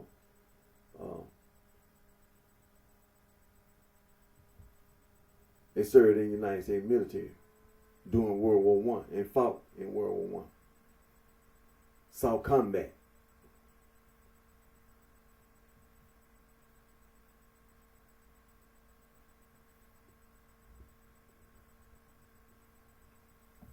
And they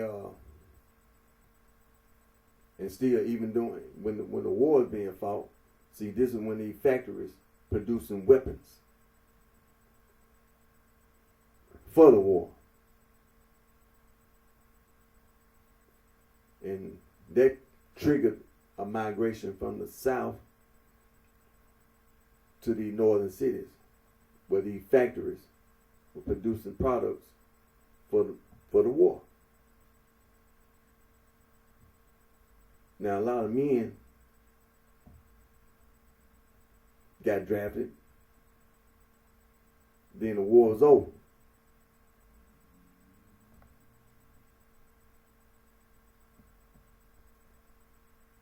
So you get to 1920. And you got this Volstead Act, the Prohibition. But see, this is what the gang do about Prohibition. And see, this is what they were, the dirty sheiks in the well and Sheba during Prohibition. You got blacks migrating to the city of Chicago.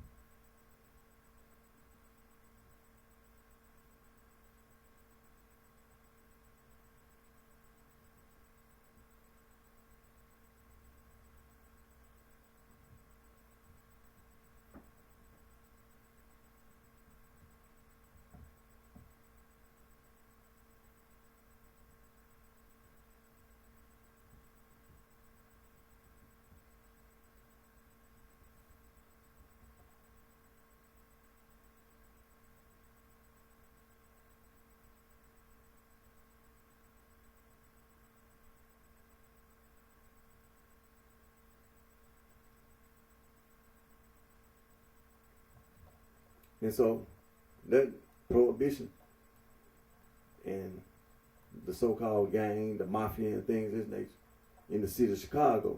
So you got this in the 1920s, early 1900s, because Prohibition in the 1920s. And so that contributed to a lot of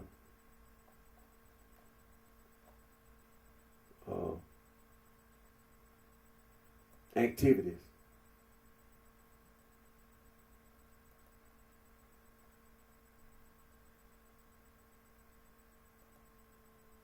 It contributed to a lot of activities. And so the dirty sheiks and the well and Shebas, then after end of World War One, you had people coming to Chicago, the Chicago Defender, saying that people could have a better life in the city of Chicago, in these northern cities.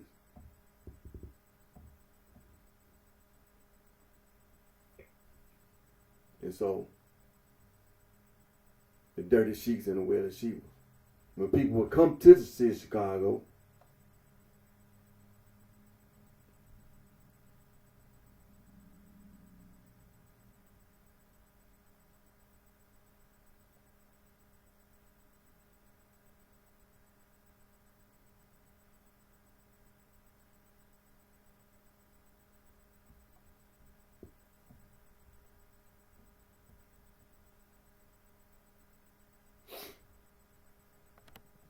the sheiks and the shebas would try to help blacks in the city of Chicago. Moving from a different, coming from the South and coming to the city of Chicago.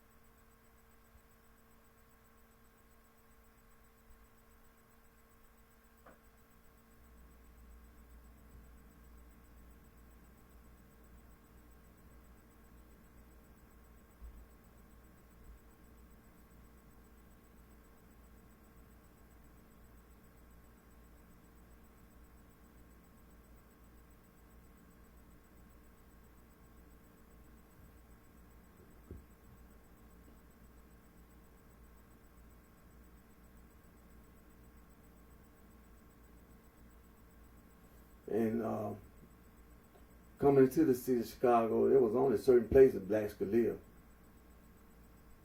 on the south side of Chicago.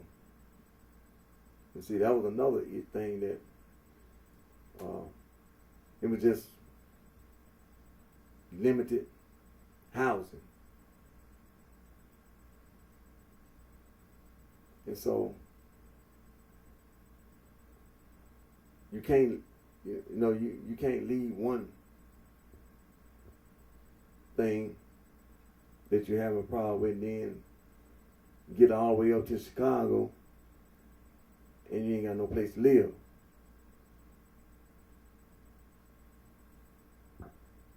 And it's only certain places blacks could live.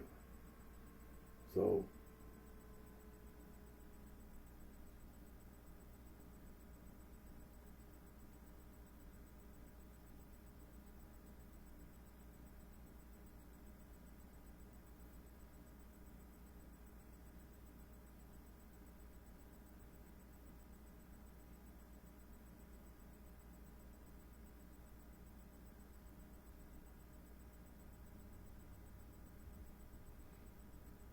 but in the early 1900s, like we were talking about the prohibition. See, this is what the sheiks and the shebas were involved in.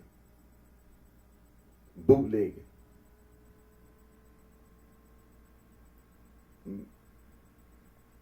Not the only thing, but that was one of the things that the sheiks and the shebas were involved in, bootlegging. Because there was so much, it was prohibition. And it really wasn't no way for you not to be involved in it. Because it was nationwide prohibition, so it was so much bootlegging going on that it was really no way for you not to be involved in bootlegging. But that's what the sheiks and the shebas was involved in, bootlegging during prohibition. And it's all like I said, it's like sequence of events. When you talk about the 1920s, that's really one of the big events. World War I was over. World War I was over. So the next big event, Prohibition. And so Prohibition really lasts from 1920 to the 1930s. But then when you get to the 1930s, it's the Great Depression. So you got a lot of people that moved to the city of Chicago, and because of the Great Depression, it really wasn't no way for people to. It really wasn't no reason because of the Great Depression. There wasn't no economic prosperity because of the Great Depression for everybody. The Great Depression affected everybody nationwide. Next thing you know, World War II started. At the end of the 1930s, coming into the 1940s. And what brought the United States into World War II is the attack on Pearl Harbor in January the 7th, 1941. A day that'll live in infamy. The attack on Pearl Harbor. Then the United States gets into the war. Well, see, there again, those factories producing all these military products, all these war products to support the war effort. Then you have this migration from the south to the north again, to Chicago.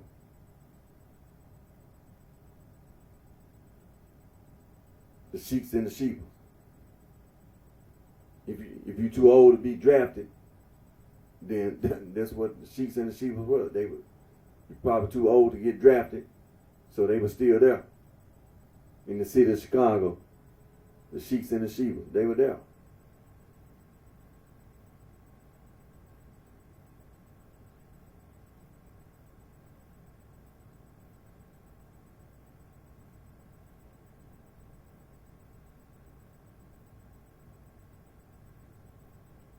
You see, it's just like a sequence of events. Things don't happen until, and when you talk about the end of World War II, and then in the city of Chicago,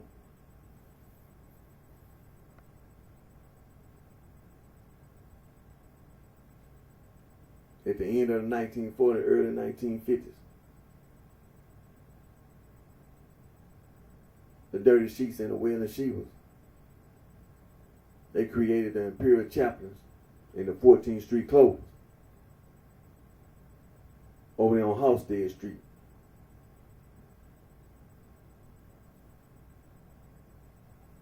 But see, the Sheiks and the Shivas, with all these black men and women coming up to the city of Chicago, were trying to help a lot of black men and women.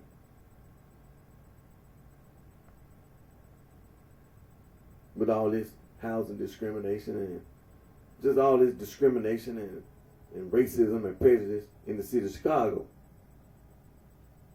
as well as the street hustling. But when you're in control of the street hustling,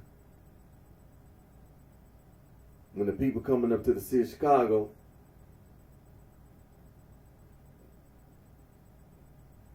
they be familiar with the sheiks and the shivas.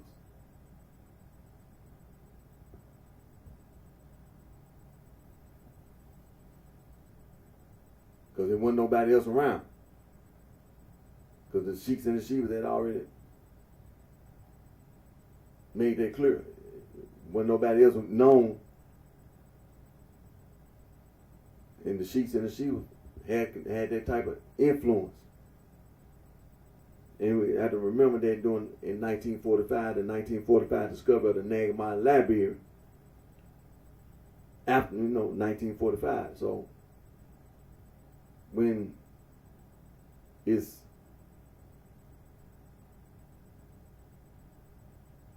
discovered and when it's told to people that what's been found, people took that Nagamon Library and used it and misused it.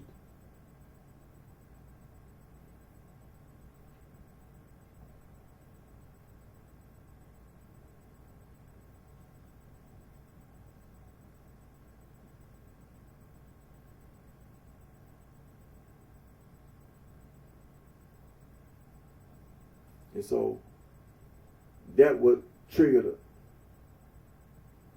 a change. It's this problem that people have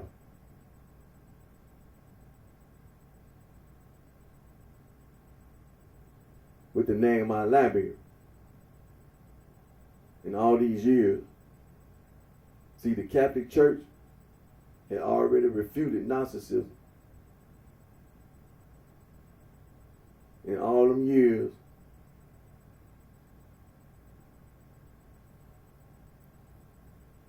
that the Catholic Church, after the Catholic Church had banned all non-Christian writing and went around and collected all that Gnostic writing and destroyed it. You can't find no copies of the Nehemiah Library nowhere else on this earth or on this planet. Nowhere. Nowhere.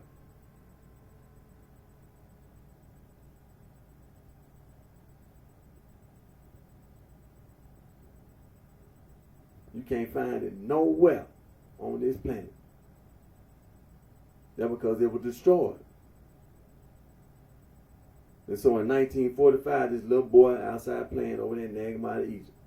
Like I've been saying on my video. You know. But the thing about it, the Catholic Church had to find out about it. Had to find out about it. The Catholic Church wasn't looking for it. Wasn't looking for it. They had to find out about it. All the Catholic churches. All the Catholic churches had to find out about this little boy was playing over there in Nehemiah East and found some leftover Gnostic writing that was wrote down on some papyrus paper and was stuffed in a jar and buried. They've been buried all these years.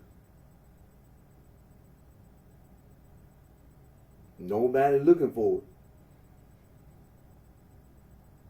it. And when the Catholic Church found out about it, when they see it ain't nothing but some Gnostic writing. Even today.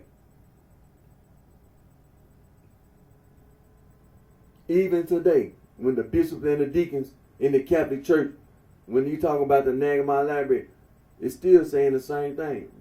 It's a heresy. It's a heresy. Already been refuted by Saint Irenaeus, the Bishop of Lyons, Saint Ignatius, Bishop of Antioch, and today bishops in the Catholic Church do the same thing. Refute. Excuse me.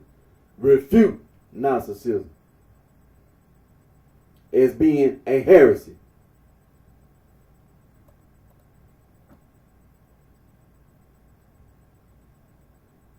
Being a heresy. Now,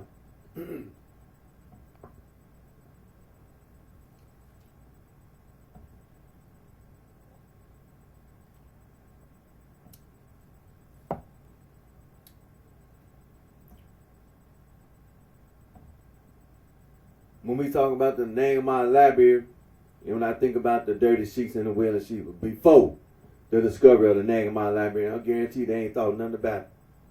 I guarantee you, they ain't thought nothing about no Gnosticism. They ain't thought nothing about no Gnosticism in no shape, form, or fashion. They ain't thought nothing about it.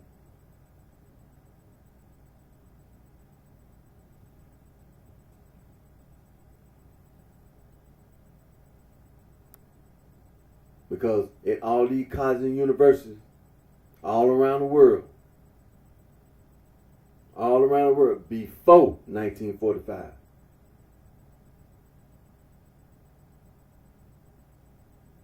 what you say about narcissism, Catholic Church already refuted narcissism, already proved there was a heresy.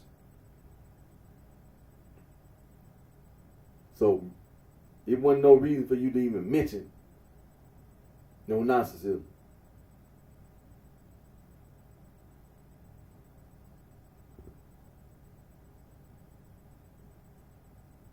When you see adversus heresies against heresies,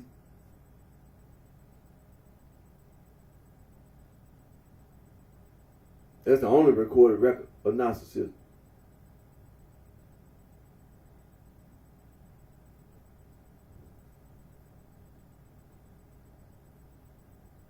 But I guarantee the dirty sheets and the willing sheets ain't thought nothing about no narcissism before 1945. They ain't thought nothing about it.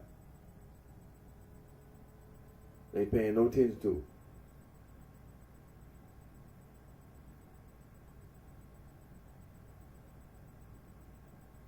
The 1945 discovery of the Nagmar Library, see, it wasn't no pre-preparation, it wasn't no pre-discussion about no narcissism, period.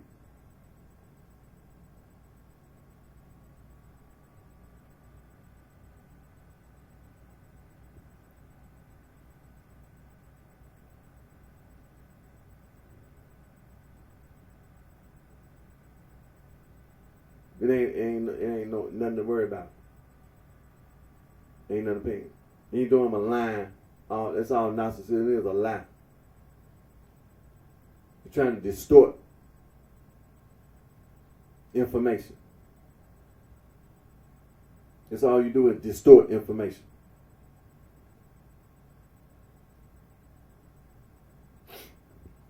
It's just like if I say go, you say stop. If I say stop, the narcissist say go. If I say right, the narcissist gonna say left. If I say left, the narcissist gonna say right. If I say front, the narcissist gonna say back. If I say back, the narcissist gonna say front.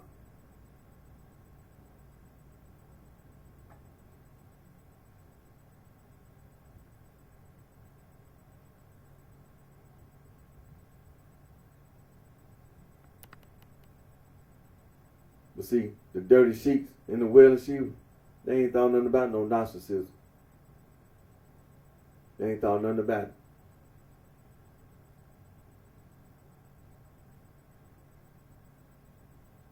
And when we talk about the so-called Nagmar Library, like I said, the Catholic Church already refuted narcissism.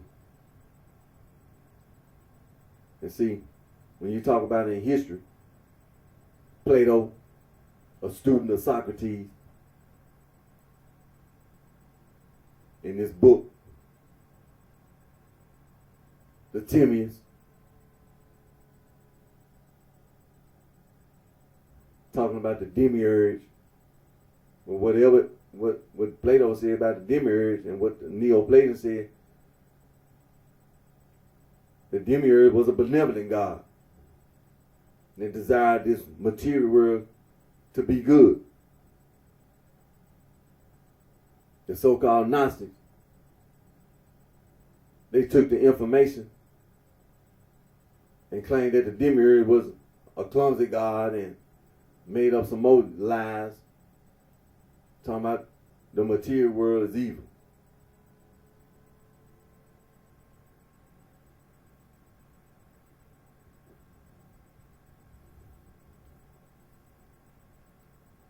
See, the dirty sheets and the wailing sheep, they ain't thought nothing about no narcissism. They ain't thought nothing about no narcissism. And so what took place, you had a lot of people outside the city of Chicago. Because in the city of Chicago, the dirty sheets and the wailing sheep, they had the influence. So it wasn't nobody walking around that they ain't know about. And then you think you're going to just walk around.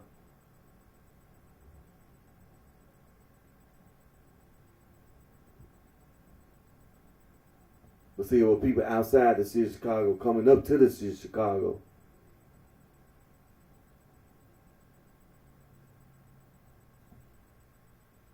Saying things behind other people's backs and all this.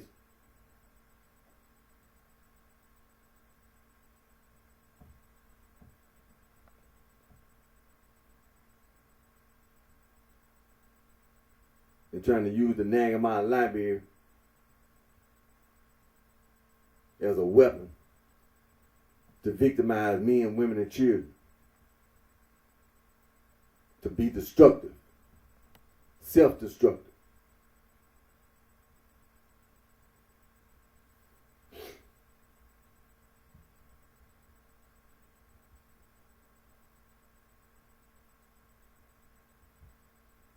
And so,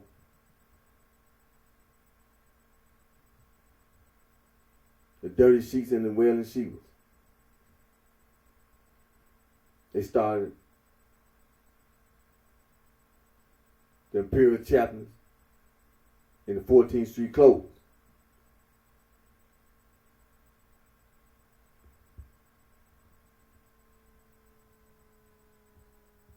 The influence of the dirty sheets and the wailing sheep was still there.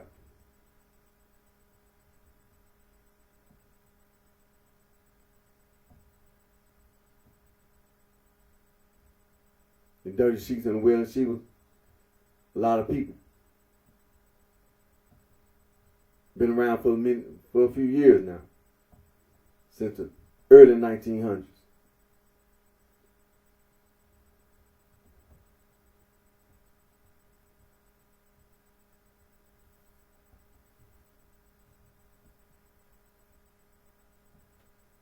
And did a lot to help a lot of people coming up to the city of Chicago after leaving all this Jim Crow stuff in the South and then having to come up to the city of Chicago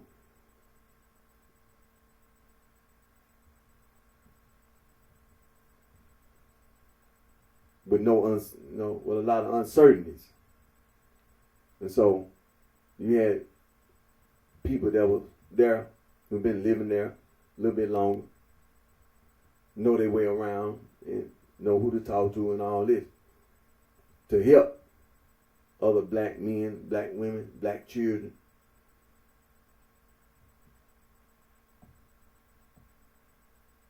coming to the city of Chicago. But like I said, ain't thought nothing about no narcissism.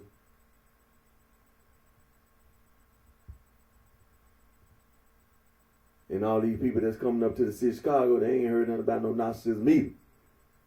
With all this migrating coming on. So in 1945, discovery of the Nagamon Library. See, this is how you know people be lying. See, people been migrating the whole time. And you ain't seen nobody that's migrating, but you don't hear nobody saying nothing about no narcissism. You don't hear nobody saying nothing about no narcissism. Period. Including the whites. You don't hear nobody saying nothing about no narcissism.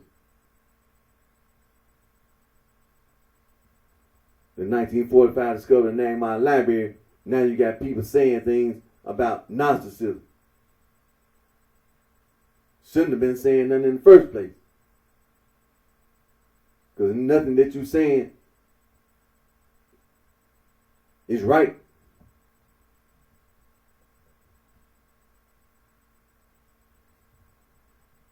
Nothing that you're saying is right.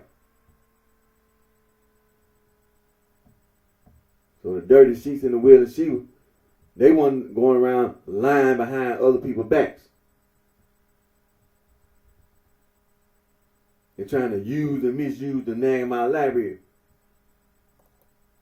There were people outside the city of Chicago.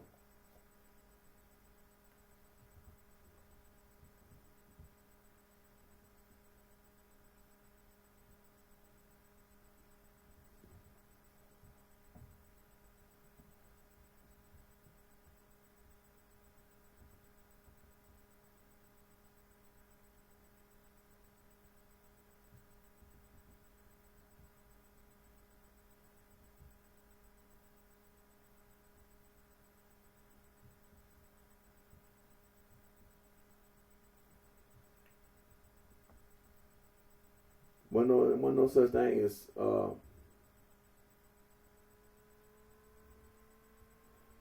it's saying nothing like that. Nobody outside the city of Chicago was saying nothing like that. And nobody in the city of Chicago was saying nothing like that. About no narcissism. Then in 1945 discovered the Nagamon Library. You just got people just going around talking about saying anything.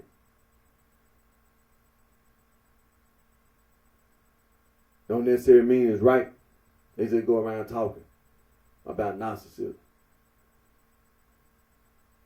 A lot of stuff you say it be wrong. You just be lying. But see, there were the dirty sheets in the wheel that she was had to deal with. Just like the Catholic Church had to deal with. Out of nowhere. Wasn't even expecting anything of that nature. The 1945 discovery of the Nagamon Library. Wasn't nobody expecting anybody. Wasn't nobody looking for no Nagamon Library.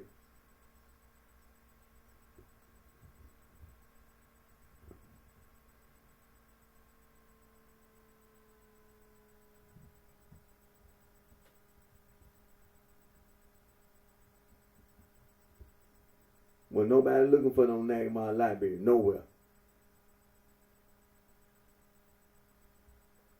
The Catholic Church, all the Catholic Church had to find out about the Nagamon Library.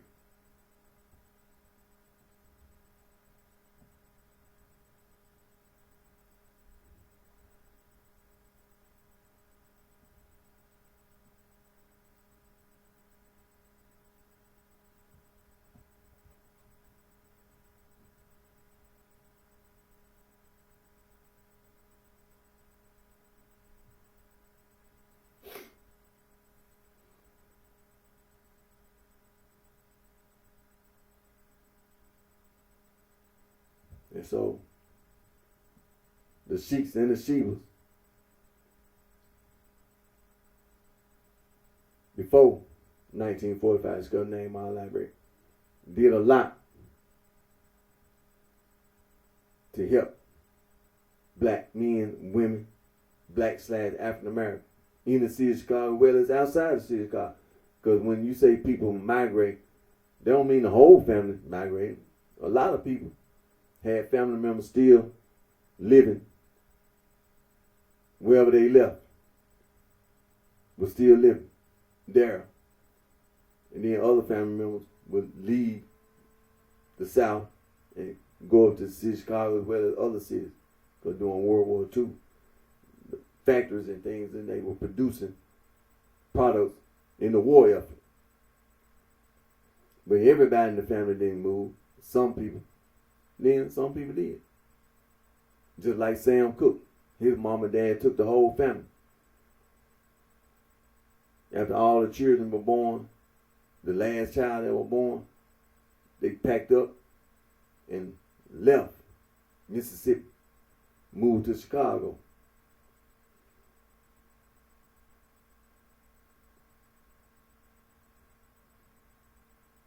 It's a possibility mom and dad might have had a sister and brother who still was living in Mississippi. Could, I mean, you know.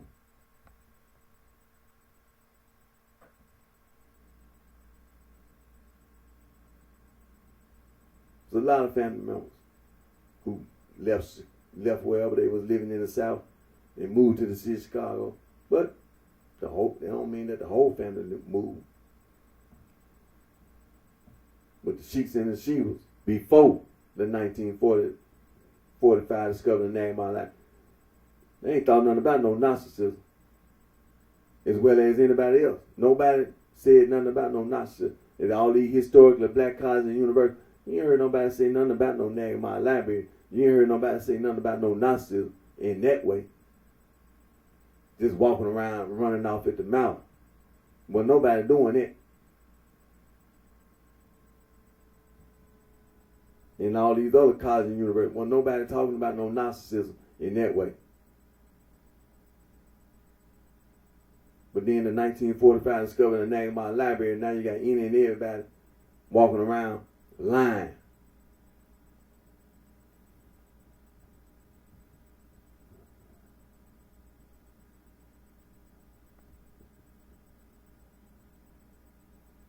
So the dirty sheets and the well and sheep.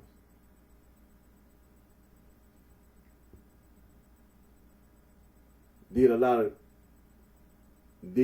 good for a lot of black men and women.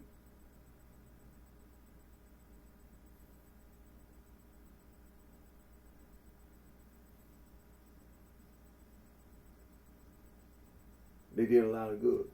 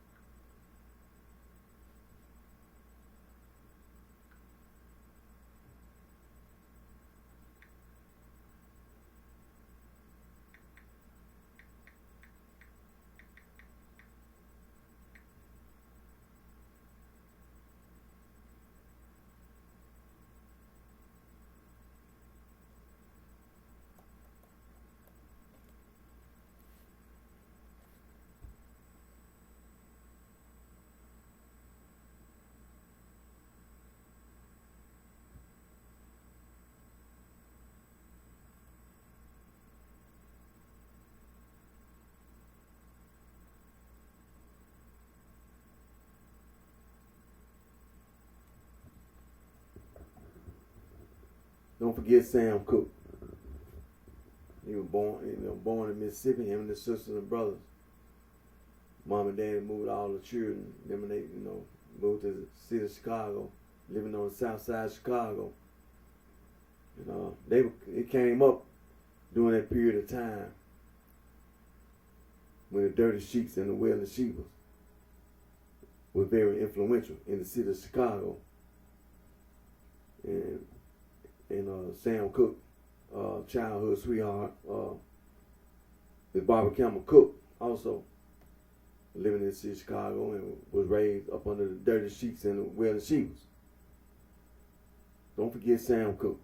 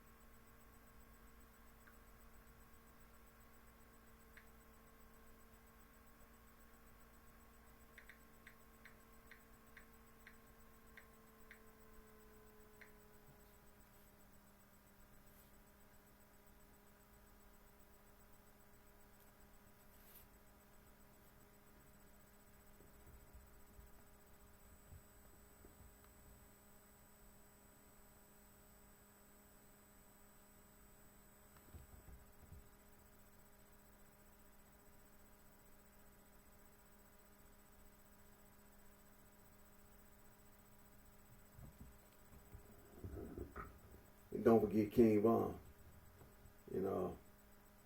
Wrong that was done to that young man.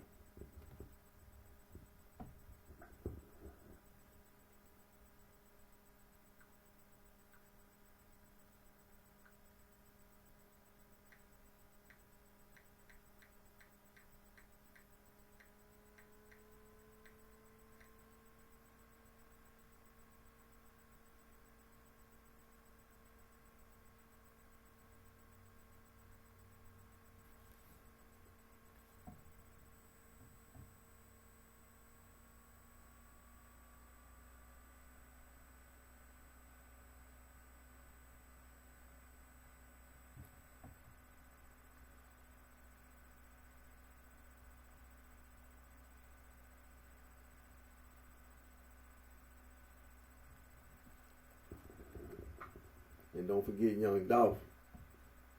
See, all this nonsense with this land of my library. Don't forget Young Dolph.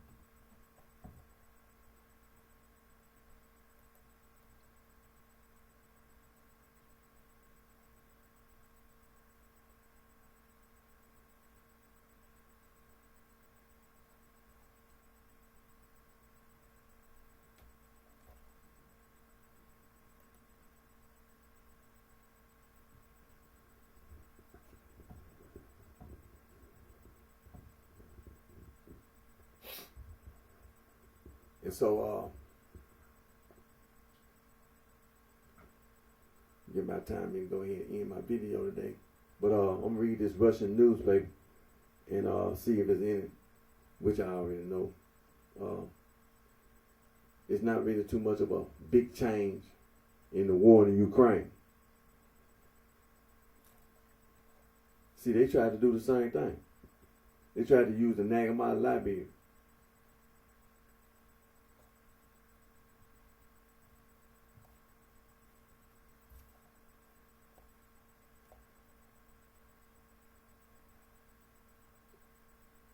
So let me go to this Russian newspaper, the TASS, the Russian news ace.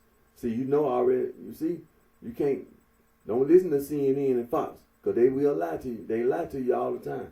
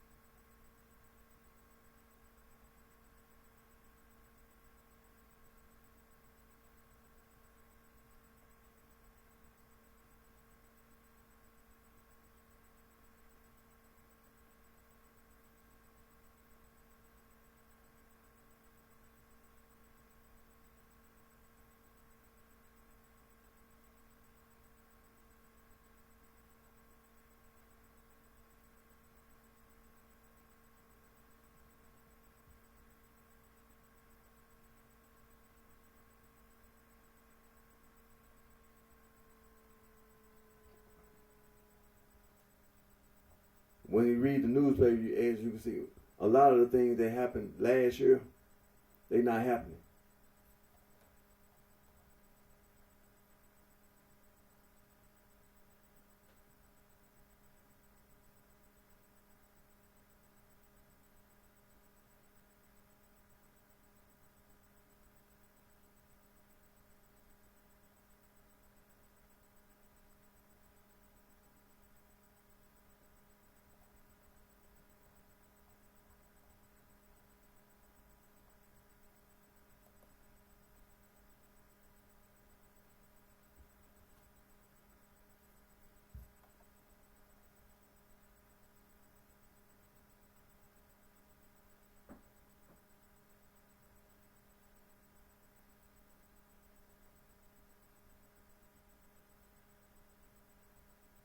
I'm gonna read this one. I'm gonna read one of these articles.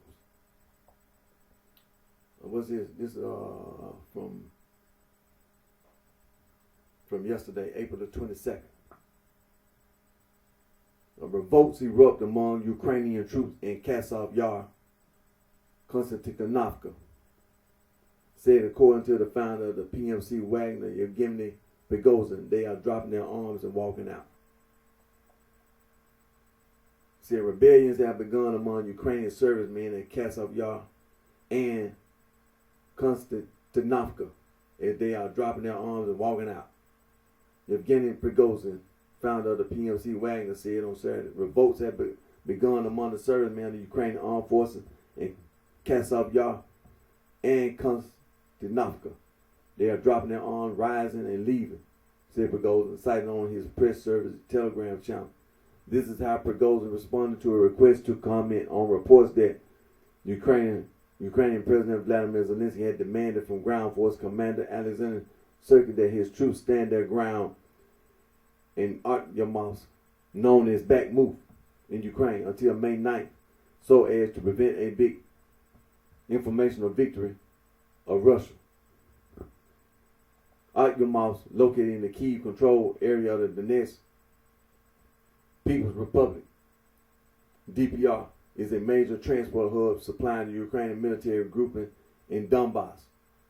Young Gagin, an advisor to DPR head, told TASS on April 18th that Russians forces had taken control of nearly 90% of Artyomov.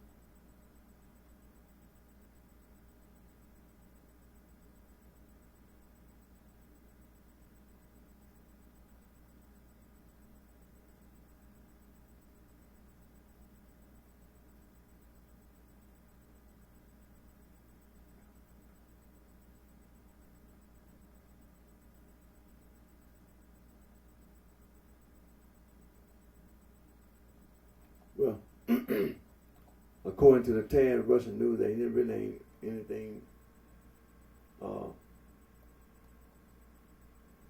decisive that's being done from the Ukrainians. They not making any headway, you know.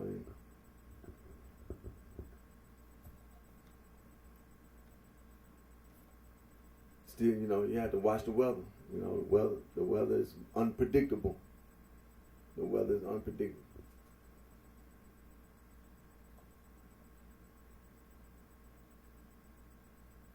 But like I said, I was reading the Russian newspaper, TASS, Russian news agency.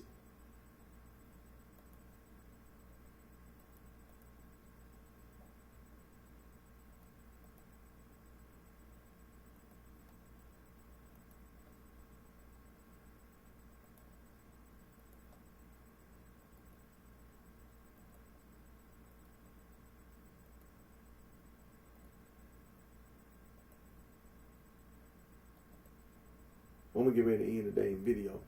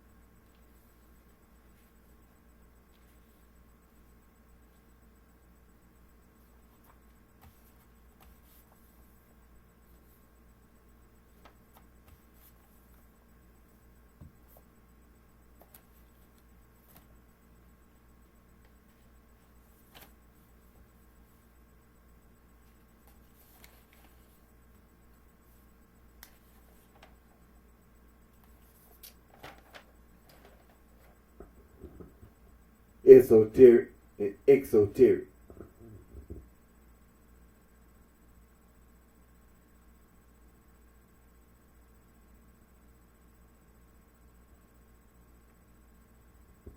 Esoteric and exoteric.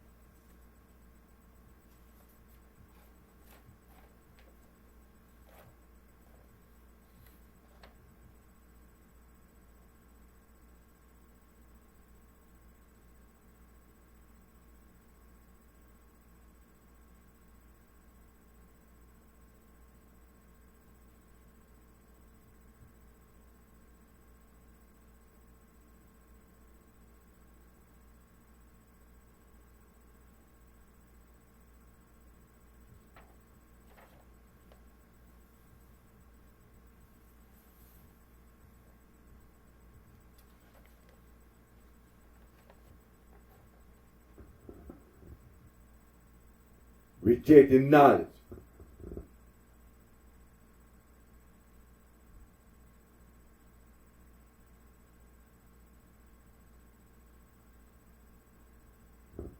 Rejecting knowledge.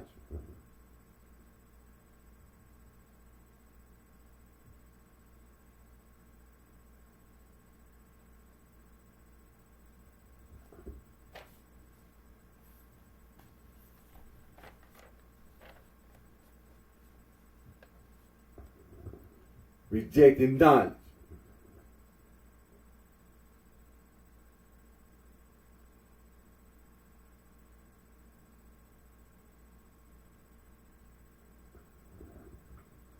Rejecting knowledge.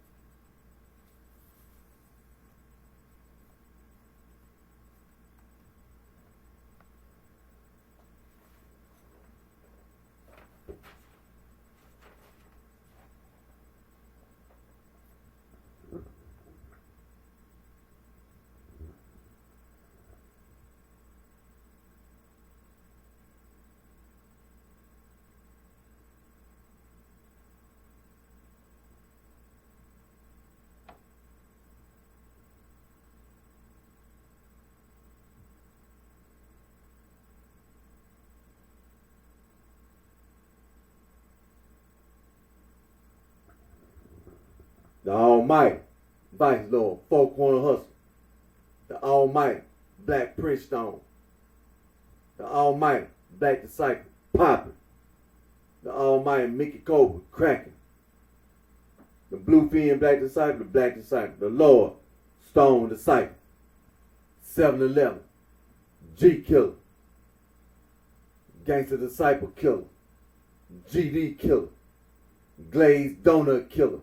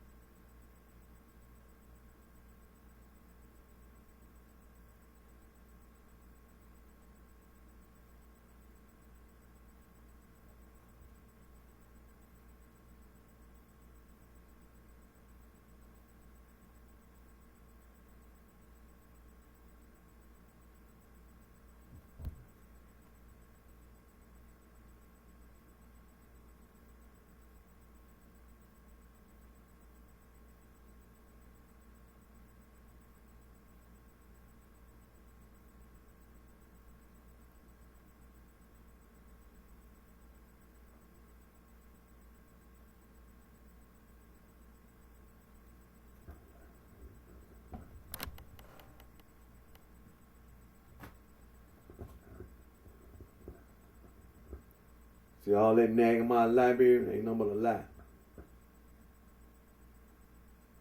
Like I said, you go online, or you can go to the library and you find that book, The Timmians. You find that book. Go online, put it in the search bar, The Timmians.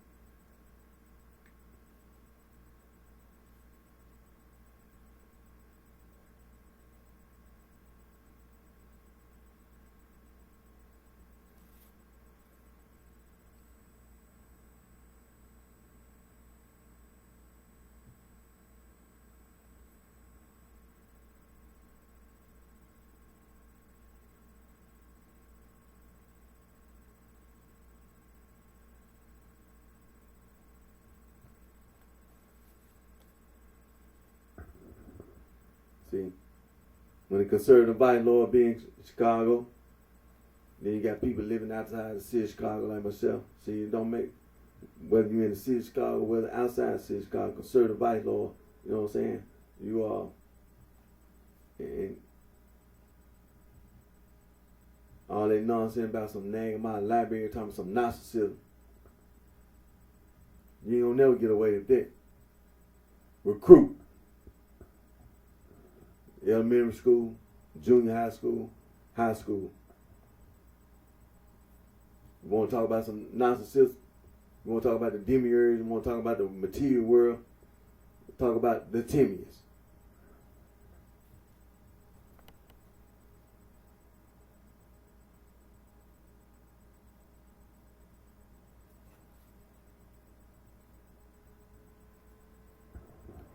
And then when you come in the search bar, you have all these answers come back.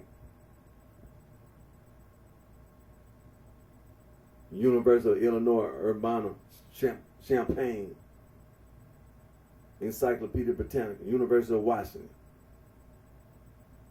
Project Gutenberg, the Internet Encyclopedia of Philosophy, Wikipedia,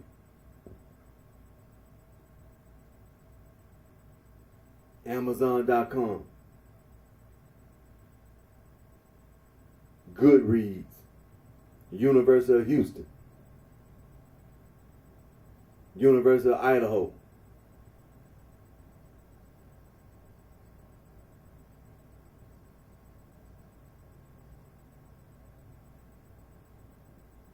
the JSTOR, Plato's Timaeus, Oxford Bibliographies, Cambridge University, Press and Assessment, Boise State University,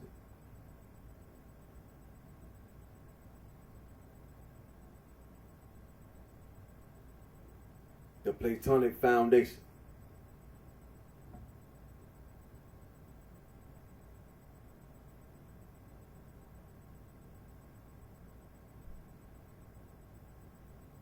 the Notre Dame Press, the Dublin City University. See all these.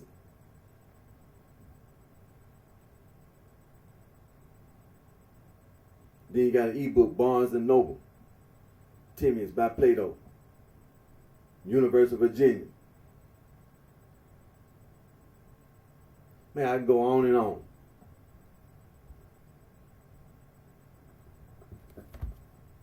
So there's just, you know what I'm saying? The certified law ain't got to worry about no nagging my library.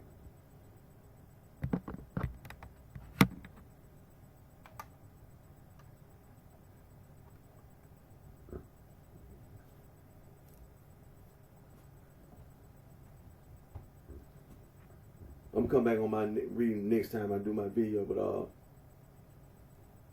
gonna continue to deal with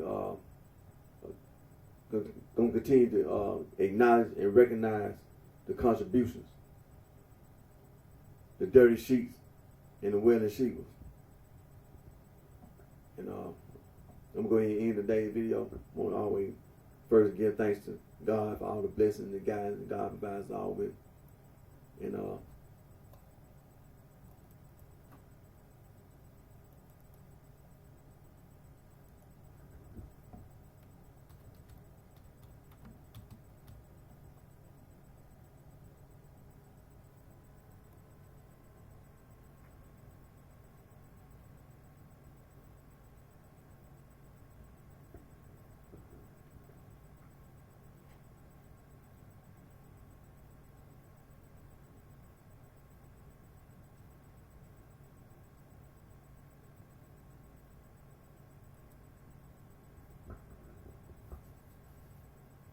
what's the date of the 23rd? Okay, right, okay. And also want to say again, Earth Day. It was April 22nd.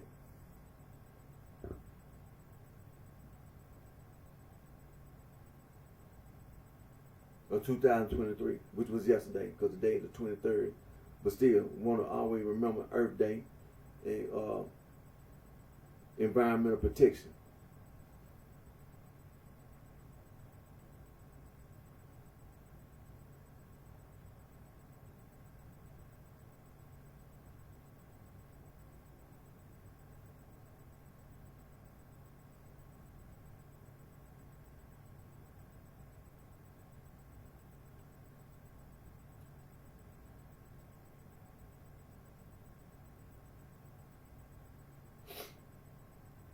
But like I say, Earth Day. Let's not forget Earth Day and reflect on Earth Day and environmental protection.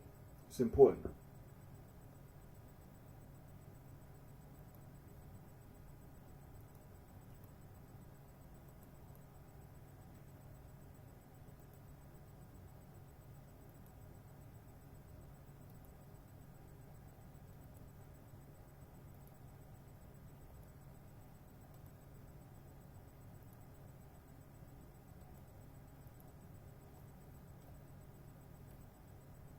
And so I'm going to get ready to end today's video. Again, my name is Eric D. Johnson. I also know BrightShine. I live right here in the city of Memphis, and the county sheriff is in the state of Tennessee.